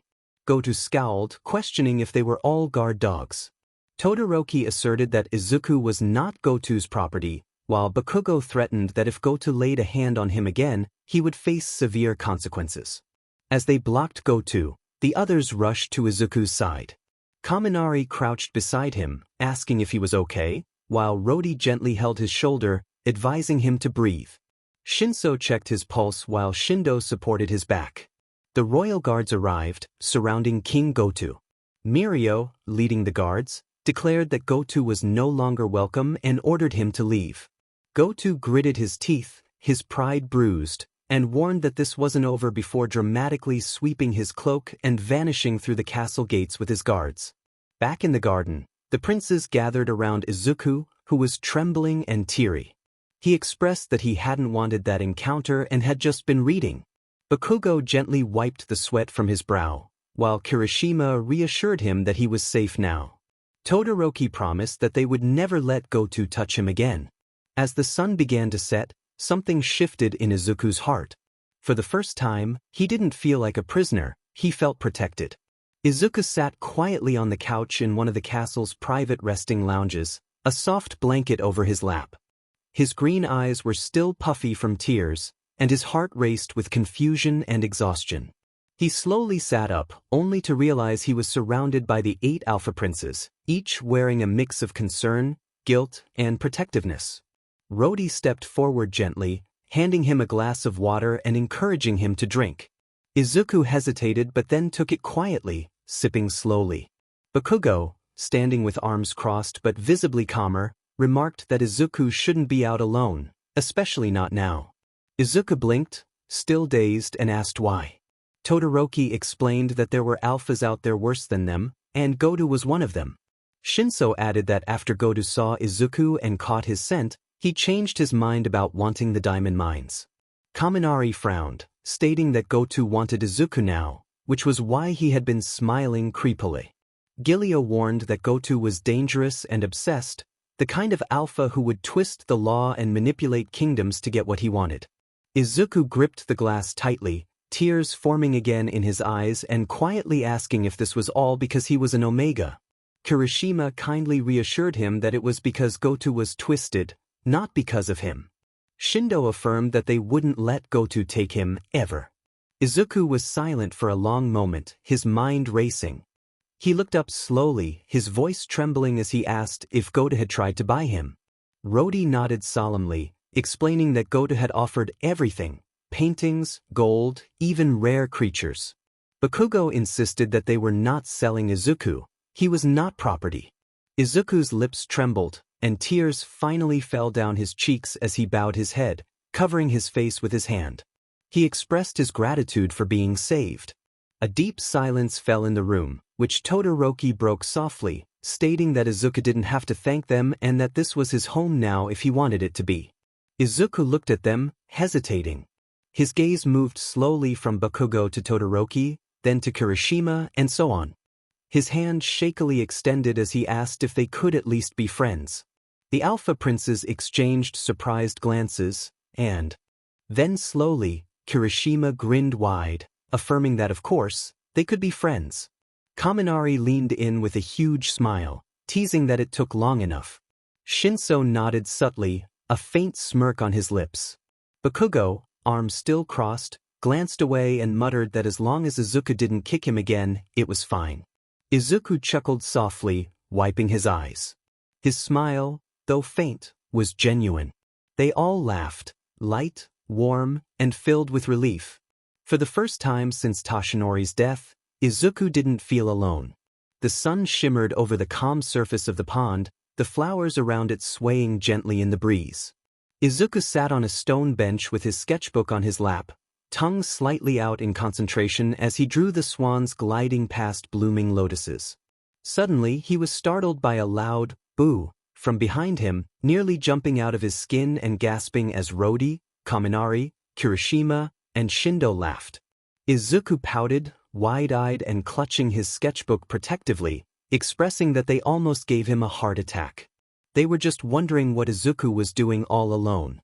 Kaminari leaned in, eyes sparkling with mischief, and asked if he was sketching. He clutched the sketchbook tighter, hugging it to his chest and grinning cheekily while sticking his tongue out. Kirishima urged him to let them take a peek, but Izuku insisted that they were private. The 4 of them dramatically pouted, crossing their arms like sulking children. Suddenly, the sound of little webbed feet pattering on the grass made them look down. The little ducks waddled over, chirping and surrounding Izuku once again, brushing up against his leg like loyal puppies. Shindo blinked and remarked that they really did follow him around as if he were their leader. Izuku giggled softly and looked down at them, suggesting that maybe they liked him more than the others because they probably thought the others would roast them. Kaminari, shocked, exclaimed that he would never do such a thing, while Kirishima laughed and said it was unfair since he only ate chicken twice a week. They all burst into laughter, the tension melting away as they sat near the pond with Izuku, enjoying the soft breeze and cheerful quacking of the ducks. Elsewhere, the mood was much heavier. In the royal lounge, the remaining 4 princes, Bakugo, Todoroki, Shinso, and 𝐒𝐮𝐬, sat around a low table with cups of steaming herbal tea, parchment scrolls, and reports sprawled out between them. Todoroki leaned forward, his expression calm but concerned, and shared that the reports from the South Village indicated more children were showing symptoms of fever, vomiting, and weakness. 𝐒𝐮𝐲, flipping through one of the scrolls, noted that they initially thought it was a seasonal illness, but it was spreading rapidly. 𝗏𝗏𝐽 muttered, tapping his finger on the table, questioning what could be causing it, bad CRPs or contaminated water. Shinso, arms crossed, replied flatly that they had sent scouts and checked the water flow from the mountains, finding nothing abnormal so far. Todoroki then asked about the healers from the Western Kingdom, but 𝐒𝐮𝐲 shook his head, explaining they had declined to help as they were overwhelmed themselves and reported that their own children were showing similar symptoms. Shinso sighed heavily, realizing it was not just their kingdom affected, it might be a spreading illness. Bakugo's expression hardened as he declared they needed to act fast to prevent any more children from suffering. Suddenly, the door creaked open, and Kirishima, Rody, Kaminari, and Shindo entered the lounge in a hurry. Kirishima informed them that they had heard about the situation in the village regarding the sick children. Kaminari suggested they might be eating contaminated CRPs or that something was poisoning the soil. Shindo stepped forward with the idea that it could be a parasite from wild animals nearby, possibly something that had passed through the food chain. Bakugo slammed his palm on the table, dismissing their suggestions as foolish guesses since they had already ruled those possibilities out. 𝐒𝐮𝐲 tried to mediate, stating they were only trying to help, but Bakugo narrowed his eyes, insisting they should help by not wasting time on theories they had already tested. The room fell silent for a moment until the door opened again, and Izuku stepped in, a book still in his hand, brows furrowed at the rising voices. Rody stepped toward him and explained that it was about the village and the many children getting sick without any known cause. Izuku blinked in surprise and looked around the tense circle. Bakugo immediately spoke, arms crossed, telling Izuku he didn't need to worry about it since it was their kingdom and their responsibility. Todoroki quietly agreed, stating it was not something they wanted to trouble him with. However, Izuku didn't back down. Frowning slightly, he stepped closer and expressed his longing to help. The air shifted as Kaminari questioned if Izuku truly wanted to help.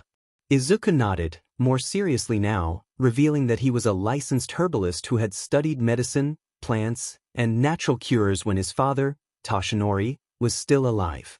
A flicker of emotion passed through their faces, respect, surprise, even guilt. 𝐒𝐮𝐲, intrigued, noted that Izuku had never mentioned this before, to which Izuku replied that they had never asked. Shinso arched an eyebrow, asking what he proposed. Izuku suggested he accompany them to the village to investigate the source of the illness, as he might recognize something they hadn't. There was a pause before Bakugo stood up sharply, declaring it was too dangerous due to the presence of alphas like Goto, and they couldn't risk it. Izuku calmly insisted he wasn't asking for permission but was offering to help. Kirishima nudged Bakugo playfully, suggesting that Izuku might actually be their best chance.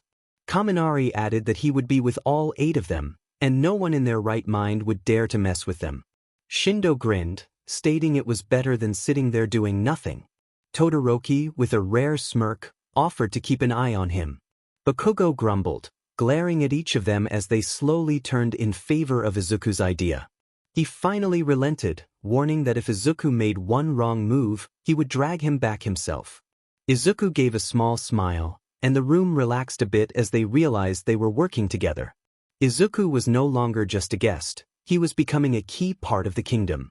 At the village, the 8 alpha princes carefully wrapped a thick, hooded cloak around Izuku, concealing his figure and scent as much as possible. Todoroki softly reminded him to keep it on, as even if they didn't know who he was, they would sense what he was. Kirishima reassured him that they would stay close and that no alpha would touch him. Bakugo instructed him to stay in the middle and not stray from them. Izuku rolled his eyes but nodded, requesting they not hover like guards. They arrived at the outskirts of the village, where a section had been turned into a makeshift quarantine zone. Children lay on woven mats under shaded roofs, their parents sitting beside them with anxious eyes. Izuku's heart sank as he tightened his grip on his notebook and walked toward the children. Bakugo, arms crossed, whispered to the others that Izuku was not hesitating. Izuku moved from patient to patient, gently checking foreheads, inspecting tongues, observing rashes and breathing patterns, and asking softly whispered questions. The parents watched him with respect, recognizing the seriousness in his eyes. The princes stood behind him, observing his careful analysis and professionalism, nothing like the fiery, sarcastic Izuku they were used to. After several minutes of inspection, Izuku stood and scribbled down notes, stating that they all showed the same symptoms: abdominal pain, pale skin, numbness in the hands and feet, and minor tremors. Shinso, curious, asked what that meant. Izuku replied seriously that it indicated it was not airborne but something they had consumed. The group exchanged glances, and Izuku suggested they speak with the parents to ask what the children had done or eaten before the symptoms appeared. 𝗏𝗏 inquired when the symptoms had started, while Kirishima asked what the children had been doing before this. They began interviewing the parents, house by house, and each parent provided nearly identical answers. One parent mentioned that the children had been at the marketplace, while another recalled they had sweets that day, candies, to be specific. Izuku's eyes narrowed as he recognized the link. One common thread echoed: the children had all eaten candies from the same merchant. With narrowed eyes, Izuku led them to the market, which was vibrant, noisy, and crowded with stalls and shoppers. The 8 alpha princes walked in a protective circle around Izuku, drawing curious stares and respectful bows from villagers. Izuku reminded them to keep their hoods low to avoid scaring the vendor before he could ask. At the candy stall, colorful wrappers and fruit-shaped candies lined the tables. The seller, a cheerful middle-aged man, welcomed them nervously under the pressure of royal presence. Izuku asked if he could smell the candies, and the vendor nodded. As Izuku picked up each candy slowly, Kaminari, curious, questioned what he was doing, but Izuku cut him off with a sharp glare, urging him to be quiet so he could concentrate. The 8th candy made him pause and he pointed it out, his face going pale. Turning to the vendor, he asked about the ingredients in that particular candy. The seller, confused but obliging, began listing them: sugar, crushed herbs, coloring, and then the red fruit from the 𝗟𝗧𝗟𝗏 tree, which gave the candy that tangy aftertaste. Izuku froze, his eyes widening as he realized the implications. He stated that 𝗟𝗧𝗏 fruit was poisonous in large doses, especially to children.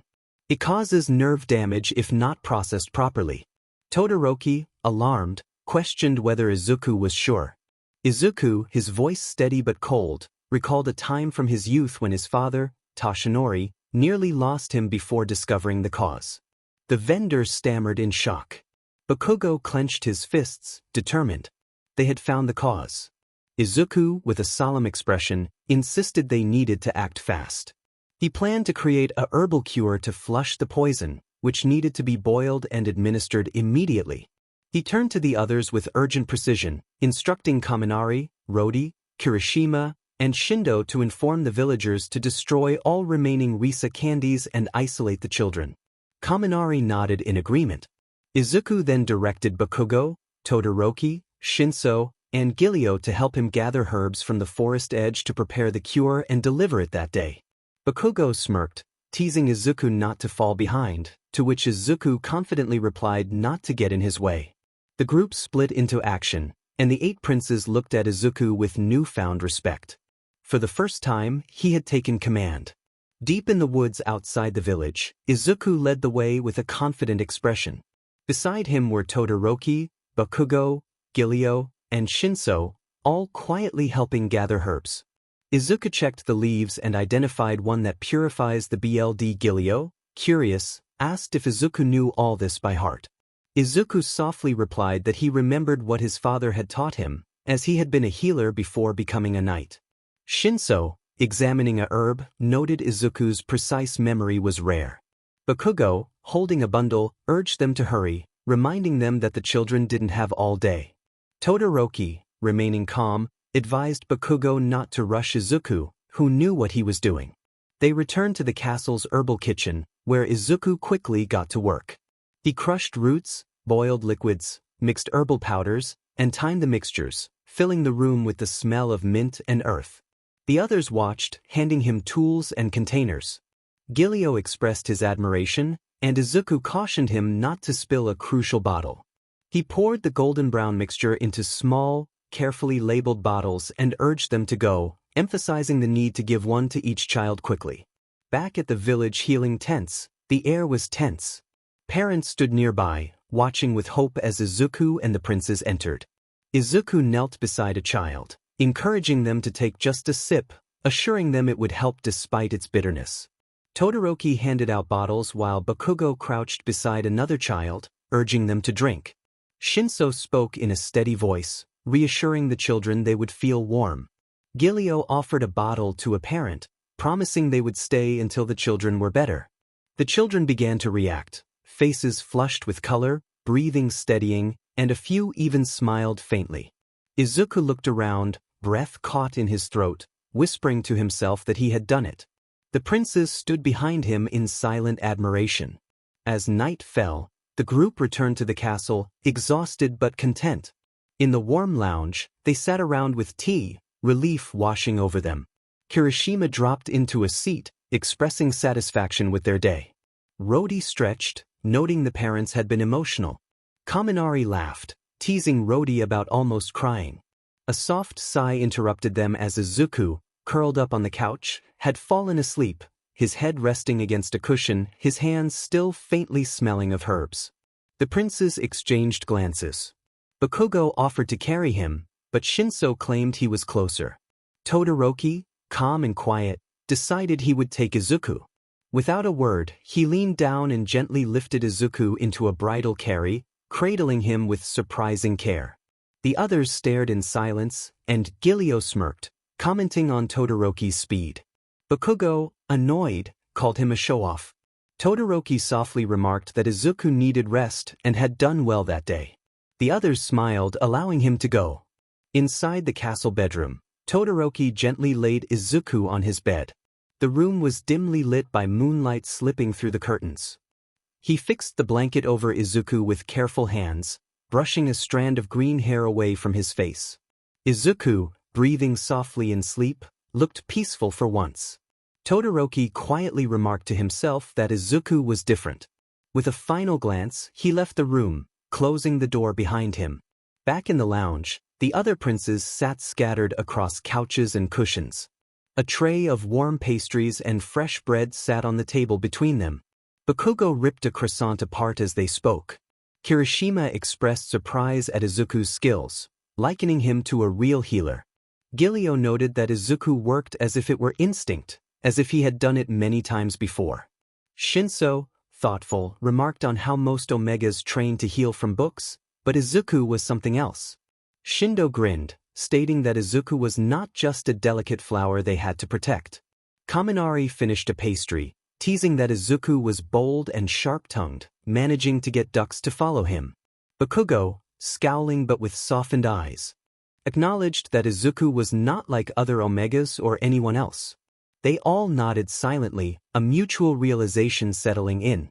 The next morning, in the open fields just outside the village walls, Bakugo, Todoroki, Shinso, 𝐾𝐿𝐬, Kirishima, and Shindo were mid-training. The sharp sound of clashing swords echoed through the air as dust swirled around them. Meanwhile, Kaminari and Rodi rode with Izuku in a small carriage into the village. Izuku, wearing a light cloak and carrying a small satchel of herbs, peered out the window. As the carriage slowed, laughter echoed in the distance. They stepped out and immediately saw the children, once pale and weak, now running joyfully through the streets. Some tossed handmade toys, while others played tag under the watchful eyes of smiling parents. Izuku, surprised, let out a soft laugh, realizing they were better. A parent approached with misty eyes, thanking Izuku for saving their children. Izuku, feeling embarrassed, looked down and humbly stated that he had only done what he could. Rodi nudged him, insisting he had done much more than that. Kaminari, hands behind his head, added that the whole village was talking about him now, calling him the mysterious healer. A villager from behind a stall expressed gratitude, and a small child ran up to Izuku, offering him a flower. Izuku froze for a moment before kneeling down to gently accept the flower, his voice trembling slightly as he expressed his gratitude. He looked at Rodi and Kaminari, a soft but genuine smile on his face. The sun shone brightly over the village fields as 𝗏𝐷𝐿, 𝐼𝐻𝐬, and Izuku walked side by side through rows of green, healthy 𝐶RPs. The scent of fresh soil and ripe produce filled the air. 𝗏𝐷𝐿 bent down to check a device hidden beneath the soil, a small, spinning mechanism connected to a wooden container. Grinning with relief, he announced that it worked. The pests were gone, and the soil was rich, allowing for a successful harvest. Izuku praised 𝗏𝐷𝐿 for saving their 𝐶RPs, while 𝐼𝐻𝐬 teased him about finally doing something smart. Curious, 𝐼𝐻𝐬 asked Izuku how he learned healing so well. Izuku shyly explained that he had read a lot from his father Toshinori's old books, which contained a vast collection on herbs, anatomy, and medicine. When his father noticed his instincts, he taught him hands-on. 𝗏𝐷𝐿 chuckled, calling Izuku a genius by nature, while teasing 𝐼𝐻𝐬 about his memory. 𝐼𝐻𝐬, mock offended, insisted he knew where his sword was most of the time. Izuku, trying not to laugh, joked about making a potion for memory loss. They burst into light-hearted laughter, the tension between them melting into friendship. As they walked back through the village, they took a shortcut down a narrow alleyway lined with empty stalls. The atmosphere suddenly shifted, and 𝗏𝐷𝐿 remarked that it was too quiet. Before they could react, 10 cloaked figures jumped down from rooftops and walls, surrounding them like wolves. 𝐼𝐻𝐬 drew his sword, warning Izuku to get back. 𝗏𝐷𝐿 unsheathed his blade, defending Izuku's side as the attackers charged. The fight was swift and intense. The cloaked men were trained, fast and precise. Izuku, though less experienced in combat, fought back using defensive stances Toshinori had taught him, dodging and swinging a short blade. But it wasn't enough. One of the cloaked men slipped behind Izuku and pressed a cloth over his nose and mouth. Izuku's eyes widened as the scent from the cloth overwhelmed him, causing his knees to buckle. He reached out but collapsed into the figure's arms. 𝐼𝐻𝐬 turned, calling out to Izuku, but a heavy strike hit his head, and he fell unconscious.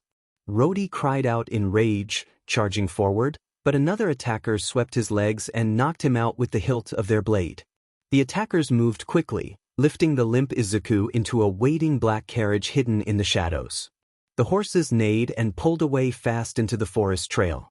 𝐼𝐻𝐬 and 𝗏𝐷𝐿 were left crumpled in the alley, unmoving. A silent wind blew through the alleyway. Later, 2 humble villagers drove their hay-filled carriage along the narrow dirt road near the village outskirts. The horse suddenly neighed and stopped. One villager pointed, exclaiming that it looked like Prince 𝐼𝐻𝐬. They jumped down and ran toward the figures lying on the ground. The other villager gasped, realizing that Prince 𝗏𝐷𝐿 was there too, and urged the first to help get them on the carriage.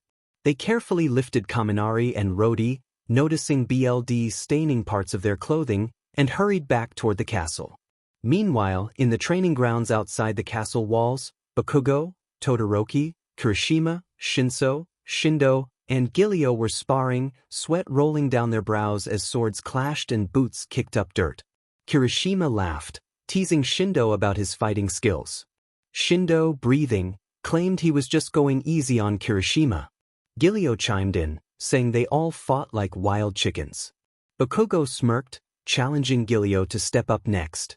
Suddenly, the sound of heels against stone echoed as Knight Yamamoe rushed toward them, out of breath and grave. She urgently announced that something had happened. Prince 𝐼𝐻𝐬 and Prince 𝗏𝐷𝐿 had been brought back injured. The boys froze, their laughter dying in their throats. Todoroki dropped his training sword, and Bakugo clenched his fists. Kirishima and Shinso exchanged wide-eyed looks. Bakugo shouted, demanding to know where they were, and they all bolted toward the castle, hearts pounding with dread. Inside the castle infirmary, 𝐼𝐻𝐬 and 𝗏𝐷𝐿 lay on separate beds, bandages around their arms and foreheads. Maids dabbed their wounds gently with clean cloths. The doors burst open as the rest of the princes stormed in. Bakugo demanded to know what had happened. Todoroki expressed concern for 𝐼𝐻𝐬 and 𝗏𝐷𝐿. 𝐼𝐻𝐬 groaned but managed to sit up, explaining that they had been ambushed in the alley near the marketplace by 10 organized men. 𝗏𝐷𝐿 weakly added that they weren't there for them. They wanted Izuku. Everyone fell silent, the air dropping in temperature. Shinso's eyes widened in realization that they had taken Izuku. Rody nodded grimly, recounting how they had been knocked out, and the last thing he saw was Izuku passing out and being taken in a carriage. 𝐾𝐮𝐲 muttered that this wasn't random, it was planned. Bakugo gritted his teeth, his eyes full of fire, declaring it was Goto. Todoroki asked if he was sure, and Bakugo insisted that Goto was the only one twisted enough to want Izuku from the start. If he couldn't have his way peacefully, he would take what he wanted by force. The room pulsed with tension. Kirishima punched his palm, asking what they would do next. Bakugo's eyes burned with determination as he declared that if Goto wanted a war, they would give him one. They all nodded, the room filled with a unified resolve. Shindo spoke lowly, stating that there would be no more waiting. They would take Izuku back, whatever it took. Soft light peeked through the tall glass windows of a grand but unfamiliar bedroom, decorated in silver and black. Izuku slowly blinked his eyes open, his body aching slightly as he sat up on the extravagant velvet bed. He looked around, confused, realizing this wasn't the prince's castle. He swung his legs over the side of the bed, placing his bare feet on the cold marble floor. His breath caught when the door creaked open with a slow groan. Standing in the doorway was King Goto, grinning wickedly. Goto smugly declared that Izuku was finally where he belonged. Izuku gasped, backing away and pressing himself against the bedpost, trembling as he pleaded to be let go.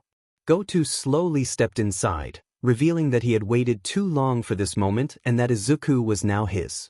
He grabbed Izuku's wrist, pulling him forward and cupping his cheek with his gloved hand, inhaling near Izuku's ear and commenting on his intoxicating scent.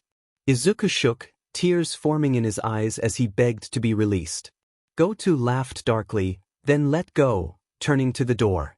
With one final smirk, he locked it from the outside, leaving Izuku trembling. Izuku ran to the door, banging his fists against it, pleading to be let out. His fists slowly lost strength as he slid down to the floor, tears streaming down his face as he whispered for help, calling out for 𝐾𝐿 or anyone. In the grand throne hall of the southern castle, King Goto lounged lazily on his throne, sipping dark wine with a sly grin. Servants stood silently against the walls, tension thick in the air. Suddenly, the doors exploded open, wood splintering across the marble floor. Bakugo, face twisted in pure rage, stormed in with his sword drawn. Todoroki, 𝐾𝐿𝐲, Shinso, Kirishima, and Shindo followed, equally enraged. Goto chuckled mockingly, asking what brought them there uninvited. Bakugo roared, demanding to know where Izuku was. Goto stood, sarcastically claiming he had no idea what they were talking about. Shinso coldly insisted that they knew Izuku was there. 𝐾𝐿𝐲 stepped forward, pulling out a green cloak, Izuku's, found in Goto's carriage. He pointed out that it was in the same transport that fled the village after the attack. Goto smirked darkly, stating that the Omega belonged to him now. Kirishima snapped that Izuku didn't belong to anyone. Goto growled that Izuku had been given no choice and that he would not give him back, ever. Without another word, Bakugo charged, and their swords clashed. The hall erupted into a battle, the 6 alpha princes fighting fiercely against Goto's guards. The chandeliers trembled from the impact of every blow, the sound of swords and fire echoing. Todoroki's ice, Bakugo's explosions, 𝐾𝐿𝐲's precise strikes, and Shindo's seismic waves tore through the throne room. Their goal was clear: get to Izuku, save him, or burn this place down trying. The sound of steel clashing against steel echoed throughout the southern castle's throne hall. Flames sparked from Bakugo's explosions, Todoroki's ice walls froze spears midair, and Shindo's seismic punches cracked the marble floors. 𝐾𝐿𝐲, eyes sharp, commanded them to hold their ground and not let the enemy push forward. Shinso, breathing, focused on controlling one of the guards, stating they had almost cleared them. But then Todoroki, eyes narrowing, scanned the room and realized Goto was missing. Bakugo growled, swinging his arm to blast a group of soldiers aside, cursing that Goto had slipped away. Determined, Todoroki declared he would find him. Bakugo insisted he was going with Todoroki, knowing the 𝐼𝐵 was with Izuku. They nodded silently to the others, who signaled they would hold the line. Bakugo and Todoroki sprinted down the dark stone halls, following the faint echo of footsteps, hearts pounding. Back in the farthest wing of the castle, Izuku sat alone on the cold bedroom floor, knees to his chest. The room, though luxurious, felt like a gilded cage. The heavy doors slammed open, and Goto stormed in, eyes wild. Izuku gasped, standing up quickly and demanding that Goto stay away from him.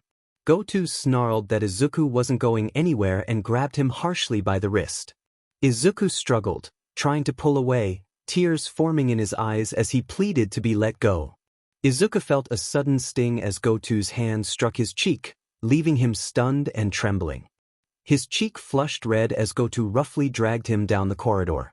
Goto's voice was cold as he warned Izuku that if he wouldn't behave, he would be left to rot in the dark. They passed guards and locked metal gates until they reached an old dungeon cell deep beneath the castle. With a clang, Goto threw Izuku into the cell and slammed the bars shut, his voice low and cruel as he suggested that some time in there might break Izuku's spirit. He turned and walked away, leaving Izuku curled up on the stone floor, quietly crying. Meanwhile, Todoroki and Bakugo dashed through the stone corridors, their breaths heavy and weapons drawn. Their boots echoed off the stone as they opened door after door, finding nothing. Bakugo slammed another door open in frustration, demanding to know where Izuku was. Todoroki furrowed his brows, contemplating where someone would be locked away with no escape. Suddenly, the hallway darkened as King Goto stepped from the shadows, clad in armor and gripping a sword with a crimson edge, a twisted grin on his face. He mockingly commented on the two 𝐼𝐼𝐼𝐻s chasing after a trembling Omega. Bakugo's eyes blazed with anger as he demanded to know Izuku's location. Todoroki, calm but furious, warned Goto that if he had harmed Izuku, he wouldn't leave the hallway alive. Goto smirked darkly, claiming that they would never see the boy again because he belonged to him now. That was all it took for Bakugo to roar and launch himself forward with an explosion. Todoroki followed, summoning a blast of ice to trap Goto's legs. Goto countered by swinging his sword at Bakugo, and sparks flew as steel clashed. Todoroki raised a wall of flame, slicing the air between them as they fought fiercely. Bakugo slammed Goto against the wall, demanding to know where Izuku was. Goto, breathing and bleeding, smirked defiantly, refusing to answer. Todoroki stepped forward, his eyes cold as winter, and with a wave of his hand, ice crawled up Goto's arms, freezing them solid. A burst of fire seared the edges of Goto's chest plate, causing him to scream in pain. Bakugo pressed harder, his voice low and furious as he warned Goto that he had one more second before he would face severe consequences. Finally, Goto broke under the pressure, revealing that Izuku was locked in a cell below the eastern hall. Bakugo dropped Goto, letting him fall in a heap. Todoroki, voice sharp, noted that Goto would bleed out before he could hurt anyone again. They wasted no time and sprinted toward the dungeon, hearts racing. Every second mattered now.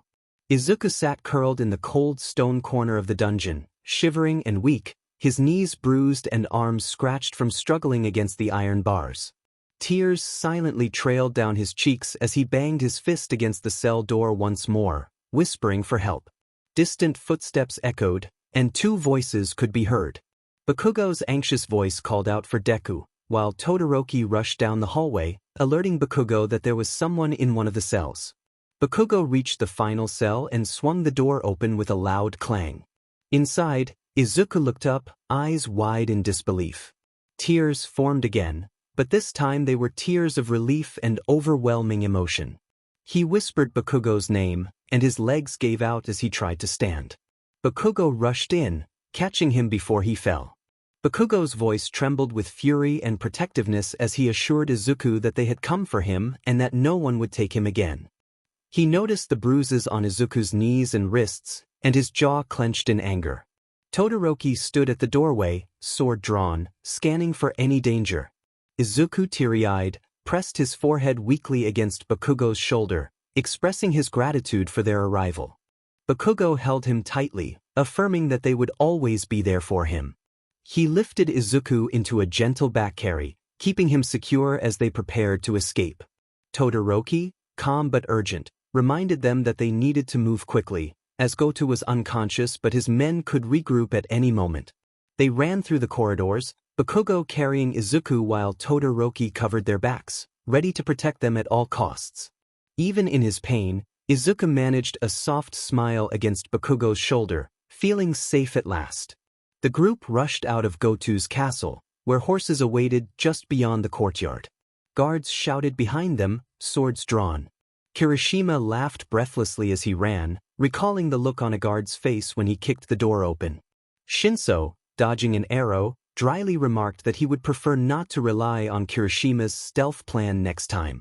Shindo leaped over a low wall, exclaiming that it was too late now and that freedom awaited them.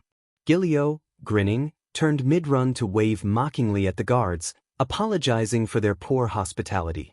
Todoroki was already on his horse, calling for everyone to get on quickly. 𝗏𝐾𝐭 carefully lifted Izuku onto the horse, getting on behind him and wrapping one arm securely around his waist. He instructed Izuku to hold on tight as they prepared to escape. They kicked off, thundering through the night, leaving the twisted halls of 𝗏𝗏's domain behind, the wind against their faces and their hearts racing, but they were safe. Back at their own castle, the mood shifted as Kaminari and 𝗏𝗏 rushed out to meet them. Kaminari expressed his relief that they had made it back, fearing they would lose their minds waiting. 𝗏𝗏, frowning but grateful, asked if everyone was okay, especially Izuku. Kirishima, slapping 𝗏𝗏's back with a laugh, recounted the chaos of their storming the castle, while Shindo chuckled at how Shinso had made one guard faint just by glaring at him. Shinso calmly sipped his tea, claiming it wasn't his fault he looked terrifying. 𝗏𝐮𝐬 playfully warned that he had advised the guards not to mess with royalty. Meanwhile, 𝗏𝐾𝐭 sat with his arms crossed, glaring but silent. Todoroki, Shinso, and 𝗏𝐮𝐬 joined him, sipping tea while remaining serious and watchful. Izuku sat quietly on a velvet chair near the hearth, his gaze lowered as the firelight danced in his tired eyes. After a pause, Todoroki gently asked if 𝗏𝗏 had done anything to him. Izuku looked up slowly, hesitating before shaking his head slightly. He softly revealed that 𝗏𝗏 hadn't harmed him but had tried to, expressing how sick he felt when 𝗏𝗏 had touched him. A beat of silence followed before 𝗏𝗏's voice broke through, low and firm, promising that no one would ever lay a hand on Izuku again while they were there. Kirishima nodded in agreement, stating they would stand between Izuku and the world if necessary. 𝗏𝗏's voice was calm but sharp as he warned that any alpha who thought they could take Izuku would learn fear. Izuku glanced at them all, so different, yet in that moment, something inside him melted just a little. He gave them a small, tired smile, not quite trust but the beginning of something warmer, and whispered his thanks. Later that night, Izuku sat alone on the balcony, a gentle breeze brushing his hair as he gazed over the glowing village lights below. The stars scattered across the sky reminded him of peace and, unexpectedly, of 𝗏𝗏. Without thinking, he opened his sketchbook and began to draw, his hand moving naturally. It wasn't the stars anymore, it was 𝗏𝗏's face. His sharp jawline, wild hair, and those piercing ruby-red eyes that always looked so intense, especially at the moment he had saved Izuku back at 𝗏𝗏's fortress. Izuku paused, staring at the sketch and muttering to himself about what he was doing, feeling his cheeks flush with heat. Flustered, he quickly shut the sketchbook and held it against his chest, lightly slapping his cheeks to snap out of it. He reminded himself not to go there, insisting that he was just grateful 𝗏𝗏 had saved him. He stood up and sighed deeply, walking away from the night view and heading to his room, whispering to himself that he definitely wouldn't sketch 𝗏𝗏 again, even though he knew he probably would. The next morning, the training ground echoed with the sounds of clashing swords and focused grunts. The alpha princes were sparring in pairs, sweat glistening under the early sun. Izuku arrived quietly, arms crossed, observing from the sidelines. Shindo waved with a grin and asked if Izuku was going to watch or jump in. Izuku shook his head, not feeling like getting bruised that day. 𝗏𝗏, who had just finished a round, turned and smirked, teasing Izuku about being scared of getting a scratch. Izuku's eye twitched, responding that it was better to get scratched than to be stuck in 𝗏𝗏's ego. The other princes chuckled, and 𝗏𝐬 leaned on his sword, predicting round 2. Kirishima elbowed Shindo, noting that their banter was always entertaining. 𝗏𝗏, mockingly, challenged Izuku to swing a sword if he could draw with his wrist. Izuku, pouting as he grabbed a training sword, accepted the challenge, warning 𝗏𝐻𝐻𝐽 not to cry when he won. The two stepped into the ring, circling each other. Izuku's movements were light and quick, almost like a dancer's, while 𝗏𝐻𝐻𝐽 was aggressive and precise, watching Izuku closely. The other princes formed a circle around them, cheering, laughing, and calling out bets. It was playful, but there was tension in the air, rivalry, respect, and something more. 𝗏𝐻𝐻𝐽 teased Izuku about his swing, and Izuku shot back with a quip about 𝗏𝐻𝐻𝐽's temper. The others laughed from the sidelines, with Shindo declaring it better than any royal duel. Kaminari joked about placing bets, suggesting the loser buy dessert. As they moved, their feet tangled mid-step, 𝗏𝐻𝐻𝐽 lunged forward, Izuku twisted, and they fell hard, 𝗏𝐻𝐻𝐽 landing on top of Izuku. Before either could react, they accidentally bumped lips. The entire training ground fell silent. 𝗏𝐻𝐻𝐽's eyes widened slightly, stunned, while Izuku froze, his face turning bright red, eyes wide in horror. He quickly shoved 𝗏𝐻𝐻𝐽 off and sat up, clutching his face, fuming about the incident. 𝗏𝐻𝐻𝐽, blinking in surprise, tried to brush it off. The others began to tease, questioning if it was a kiss or just a collision. 𝗏𝐻𝐻𝐽 turned away, crossing his arms, trying to hide his embarrassment. Meanwhile, Todoroki, Giulio, Rody, and Kirishima watched the scene unfold, their expressions serious, silently grappling with a mix of jealousy and confusion. Later that night, Izuku buried his face in his pillow, frustrated and angry. He muttered to himself about hating 𝗏𝐻𝐻𝐽, kicking his legs in frustration. Then his fingers brushed his lips and he paused, whispering about how soft it felt. His eyes widened, and he immediately sat up, shaking his head wildly, insisting that it was a bad thought. He leapt from his bed and paced the room, questioning why he was thinking about it and reminding himself that it was just an accident. He groaned and fell back on his bed, muttering about the castle being cursed. The next morning, golden light streamed through the tall castle windows as the Alpha Princes and Izuku gathered in the dining hall. The long table was lined with warm bread, steaming bowls of soup, sliced fruits, and roasted meats.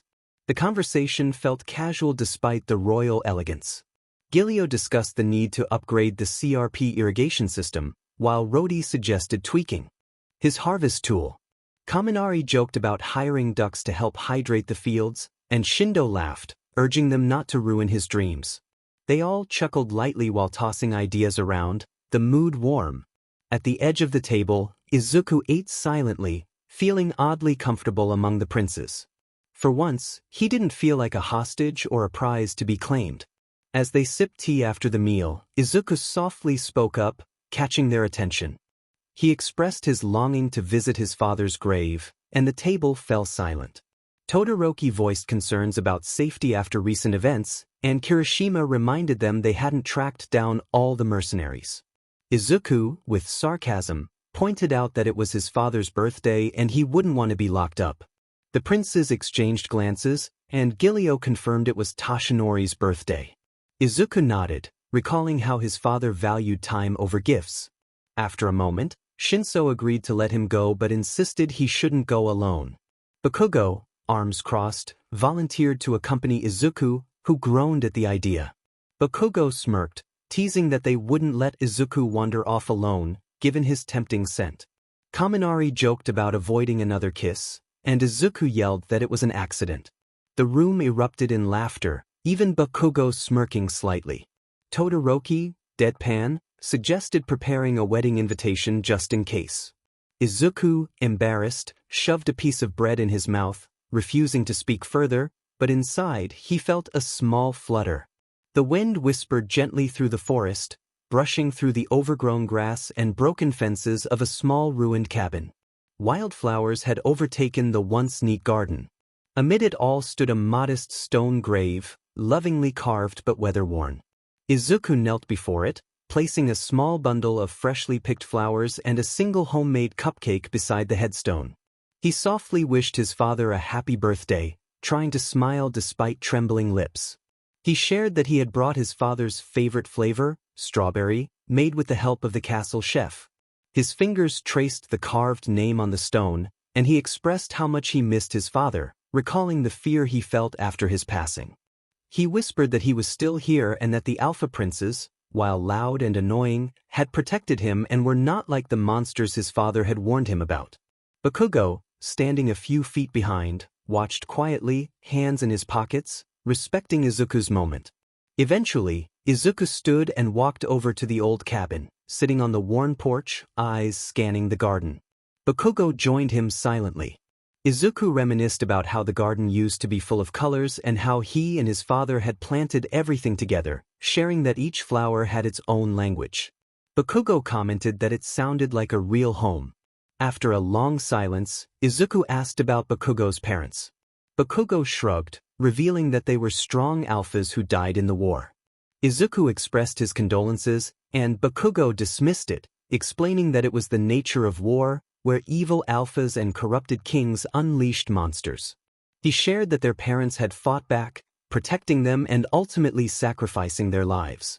Izuku listened intently, understanding the weight of 𝗏𝗏𝐽's words and the bond they were forming. But no kings. 𝗏𝗏𝐽 nodded and, in a serious tone, warned that there were still monsters out there, and worse, alpha individuals like Goto who thought they owned everything, even people. He advised Deku to be careful. Izuku, feeling quiet and emotional, expressed his fear but was grateful that they had come for him. 𝗏𝗏𝐽 gruffly affirmed that they were there to protect him. Izuku turned away, flustered, mumbling that 𝗏𝗏𝐽 spoke as if he were his little flower garden. 𝗏𝗏𝐽 smirked and teased that maybe he was. They shared a light chuckle as the sunlight filtered through the trees above them. However, Izuku suddenly collapsed to his knees, clutching his chest and breathing heavily. Trembling, he murmured that it was happening again. 𝗏𝗏𝐽 turned sharply, rushing to his side and catching him just before he hit the ground. Izuku was burning up, his skin flushed and his breath ragged. 𝗏𝗏𝐽, worried, asked if it was his heat again. Izuku nodded weakly. 𝗏𝗏𝐽 quickly pulled out an herbal bottle to help him drink, but after a few moments, it was clear it wasn't working. Clenching his jaw, 𝗏𝗏𝐽 realized it was getting worse. He looked at Izuku, hesitant but determined, and suggested there was another way, though it was risky. He made it clear he wouldn't do anything without Izuku's permission and that he needed to trust him. Izuku shook his head, afraid, but then a flashback sparked in his mind, his father's gentle voice from long ago, explaining that when his heat became too much, his body would call for an alpha, but it had to be someone he trusted, someone his heart connected to. Izuku's breath hitched as he realized his instincts were responding to 𝗏𝗏𝐽. 𝗏𝗏𝐽 stood up, ready to give him space, but Izuku gripped his arm, blushing and teary-eyed, pleading for him not to go. 𝗏𝗏𝐽 froze and slowly turned back. Izuku, breathing, expressed his longing for 𝗏𝗏𝐽 to help him. 𝗏𝗏𝐽 knelt beside him again, searching his face for confirmation. He gently asked if Izuku was sure, and Izuku nodded, shy yet sincere. 𝗏𝗏𝐽 quietly insisted he needed to hear it from him one more time. In a whisper, Izuku affirmed that he trusted him. 𝗏𝗏𝐽's expression softened as he moved closer, steady and calm. He leaned in slowly, giving Izuku the space to pull away if he wanted, but Izuku didn't. Their lips met, tender at first, then deepening with every second. It wasn't rushed, it was full of heat and a strange comfort neither of them expected. 𝗏𝗏𝐽 gently draped his cape around Izuku's back to warm him, guiding him gently as he pressed a kiss to his flushed neck. As they shared this NTMT moment, the scene quietly faded out, the camera panning to the cabin window where moonlight shone through. The room was still, and Izuku and 𝗏𝗏𝐽 lay close together, the soft fabric of their cloaks and clothes tangled around them like a protective shield. Their bodies were warm beneath, pressed gently together, hearts still racing. 𝗏𝗏𝐽 hovered just above Izuku, both catching their breath, their eyes locked, raw, unsure, and deeply connected. Neither said a word. Their lips met again, slower this time, not from urgency, but from something deeper, comfort, trust, and emotion. When they parted, 𝗏𝗏𝐽 rested his forehead against Izuku's and pressed a soft kiss to his forehead. They lay side by side, the forest air quiet around them as they rested. Some time passed, and 𝗏𝗏𝐽 slowly sat up, brushing a hand through his messy blonde hair. He turned toward Izuku, who was propped up on his elbow, the blanket still covering him modestly. 𝐾𝐭𝐲 softly smirked, asking if Izuku understood what this meant now. Izuku blinked, unsure. 𝐾𝐭𝐲 explained that they were connected, that their bond was no longer just physical, he was now Izuku's alpha. Izuku's eyes widened slightly, and he dropped his gaze, his cheeks flushing red as he quietly acknowledged that he understood. 𝐾𝐭𝐲 assured him that whenever it happened again, his heat, he would be there, no one else, just him. There was no teasing in his voice this time, only sincerity. Izuku hesitated but then nodded slightly, agreeing. 𝐾𝐭𝐲 smiled faintly and stood to dress, with Izuku following suit as they helped each other without speaking. They stepped out into the sunlight together, the forest welcoming them back, a quiet understanding now between them. The castle halls were calm that evening as Izuku and 𝐾𝐭𝐲 arrived together through the grand front gates, cloaks dusted from travel, their faces unreadable. Upon entering, it felt as if nothing had happened, no one could tell of the deep moment they had shared. The dining hall was lively, with the other Alpha Princes seated at the long table, laughing, eating, and exchanging news from the village. Shinso noticed them and remarked that they were late. 𝐾𝐭𝐲 gruffly replied that they had taken the long way back. Izuku simply nodded, offering a small smile as he took a seat beside Kirishima. The long table was set for a feast, with bowls of thick soup steaming beside golden brown roasted meats, freshly baked bread, fruits, and colorful vegetable salads covering every inch of space. Everyone dug in. Rhodey grinned while chewing, sharing that the situation in the South Fields was good now and that 𝐶RPs were steady. Kirishima added that the new irrigation system was working and that the betas there were thankful for the support.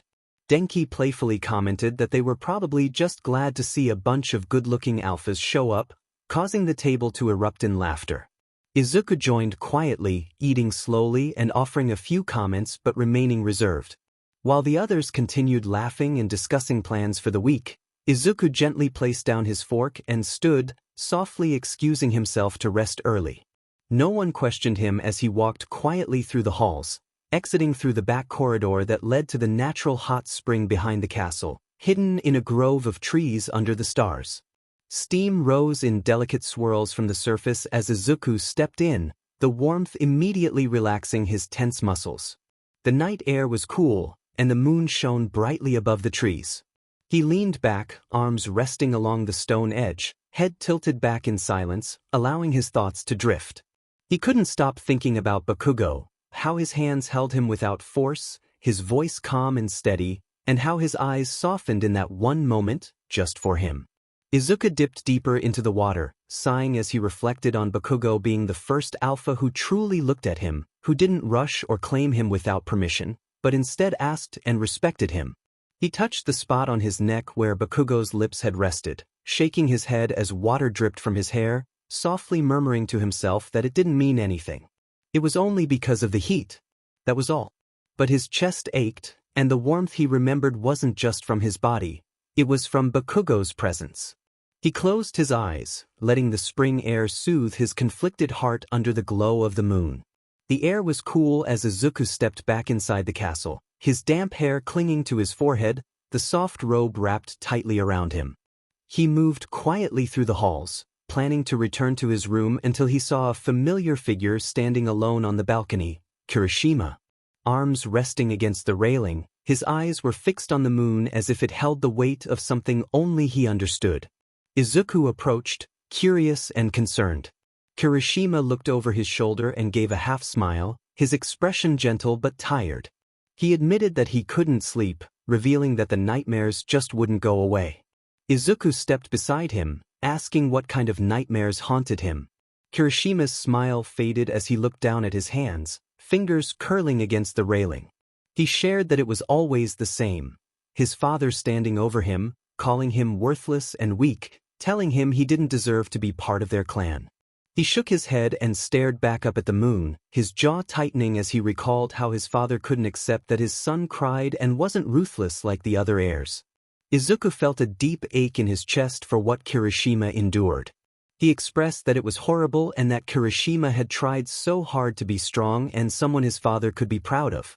Even now, he still heard his father's voice in his head. Izuku turned toward him, eyes filled with empathy, assuring Kirishima that he was wrong about him. Kirishima looked at him in surprise as Izuku firmly stated that he was not weak or a coward, but one of the bravest people he had ever met. He placed a hand on Kirishima's arm, reminding him of the times he faced danger and fought without hesitation. That wasn't weakness, it was strength.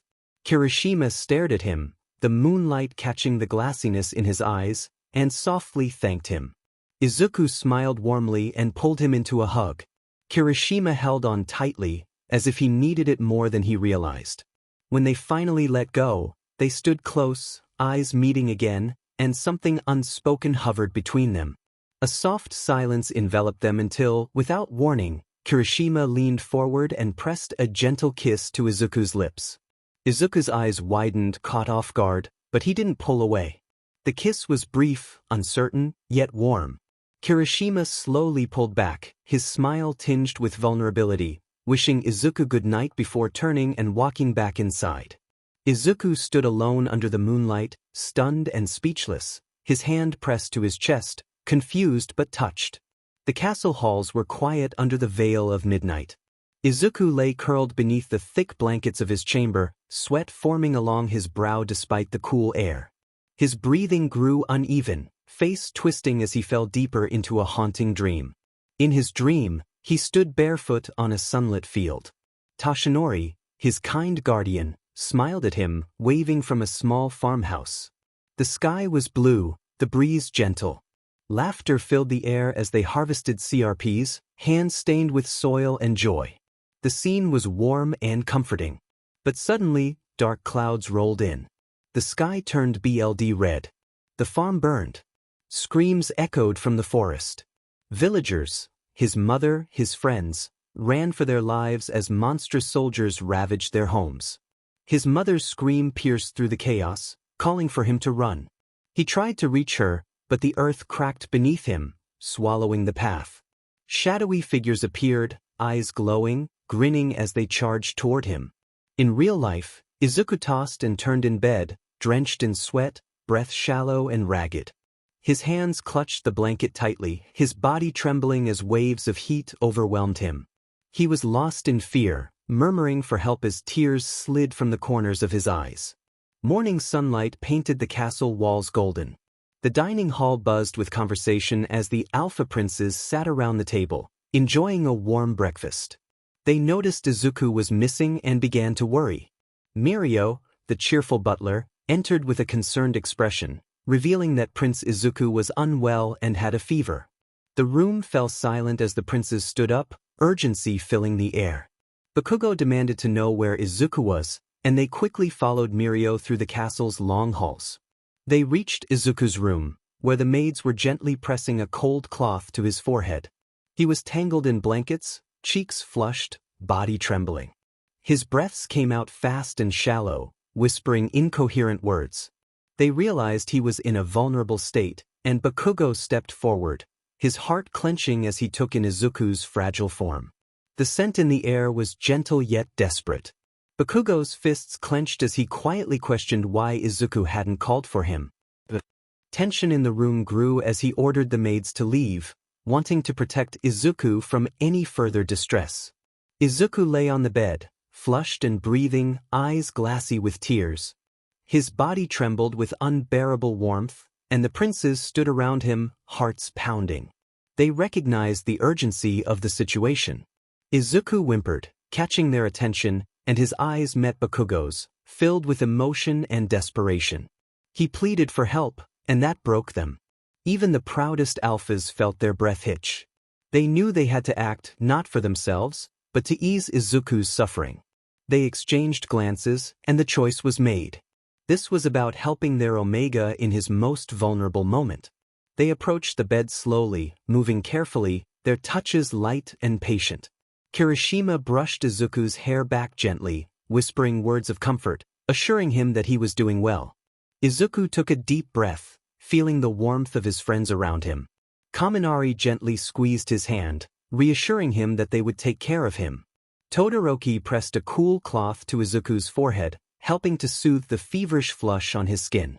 He reminded Izuku that he was safe with them, always. Rody settled near Izuku's side, quietly affirming that they would not break his trust. 𝐾𝐿𝐬 leaned close, brushing his lips against Izuku's temple and promising to be there as long as needed. Finally, Bakugo approached slowly, looking Izuku in the eyes and assuring him that he was there, always. As they surrounded him, their presence calmed Izuku's racing heart. They were there for him, providing comfort and support.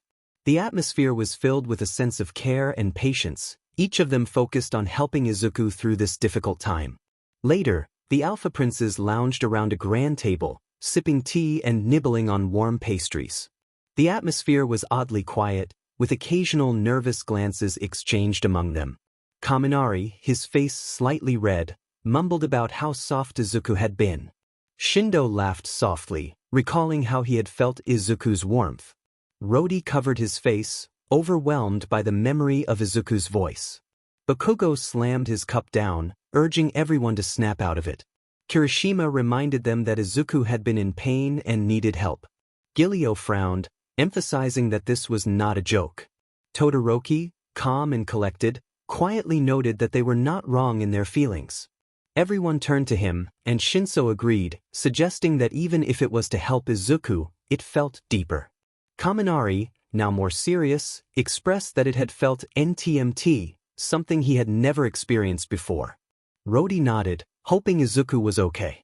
𝐾𝐿𝐬 shifted the topic, reminding them that what mattered was that they had helped Izuku. As they continued eating, each of them still slightly blushing, they couldn't forget how perfect Izuku had looked in that moment. Izuku slowly sat up from bed, stretching and letting out a soft yawn. His body was still warm and sore, but the intense heat had subsided. Memories of the previous night flooded back, gentle touches, comforting voices, and the way they had surrounded him. His face turned bright red as he whispered to himself that he couldn't face them.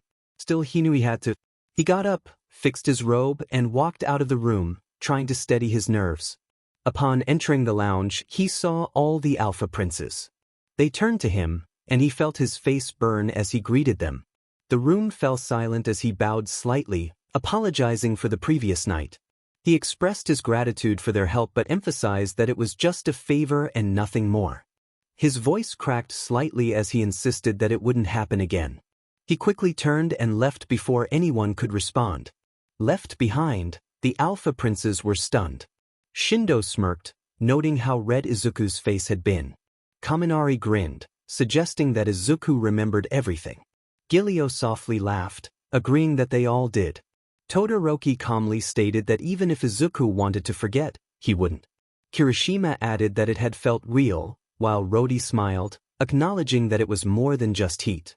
Bakugo, though still a bit irritated, firmly stated that Izuku was theirs now. The grand dining hall was filled with light and silence as Izuku sat at the center, flanked by the 8 Alpha Princes. He kept his eyes on his plate, trying to ignore the glances directed at him. His fingers trembled slightly around his fork as he thought about how they had all touched him and helped him through his heat. He pushed the food around his plate, his appetite low, while flashes of warm hands and comforting voices filled his mind. Kaminari broke the silence, cheerfully asking if their comfort had helped. Izuku choked slightly on his food, caught off guard. Shindo teased him, but Izuku insisted it was just something he needed. Todoroki quietly reassured him that they didn't regret helping. Izuku expressed his gratitude but hesitated before stating that it didn't mean he had any romantic feelings for them. The room fell silent, the air heavy with unspoken thoughts. Shinso softly acknowledged Izuku's feelings, and 𝐾𝐿𝐬 nodded in agreement. Bakugo stated that they were not asking for anything in return, while Rody gently reminded Izuku that their actions had been about saving him, not love.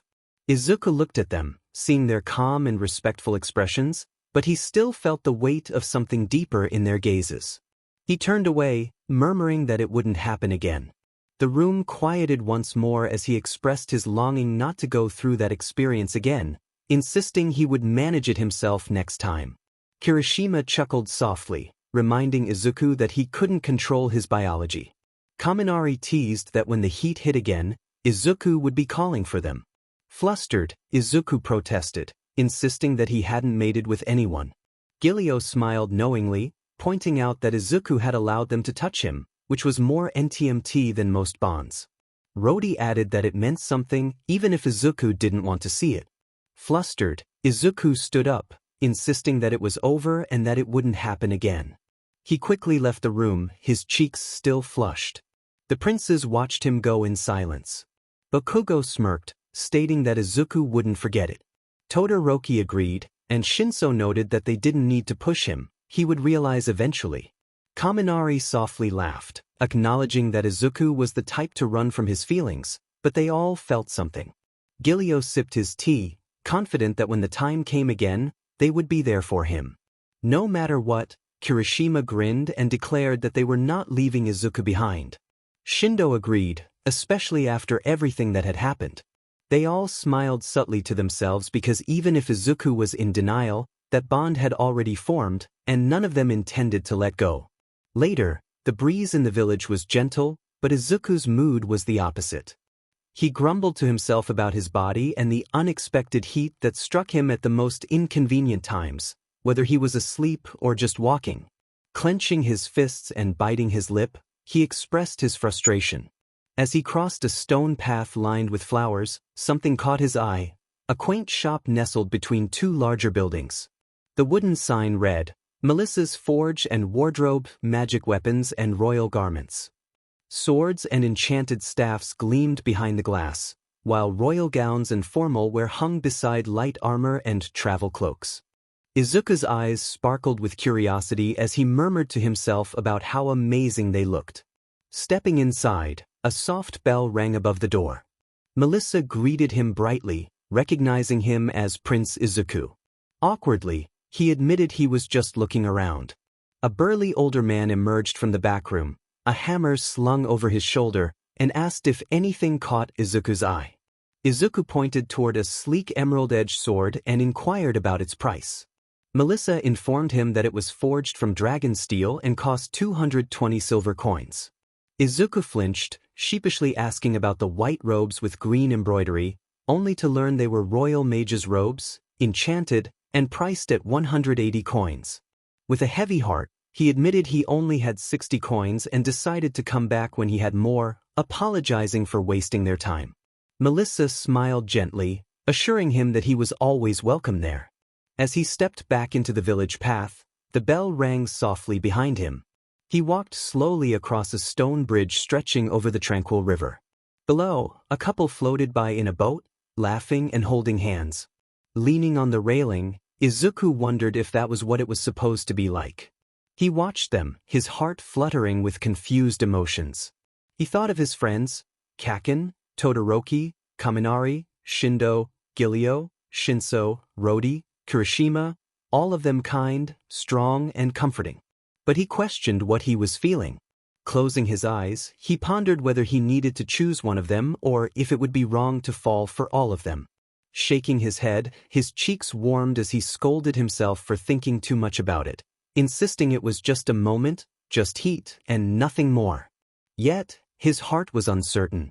Back at the castle, the sun shone down on the sparring arena where Bakugo and Kirishima clashed swords, and Kaminari and Shindo were locked in staff combat. Todoroki launched icy waves at Shinso, who dodged swiftly. Their training was fierce until Mirio ran in, breathing and alarmed. He called for everyone to stop, prompting them to turn. 𝐒𝐮𝐲 wiped sweat from his brow and asked what was wrong. Mirio explained that he had searched the entire castle and that Izuku was missing. The air shifted instantly, and Bakugo snapped in disbelief.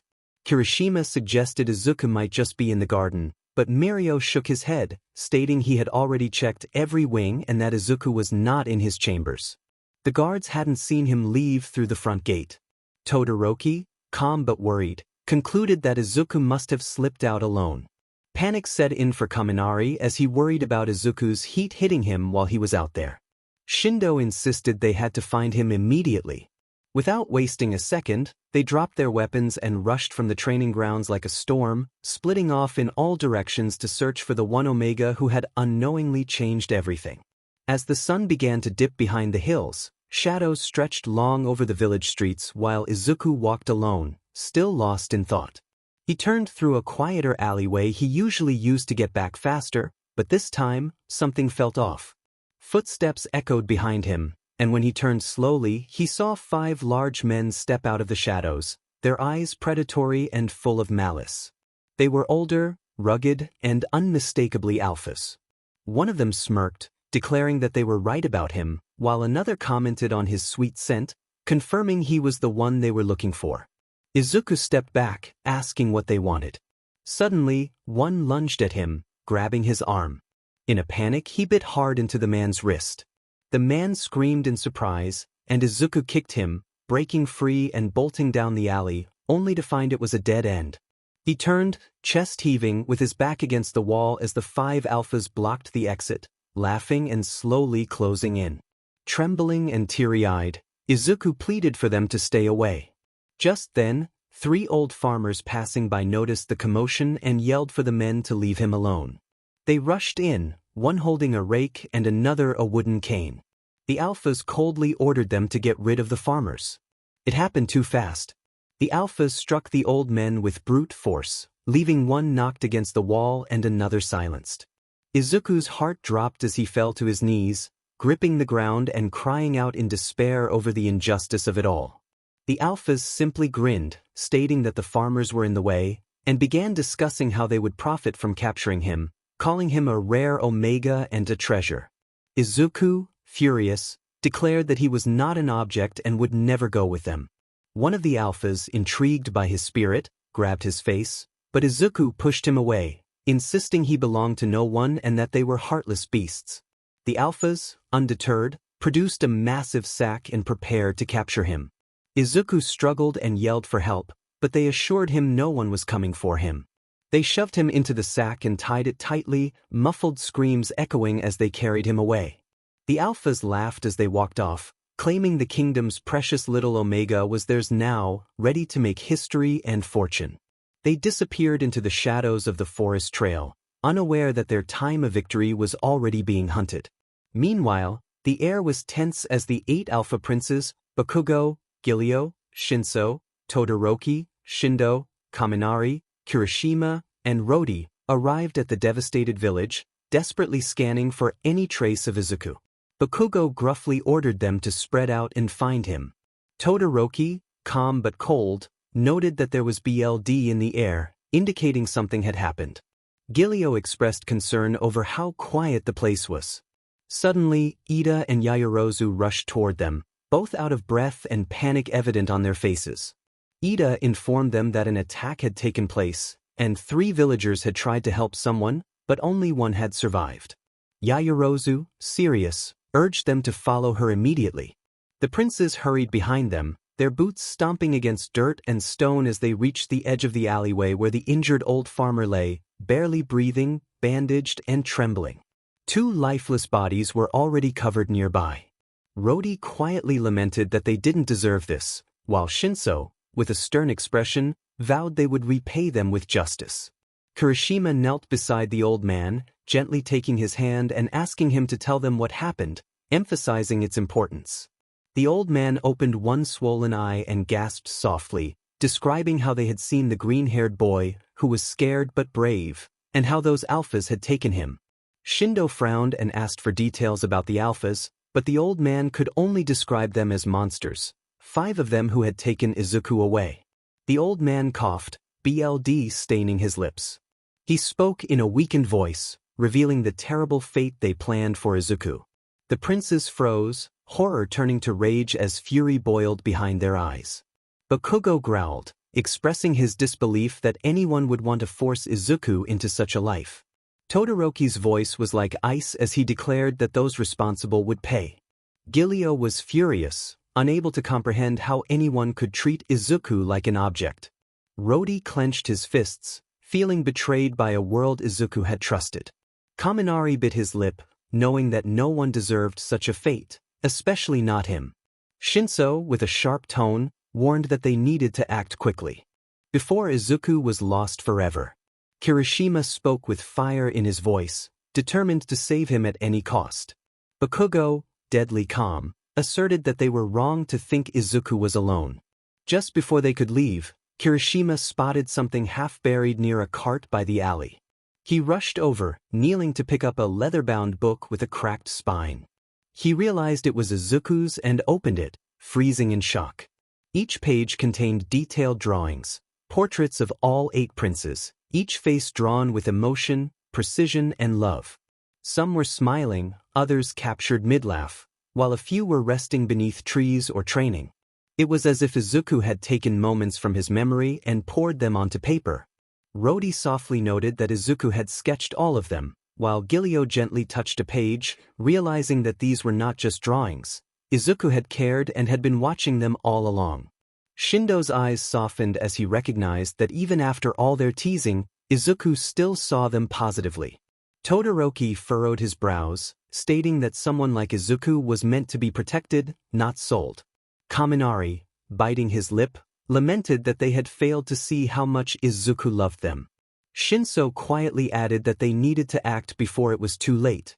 Kirishima suddenly sniffed the book, his crimson eyes sharp as he declared he could track Izuku's scent. Bakugo stepped forward, urging them not to waste any more time. Kirishima, filled with determination, vowed to bring Izuku home. 𝐾𝐿𝐬 gripped his sword, promising that no one would harm him again. 𝗏𝐼, soft yet firm, stated they were not just saving him but giving him his life back. Bakugo concluded with a deadly promise that anyone who thought they could touch what was theirs would face dire consequences. With the sketchbook clutched tightly in Kirishima's hand, the 8 princes raced into the forest, their hearts burning with rage and love. The night sky loomed above, dark and cold. Bonfire flames crackled in the middle of the forest clearing, casting orange and red shadows on the trees. Izuku, battered and bruised, sat helplessly tied to a wooden post, his arms behind his back, mouth gagged, and head low, sweat and tears dripping down his dirted face. Around him were 5 drunken, malevolent 𝗟𝗶s, laughing as they feasted and drank, intoxicated by their twisted joy. One of the 𝗟𝗶s sneered at Izuku, mocking his delicate appearance and the profit he would bring in trade. Another suggested testing him out before selling him, and they cackled with malicious delight. One staggered over to Izuku, yanking his hair roughly and lifting him up, causing muffled cries to escape the 𝗂𝐺. They dragged him to his feet, slapping his face and laughing at every flinch. One held his arms while another struck his back, grinning at every sound of pain that tried to escape Izuku's throat. BLD trickled down his back as he collapsed, crawling on the ground, his knees scraped and bruised. The 𝗟𝗶s reveled in their cruelty, raising their mugs as Izuku lay crying in pain, face down in the dirt. Suddenly, an arrow pierced through the chest of the biggest 𝗟𝗶, causing him to freeze and collapse to the ground. Panic erupted among the remaining 𝗟𝗶s as they shouted for whoever had attacked them. But no answer came, only arrows flying through the trees, hitting them in their legs and shoulders. The remaining 𝗟𝗶s screamed in terror as 8 figures emerged from the shadows, illuminated by the glow of the fire. Bakugo, Todoroki, 𝐾𝐿𝐬, Kirishima, Shinso, Kaminari, Shindo, and 𝗏𝐼 stepped forward, their eyes sharp and their faces unreadable, radiating a fierce determination. Bakugo thundered a warning to the 𝗟𝗶s, daring them to touch Izuku again. Shinso coldly questioned if they thought they could hide after committing such vile acts. Kirishima growled, expressing his anger at how they had treated Izuku. Todoroki stated that they would pay the price for their actions. The 𝗟𝗶s attempted to flee but were quickly surrounded by the princes, who were fueled by their love for Izuku. 𝗏𝐼 expressed their fury, while 𝐾𝐿𝐬 spoke with deadly elegance about facing the consequences of their actions. Kaminari warned that they would regret ever laying hands on Izuku. Izuku, wide-eyed and tearful, stared at the princes, his heart pounding with relief and overwhelming emotion. He weakly called out to them, and Bakugo rushed to untie him, his eyes never leaving Izuku's face. As Izuku collapsed into Bakugo's arms, trembling, Kirishima instructed the others to take him home. Shindo darkly questioned what they should do with the 𝗟𝗶s, and Bakugo coldly replied that they should leave them alive, just barely, to send a message to every kingdom that Izuku belonged to them. The woods were quiet, deep in the night. A small bonfire crackled gently, casting soft light and warmth across the group. The Alpha Princes had found a safe clearing and sat in silence, some eating apples, others tending to the fire or sharpening their weapons.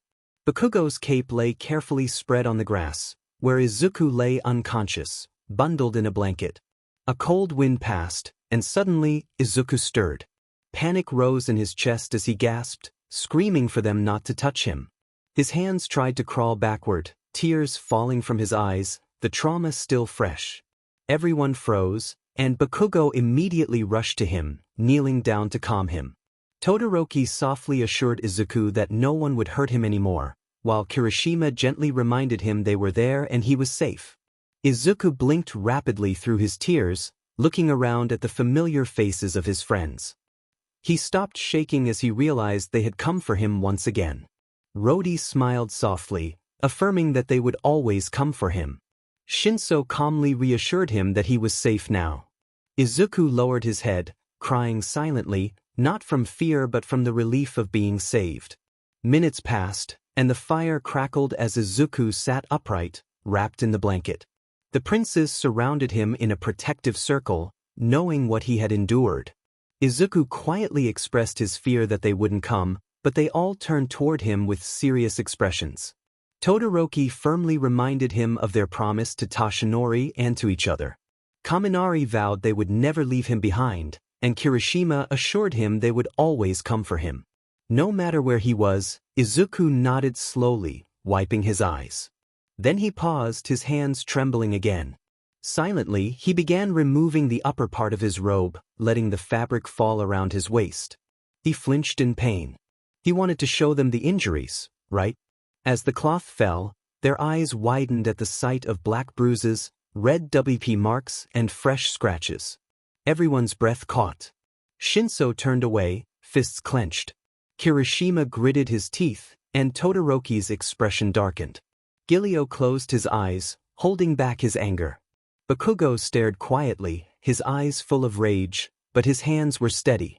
Rody quietly pulled a pouch from his bag, setting down ointment, clean cloths, and salve beside 𝐾𝐭𝐲. He mentioned he brought these just in case. 𝐾𝐭𝐲 calmly stated that he would take care of it.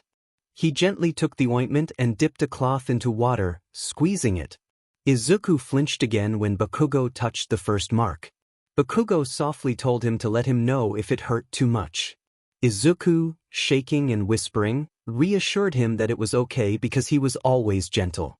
The others stayed silent, watching, not because they didn't want to help, but because this moment belonged to them. Izuku's tears fell again, but this time he smiled faintly through them, thanking them all for not giving up on him. They didn't answer with words, but with silence, presence, and the warmth of a fire that would protect him till morning. The firelight flickered across Izuku's pale face as he sat close to the flames, a blanket draped over his shoulders. He looked up at the princes, his eyes still tired and teary. He quietly asked how they found him. Kirishima chuckled softly and scratched the back of his head, explaining that he found Izuku's sketchbook near the wrecked cabin. Rody nodded and added that they asked around and found a farmer who remembered him. Izuku's eyes widened in panic as he recalled the farmers who tried to help him. He asked what happened to them. There was a beat of silence, and the atmosphere shifted slightly heavier. Todoroki gently informed him that 2 of them didn't make it, while 𝐾𝐿𝐬 softly mentioned that the 3rd was still alive, barely, and being healed by mages now. Izuku's face crumpled as he looked down, tears pooling again. He choked out that it was his fault. Shinso firmly but calmly told him it wasn't. Kirishima gently reminded him that they helped him because they wanted to, because they believed he was worth it. 𝐾𝐭𝐲, serious, stated that he wasn't the one who hurt them, the ones who did were gone. Rody softly reassured him that he was safe now, and that was what mattered. Izuku wiped his eyes, but the guilt still lingered in his expression as he whispered that he didn't want anyone to get hurt because of him. Todoroki reminded him that they didn't want him hurt either. The fire cracked as silence settled once again, but this time it felt like understanding wrapped around them, holding them all close. Later, as the fire settled and the tension slowly eased, Denki playfully nudged Izuku. He grinned and complimented the nice drawings in the sketchbook. Izuku blinked, confused, and then realization hit him, causing him to go stiff. Kirishima encouraged him, saying he sketched all their faces, some of which were even flattering. Rody teased that especially Bakugo's was captured perfectly. Izuku's face turned bright red as he quickly turned away, insisting it wasn't like that and he was just bored. They all laughed lightly. Bakugo crossed his arms, eyeing him, and asked if he was bored enough to draw his jawline perfectly. Izuku, flustered, insisted it was just practice. But then his tone softened as he looked down again, quietly admitting that maybe he did it because he cared. They blinked, surprised by the sudden confession. Izuku softly expressed that after everything, they protected him, stayed by him, and made him feel safe. They fell silent, and Izuku, still not meeting their eyes, revealed that he wasn't used to being cared for and wanted to keep some part of them with him through drawing. One by one, small smiles formed on their faces. Shinso quietly noted that he felt something real. Izuku, blushing, quickly asked them to forget everything he said. Bakugo smirked, saying that wasn't happening, while Rody remarked it was etched into memory now. Todoroki gently added that they were glad he said it. Izuku pouted, cheeks burning, curling up slightly, but deep inside he knew he wasn't just cared for, he was starting to care deeply in return. Later in the middle of the night, everyone had fallen asleep. Some laid sprawled over the grass, while others leaned quietly against the trees, their slow breathing blending with the rustling leaves and the gentle chirps of the night. But Izuku was still awake. He sat up with tired eyes, staring at the glowing embers of the bonfire, knees hugged to his chest. His thoughts were loud, heavy, and impossible to silence. Bakugo, who was laying not too far away, opened one eye and noticed him. Without a word, he got up, arms crossed over his chest, and sat beside Izuku. He gruffly asked if he couldn't sleep. Izuku quietly admitted he tried but couldn't. Bakugo asked if he was still thinking about the 𝗟𝗶s who wanted to hurt him. Izuku shook his head, explaining it wasn't that. He trailed off, his voice weak, and Bakugo glanced at him, waiting for more. Izuku softly expressed that it was everything. He kept wondering why this kept happening to him, why he always ended up needing to be saved and protected, feeling like a burden. He tried to smile, but it didn't reach his eyes. His voice trembled as he said he felt like he was always the one getting left behind or needing rescuing, dragging everyone down. Bakugo, in a low tone, told him he wasn't. Izuku, still looking down, expressed that even after everything they did to save him, he still wondered if he was worth it. Bakugo firmly told him to look at him. Izuku slowly turned to him, his eyes glassy with unshed tears. Bakugo reassured him that he wasn't a burden and never was. They came because they cared about him and chose to. Izuku swallowed hard, nodding slowly, admitting it was just hard to believe sometimes. Bakugo sighed but didn't scold him. Instead, he leaned back and sat with him in silence, letting the moment settle. After a long pause, Izuku's body finally gave in to exhaustion. He shifted and quietly laid down on the grass beside Bakugo, softly asking if he could stay there. Without hesitation, Bakugo agreed. They laid side by side, the stars shimmering above them like tiny glowing promises in the sky. No more words were needed. The silence between them was warm, not uncomfortable, just peaceful. Slowly, with the gentle breeze brushing over them and Bakugo close by, Izuku finally closed his eyes. Bakugo murmured under his breath that he wasn't alone, not anymore. Both drifted into sleep, side by side, under the safety of the night sky. The warm glow of the late afternoon sun filtered through the tall windows of the castle. Izuku sat quietly on the edge of his bed, fingers brushing over the fabric of the sheets. His body was still sore, but his heart felt heavier. He couldn't stop thinking about the 8 alpha princes. They rescued him, treated his wounds, and stayed by his side like loyal protectors and friends. No one had ever done that for him before, not without expecting something in return. He thought about how he had always believed that all alphas were selfish, cruel, and controlling, seeing omegas like him as something to own or use. But they were different, gentle, protective, and kind in their own odd ways. They didn't treat him like a weakling. They treated him like someone worth saving. Determined, he stood up and murmured that he wanted to do something for them. He quietly slipped out of his room, careful not to alert the guards. Making his way down the castle halls, Izuku eventually arrived at the kitchen. Some of the staff blinked in surprise at seeing him up and about. The cook exclaimed that he should be resting, but Izuku smiled shyly and explained that he just wanted to make something simple for the princes to say thank you. Though surprised, the staff made way for him and offered their help. Izuku rolled up his sleeves and began preparing something warm and homemade, filled with care rather than perfection. Meanwhile, outside in the wide open training grounds of the castle, the 8 alpha princes were engaged in their usual chaotic sparring. Blades clashed, boots kicked up dust, and the air was filled with grunts, yells, and laughter. Kirishima had just been thrown flat on his back by Bakugo, who stood over him smirking. Bakugo teased Kirishima about being tough, while Kirishima groaned about not stretching properly. Todoroki coolly dismissed the excuses, and Denki snorted, pointing out that Kirishima said the same thing every time he lost. Shindo laughed, suggesting Kirishima should learn by now, while Shinso remarked on Kirishima's recklessness. Kirishima pouted, calling them the worst, but 𝐒𝐮𝐬𝐲 chimed in, saying at least Kirishima was entertaining. They all burst into light-hearted teasing, pushing and joking with each other like brothers. Eventually, they collapsed onto shaded benches to cool down and catch their breath. The knights around them, including Ida and Yaoyorozu, offered towels and water. Denki looked around and asked where Izuku was, while Todoroki expressed concern that he was still resting in his room. Yaoyorozu confirmed he must still be sleeping, and Ida adjusted his glasses, noting that Izuku had been through a lot and could use the extra rest. Bakugo crossed his arms, still feeling uneasy.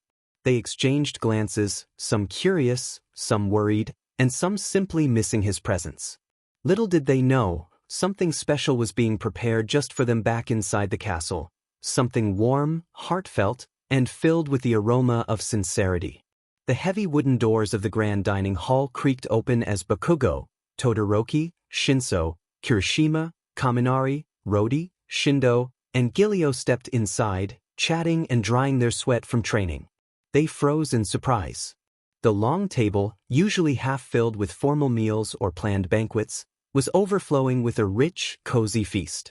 There was a golden roasted chicken, glistening with herbs and juices, piping hot creamy pasta with mushrooms and cheese, stacked sandwiches with colorful fillings, fresh fruits on the side, and a steaming platter of 𝐒𝐵𝐵 tofu, with its spicy scent wafting through the air.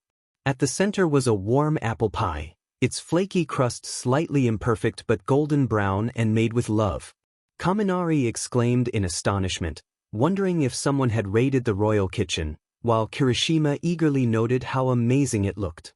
𝐒𝐮𝐬𝐲 raised an eyebrow, questioning if the chefs had suddenly decided to cook with their hearts. The princes rushed to their seats, laughing and digging in without hesitation. Forks clinked, bites were taken, and soon Shindo exclaimed about the creamy pasta, while Shinso remarked on the balanced spice of the 𝐒𝐵𝐵 tofu. Rodi, with his mouth full, praised the perfect sandwiches, and Bakugo commented on the juiciness of the chicken. Todoroki noted he had never had pie like that before. Just then, Mirio walked into the dining hall, hands behind his back and grinning. He asked if they were enjoying the surprise, and 𝐒𝐮𝐬𝐲 pointed his fork at him, asking if he had planned it. Mirio chuckled, saying the kitchen staff helped a bit, but it was Izuku who had cooked it all as a way of thanking them. The room fell silent for a few seconds as all 8 princes paused mid-bite. Kirishima asked if it was really their Izuku who had done this, and Todoroki quietly confirmed that he had cooked all of it. Bakugo stared down at his plate, feeling a mix of emotions. They exchanged glances, stunned, touched, and slightly flustered. Rodi asked if Izuku could really cook that well, and Shindo laughed, calling it a husband move. Shinso smirked, suggesting it could be seen as wife material, while Kaminari grinned, acknowledging that Izuku's gesture was next-level sweet. 𝐒𝐮𝐬𝐲 rested his chin on his hand, appreciating the surprises Izuku brought. They continued eating, this time slower, savoring every bite with genuine appreciation. Kirishima noted the homey taste of the pasta, while Todoroki commented on the bold spice of the tofu. Rodi grinned, impressed that Izuku had even made dessert. Kaminari mumbled about feeling emotionally fed, and they all laughed softly, realizing the care behind each dish, the small imperfections and the taste of someone cooking not for praise, but from the heart. Shinso asked where Izuku was now, and Mirio fondly explained that he had already eaten and was too shy to join them, opting to take a nap instead. They looked down at their plates, then at each other. Kirishima smiled, acknowledging that Izuku didn't have to do all this, while Bakugo noted that he did it because he wanted to. A soft pause followed, and Shindo remarked that Izuku was opening up.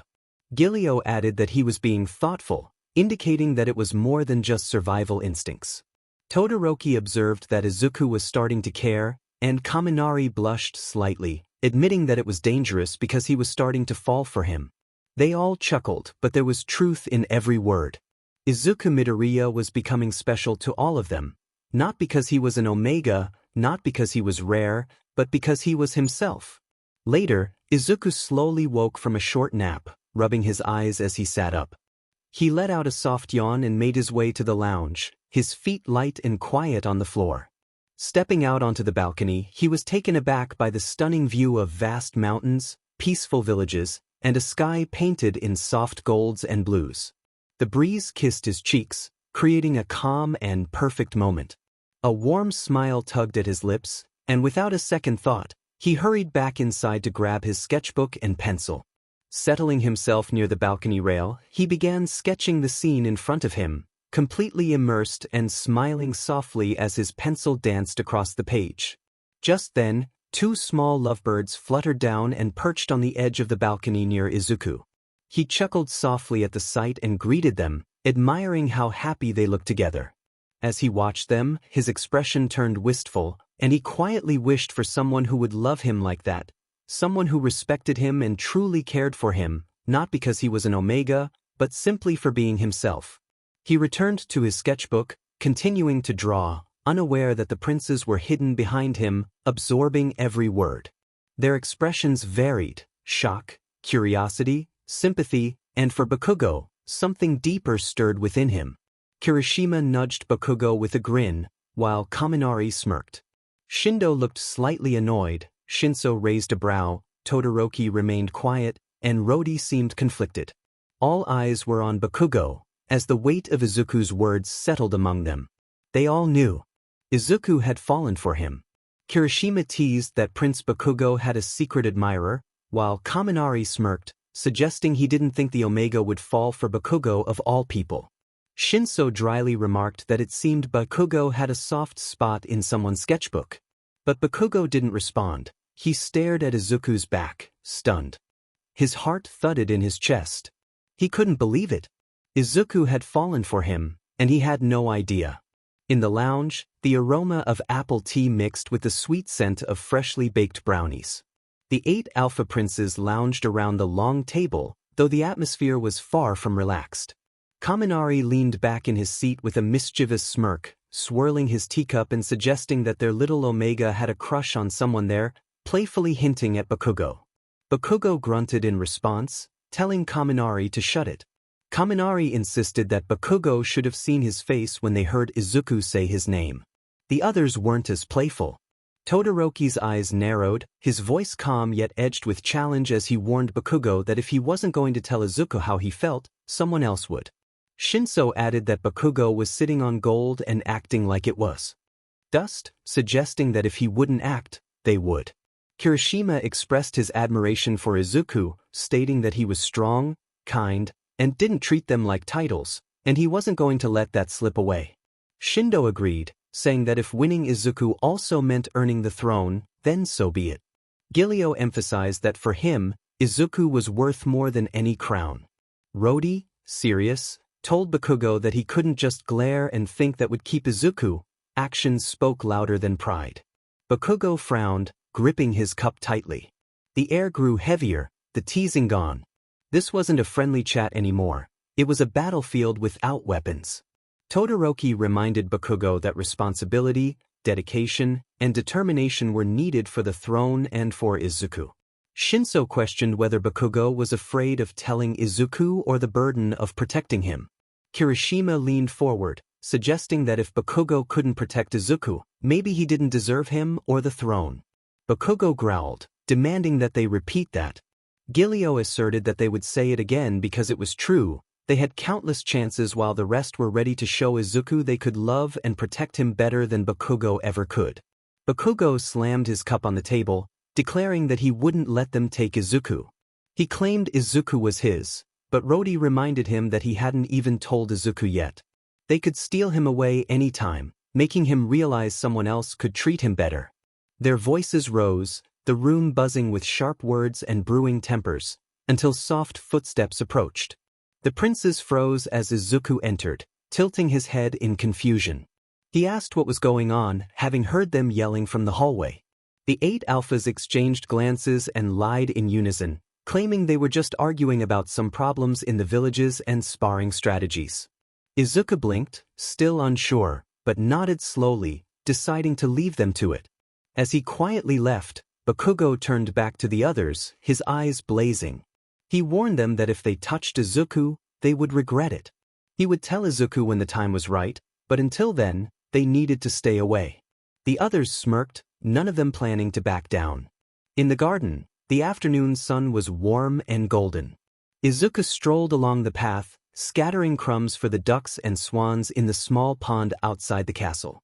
The ducks quacked happily, waddling closer as Izuku crouched down to talk to them in a gentle voice. 𝗏𝗏𝐽 happened to pass by, hands in his pockets, but paused when he saw Izuku smiling so brightly. Without realizing it, his steps slowed until he was close enough for Izuku to notice. 𝗏𝗏𝐽 asked what he was doing out there, and Izuku, smiling, replied that he was feeding the ducks because they were hungry. 𝗏𝗏𝐽 scoffed, noting that usually the maids did that, but Izuku insisted that sometimes it was better when you did it yourself. 𝗏𝗏𝐽 dismissed it, but Izuku encouraged him to try feeding the ducks, gently placing the bread in 𝗏𝗏𝐽's hand. 𝗏𝗏𝐽 grumbled but held it out, and Izuku chuckled as the ducks ate, saying it wasn't so bad. 𝗏𝗏𝐽 reluctantly agreed, admitting it was fine, which Izuku took as almost a compliment. After feeding the last of the bread, Izuku stood up and brushed off his hands. 𝗏𝗏𝐽 followed behind as they strolled further into the garden. Izuku stopped at a hedge, urging 𝗏𝗏𝐽 to come closer. He pushed aside some vines to reveal a small door. 𝗏𝗏𝐽 was confused, asking what it was, and Izuku explained that it was a hidden door he had found while exploring. 𝗏𝗏𝐽 had never seen it before, and when Izuku opened it, a warm breeze drifted out, carrying the scent of wildflowers. Beyond was a secluded meadow, with a ribbon of river winding through it, banks lined with blooms in every color. Izuku inhaled deeply, marveling at the amazing scent, while 𝗏𝗏𝐽 wondered how he had never known about this place. Izuku mused that it felt like another world and suggested that some places didn't want to be found until the right person came along.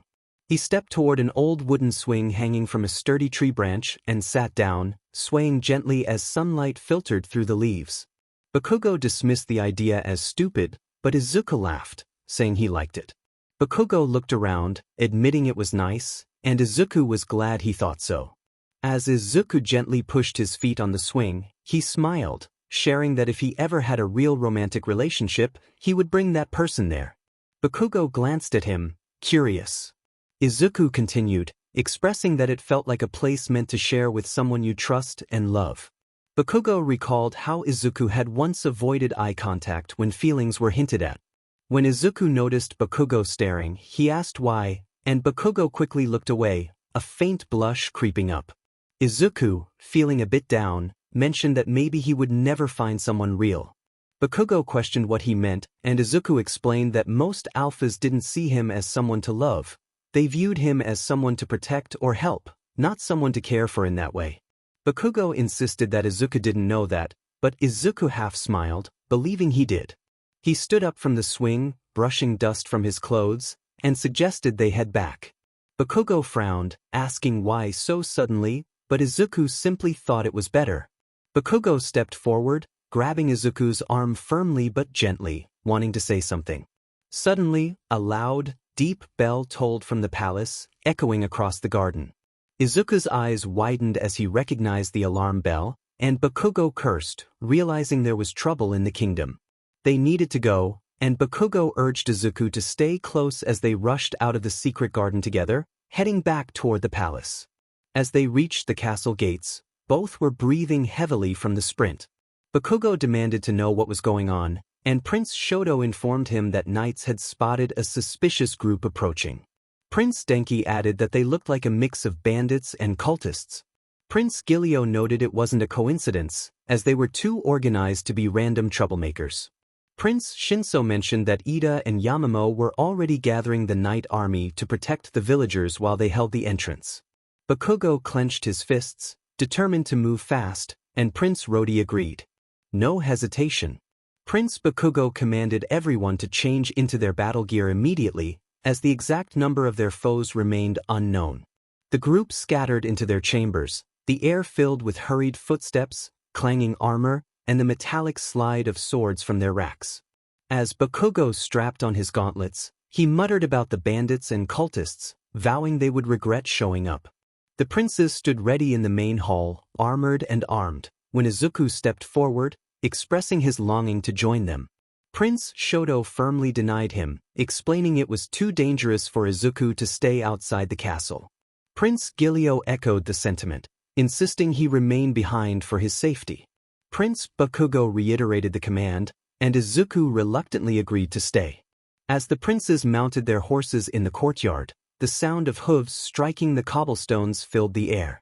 Izuku watched them ride out, the gates closing behind them, and felt a surge of determination. He couldn't just sit idle. Slipping back into his chamber, he retrieved a small chest from under his bed, filled with vials of glowing potions, small explosive bombs, and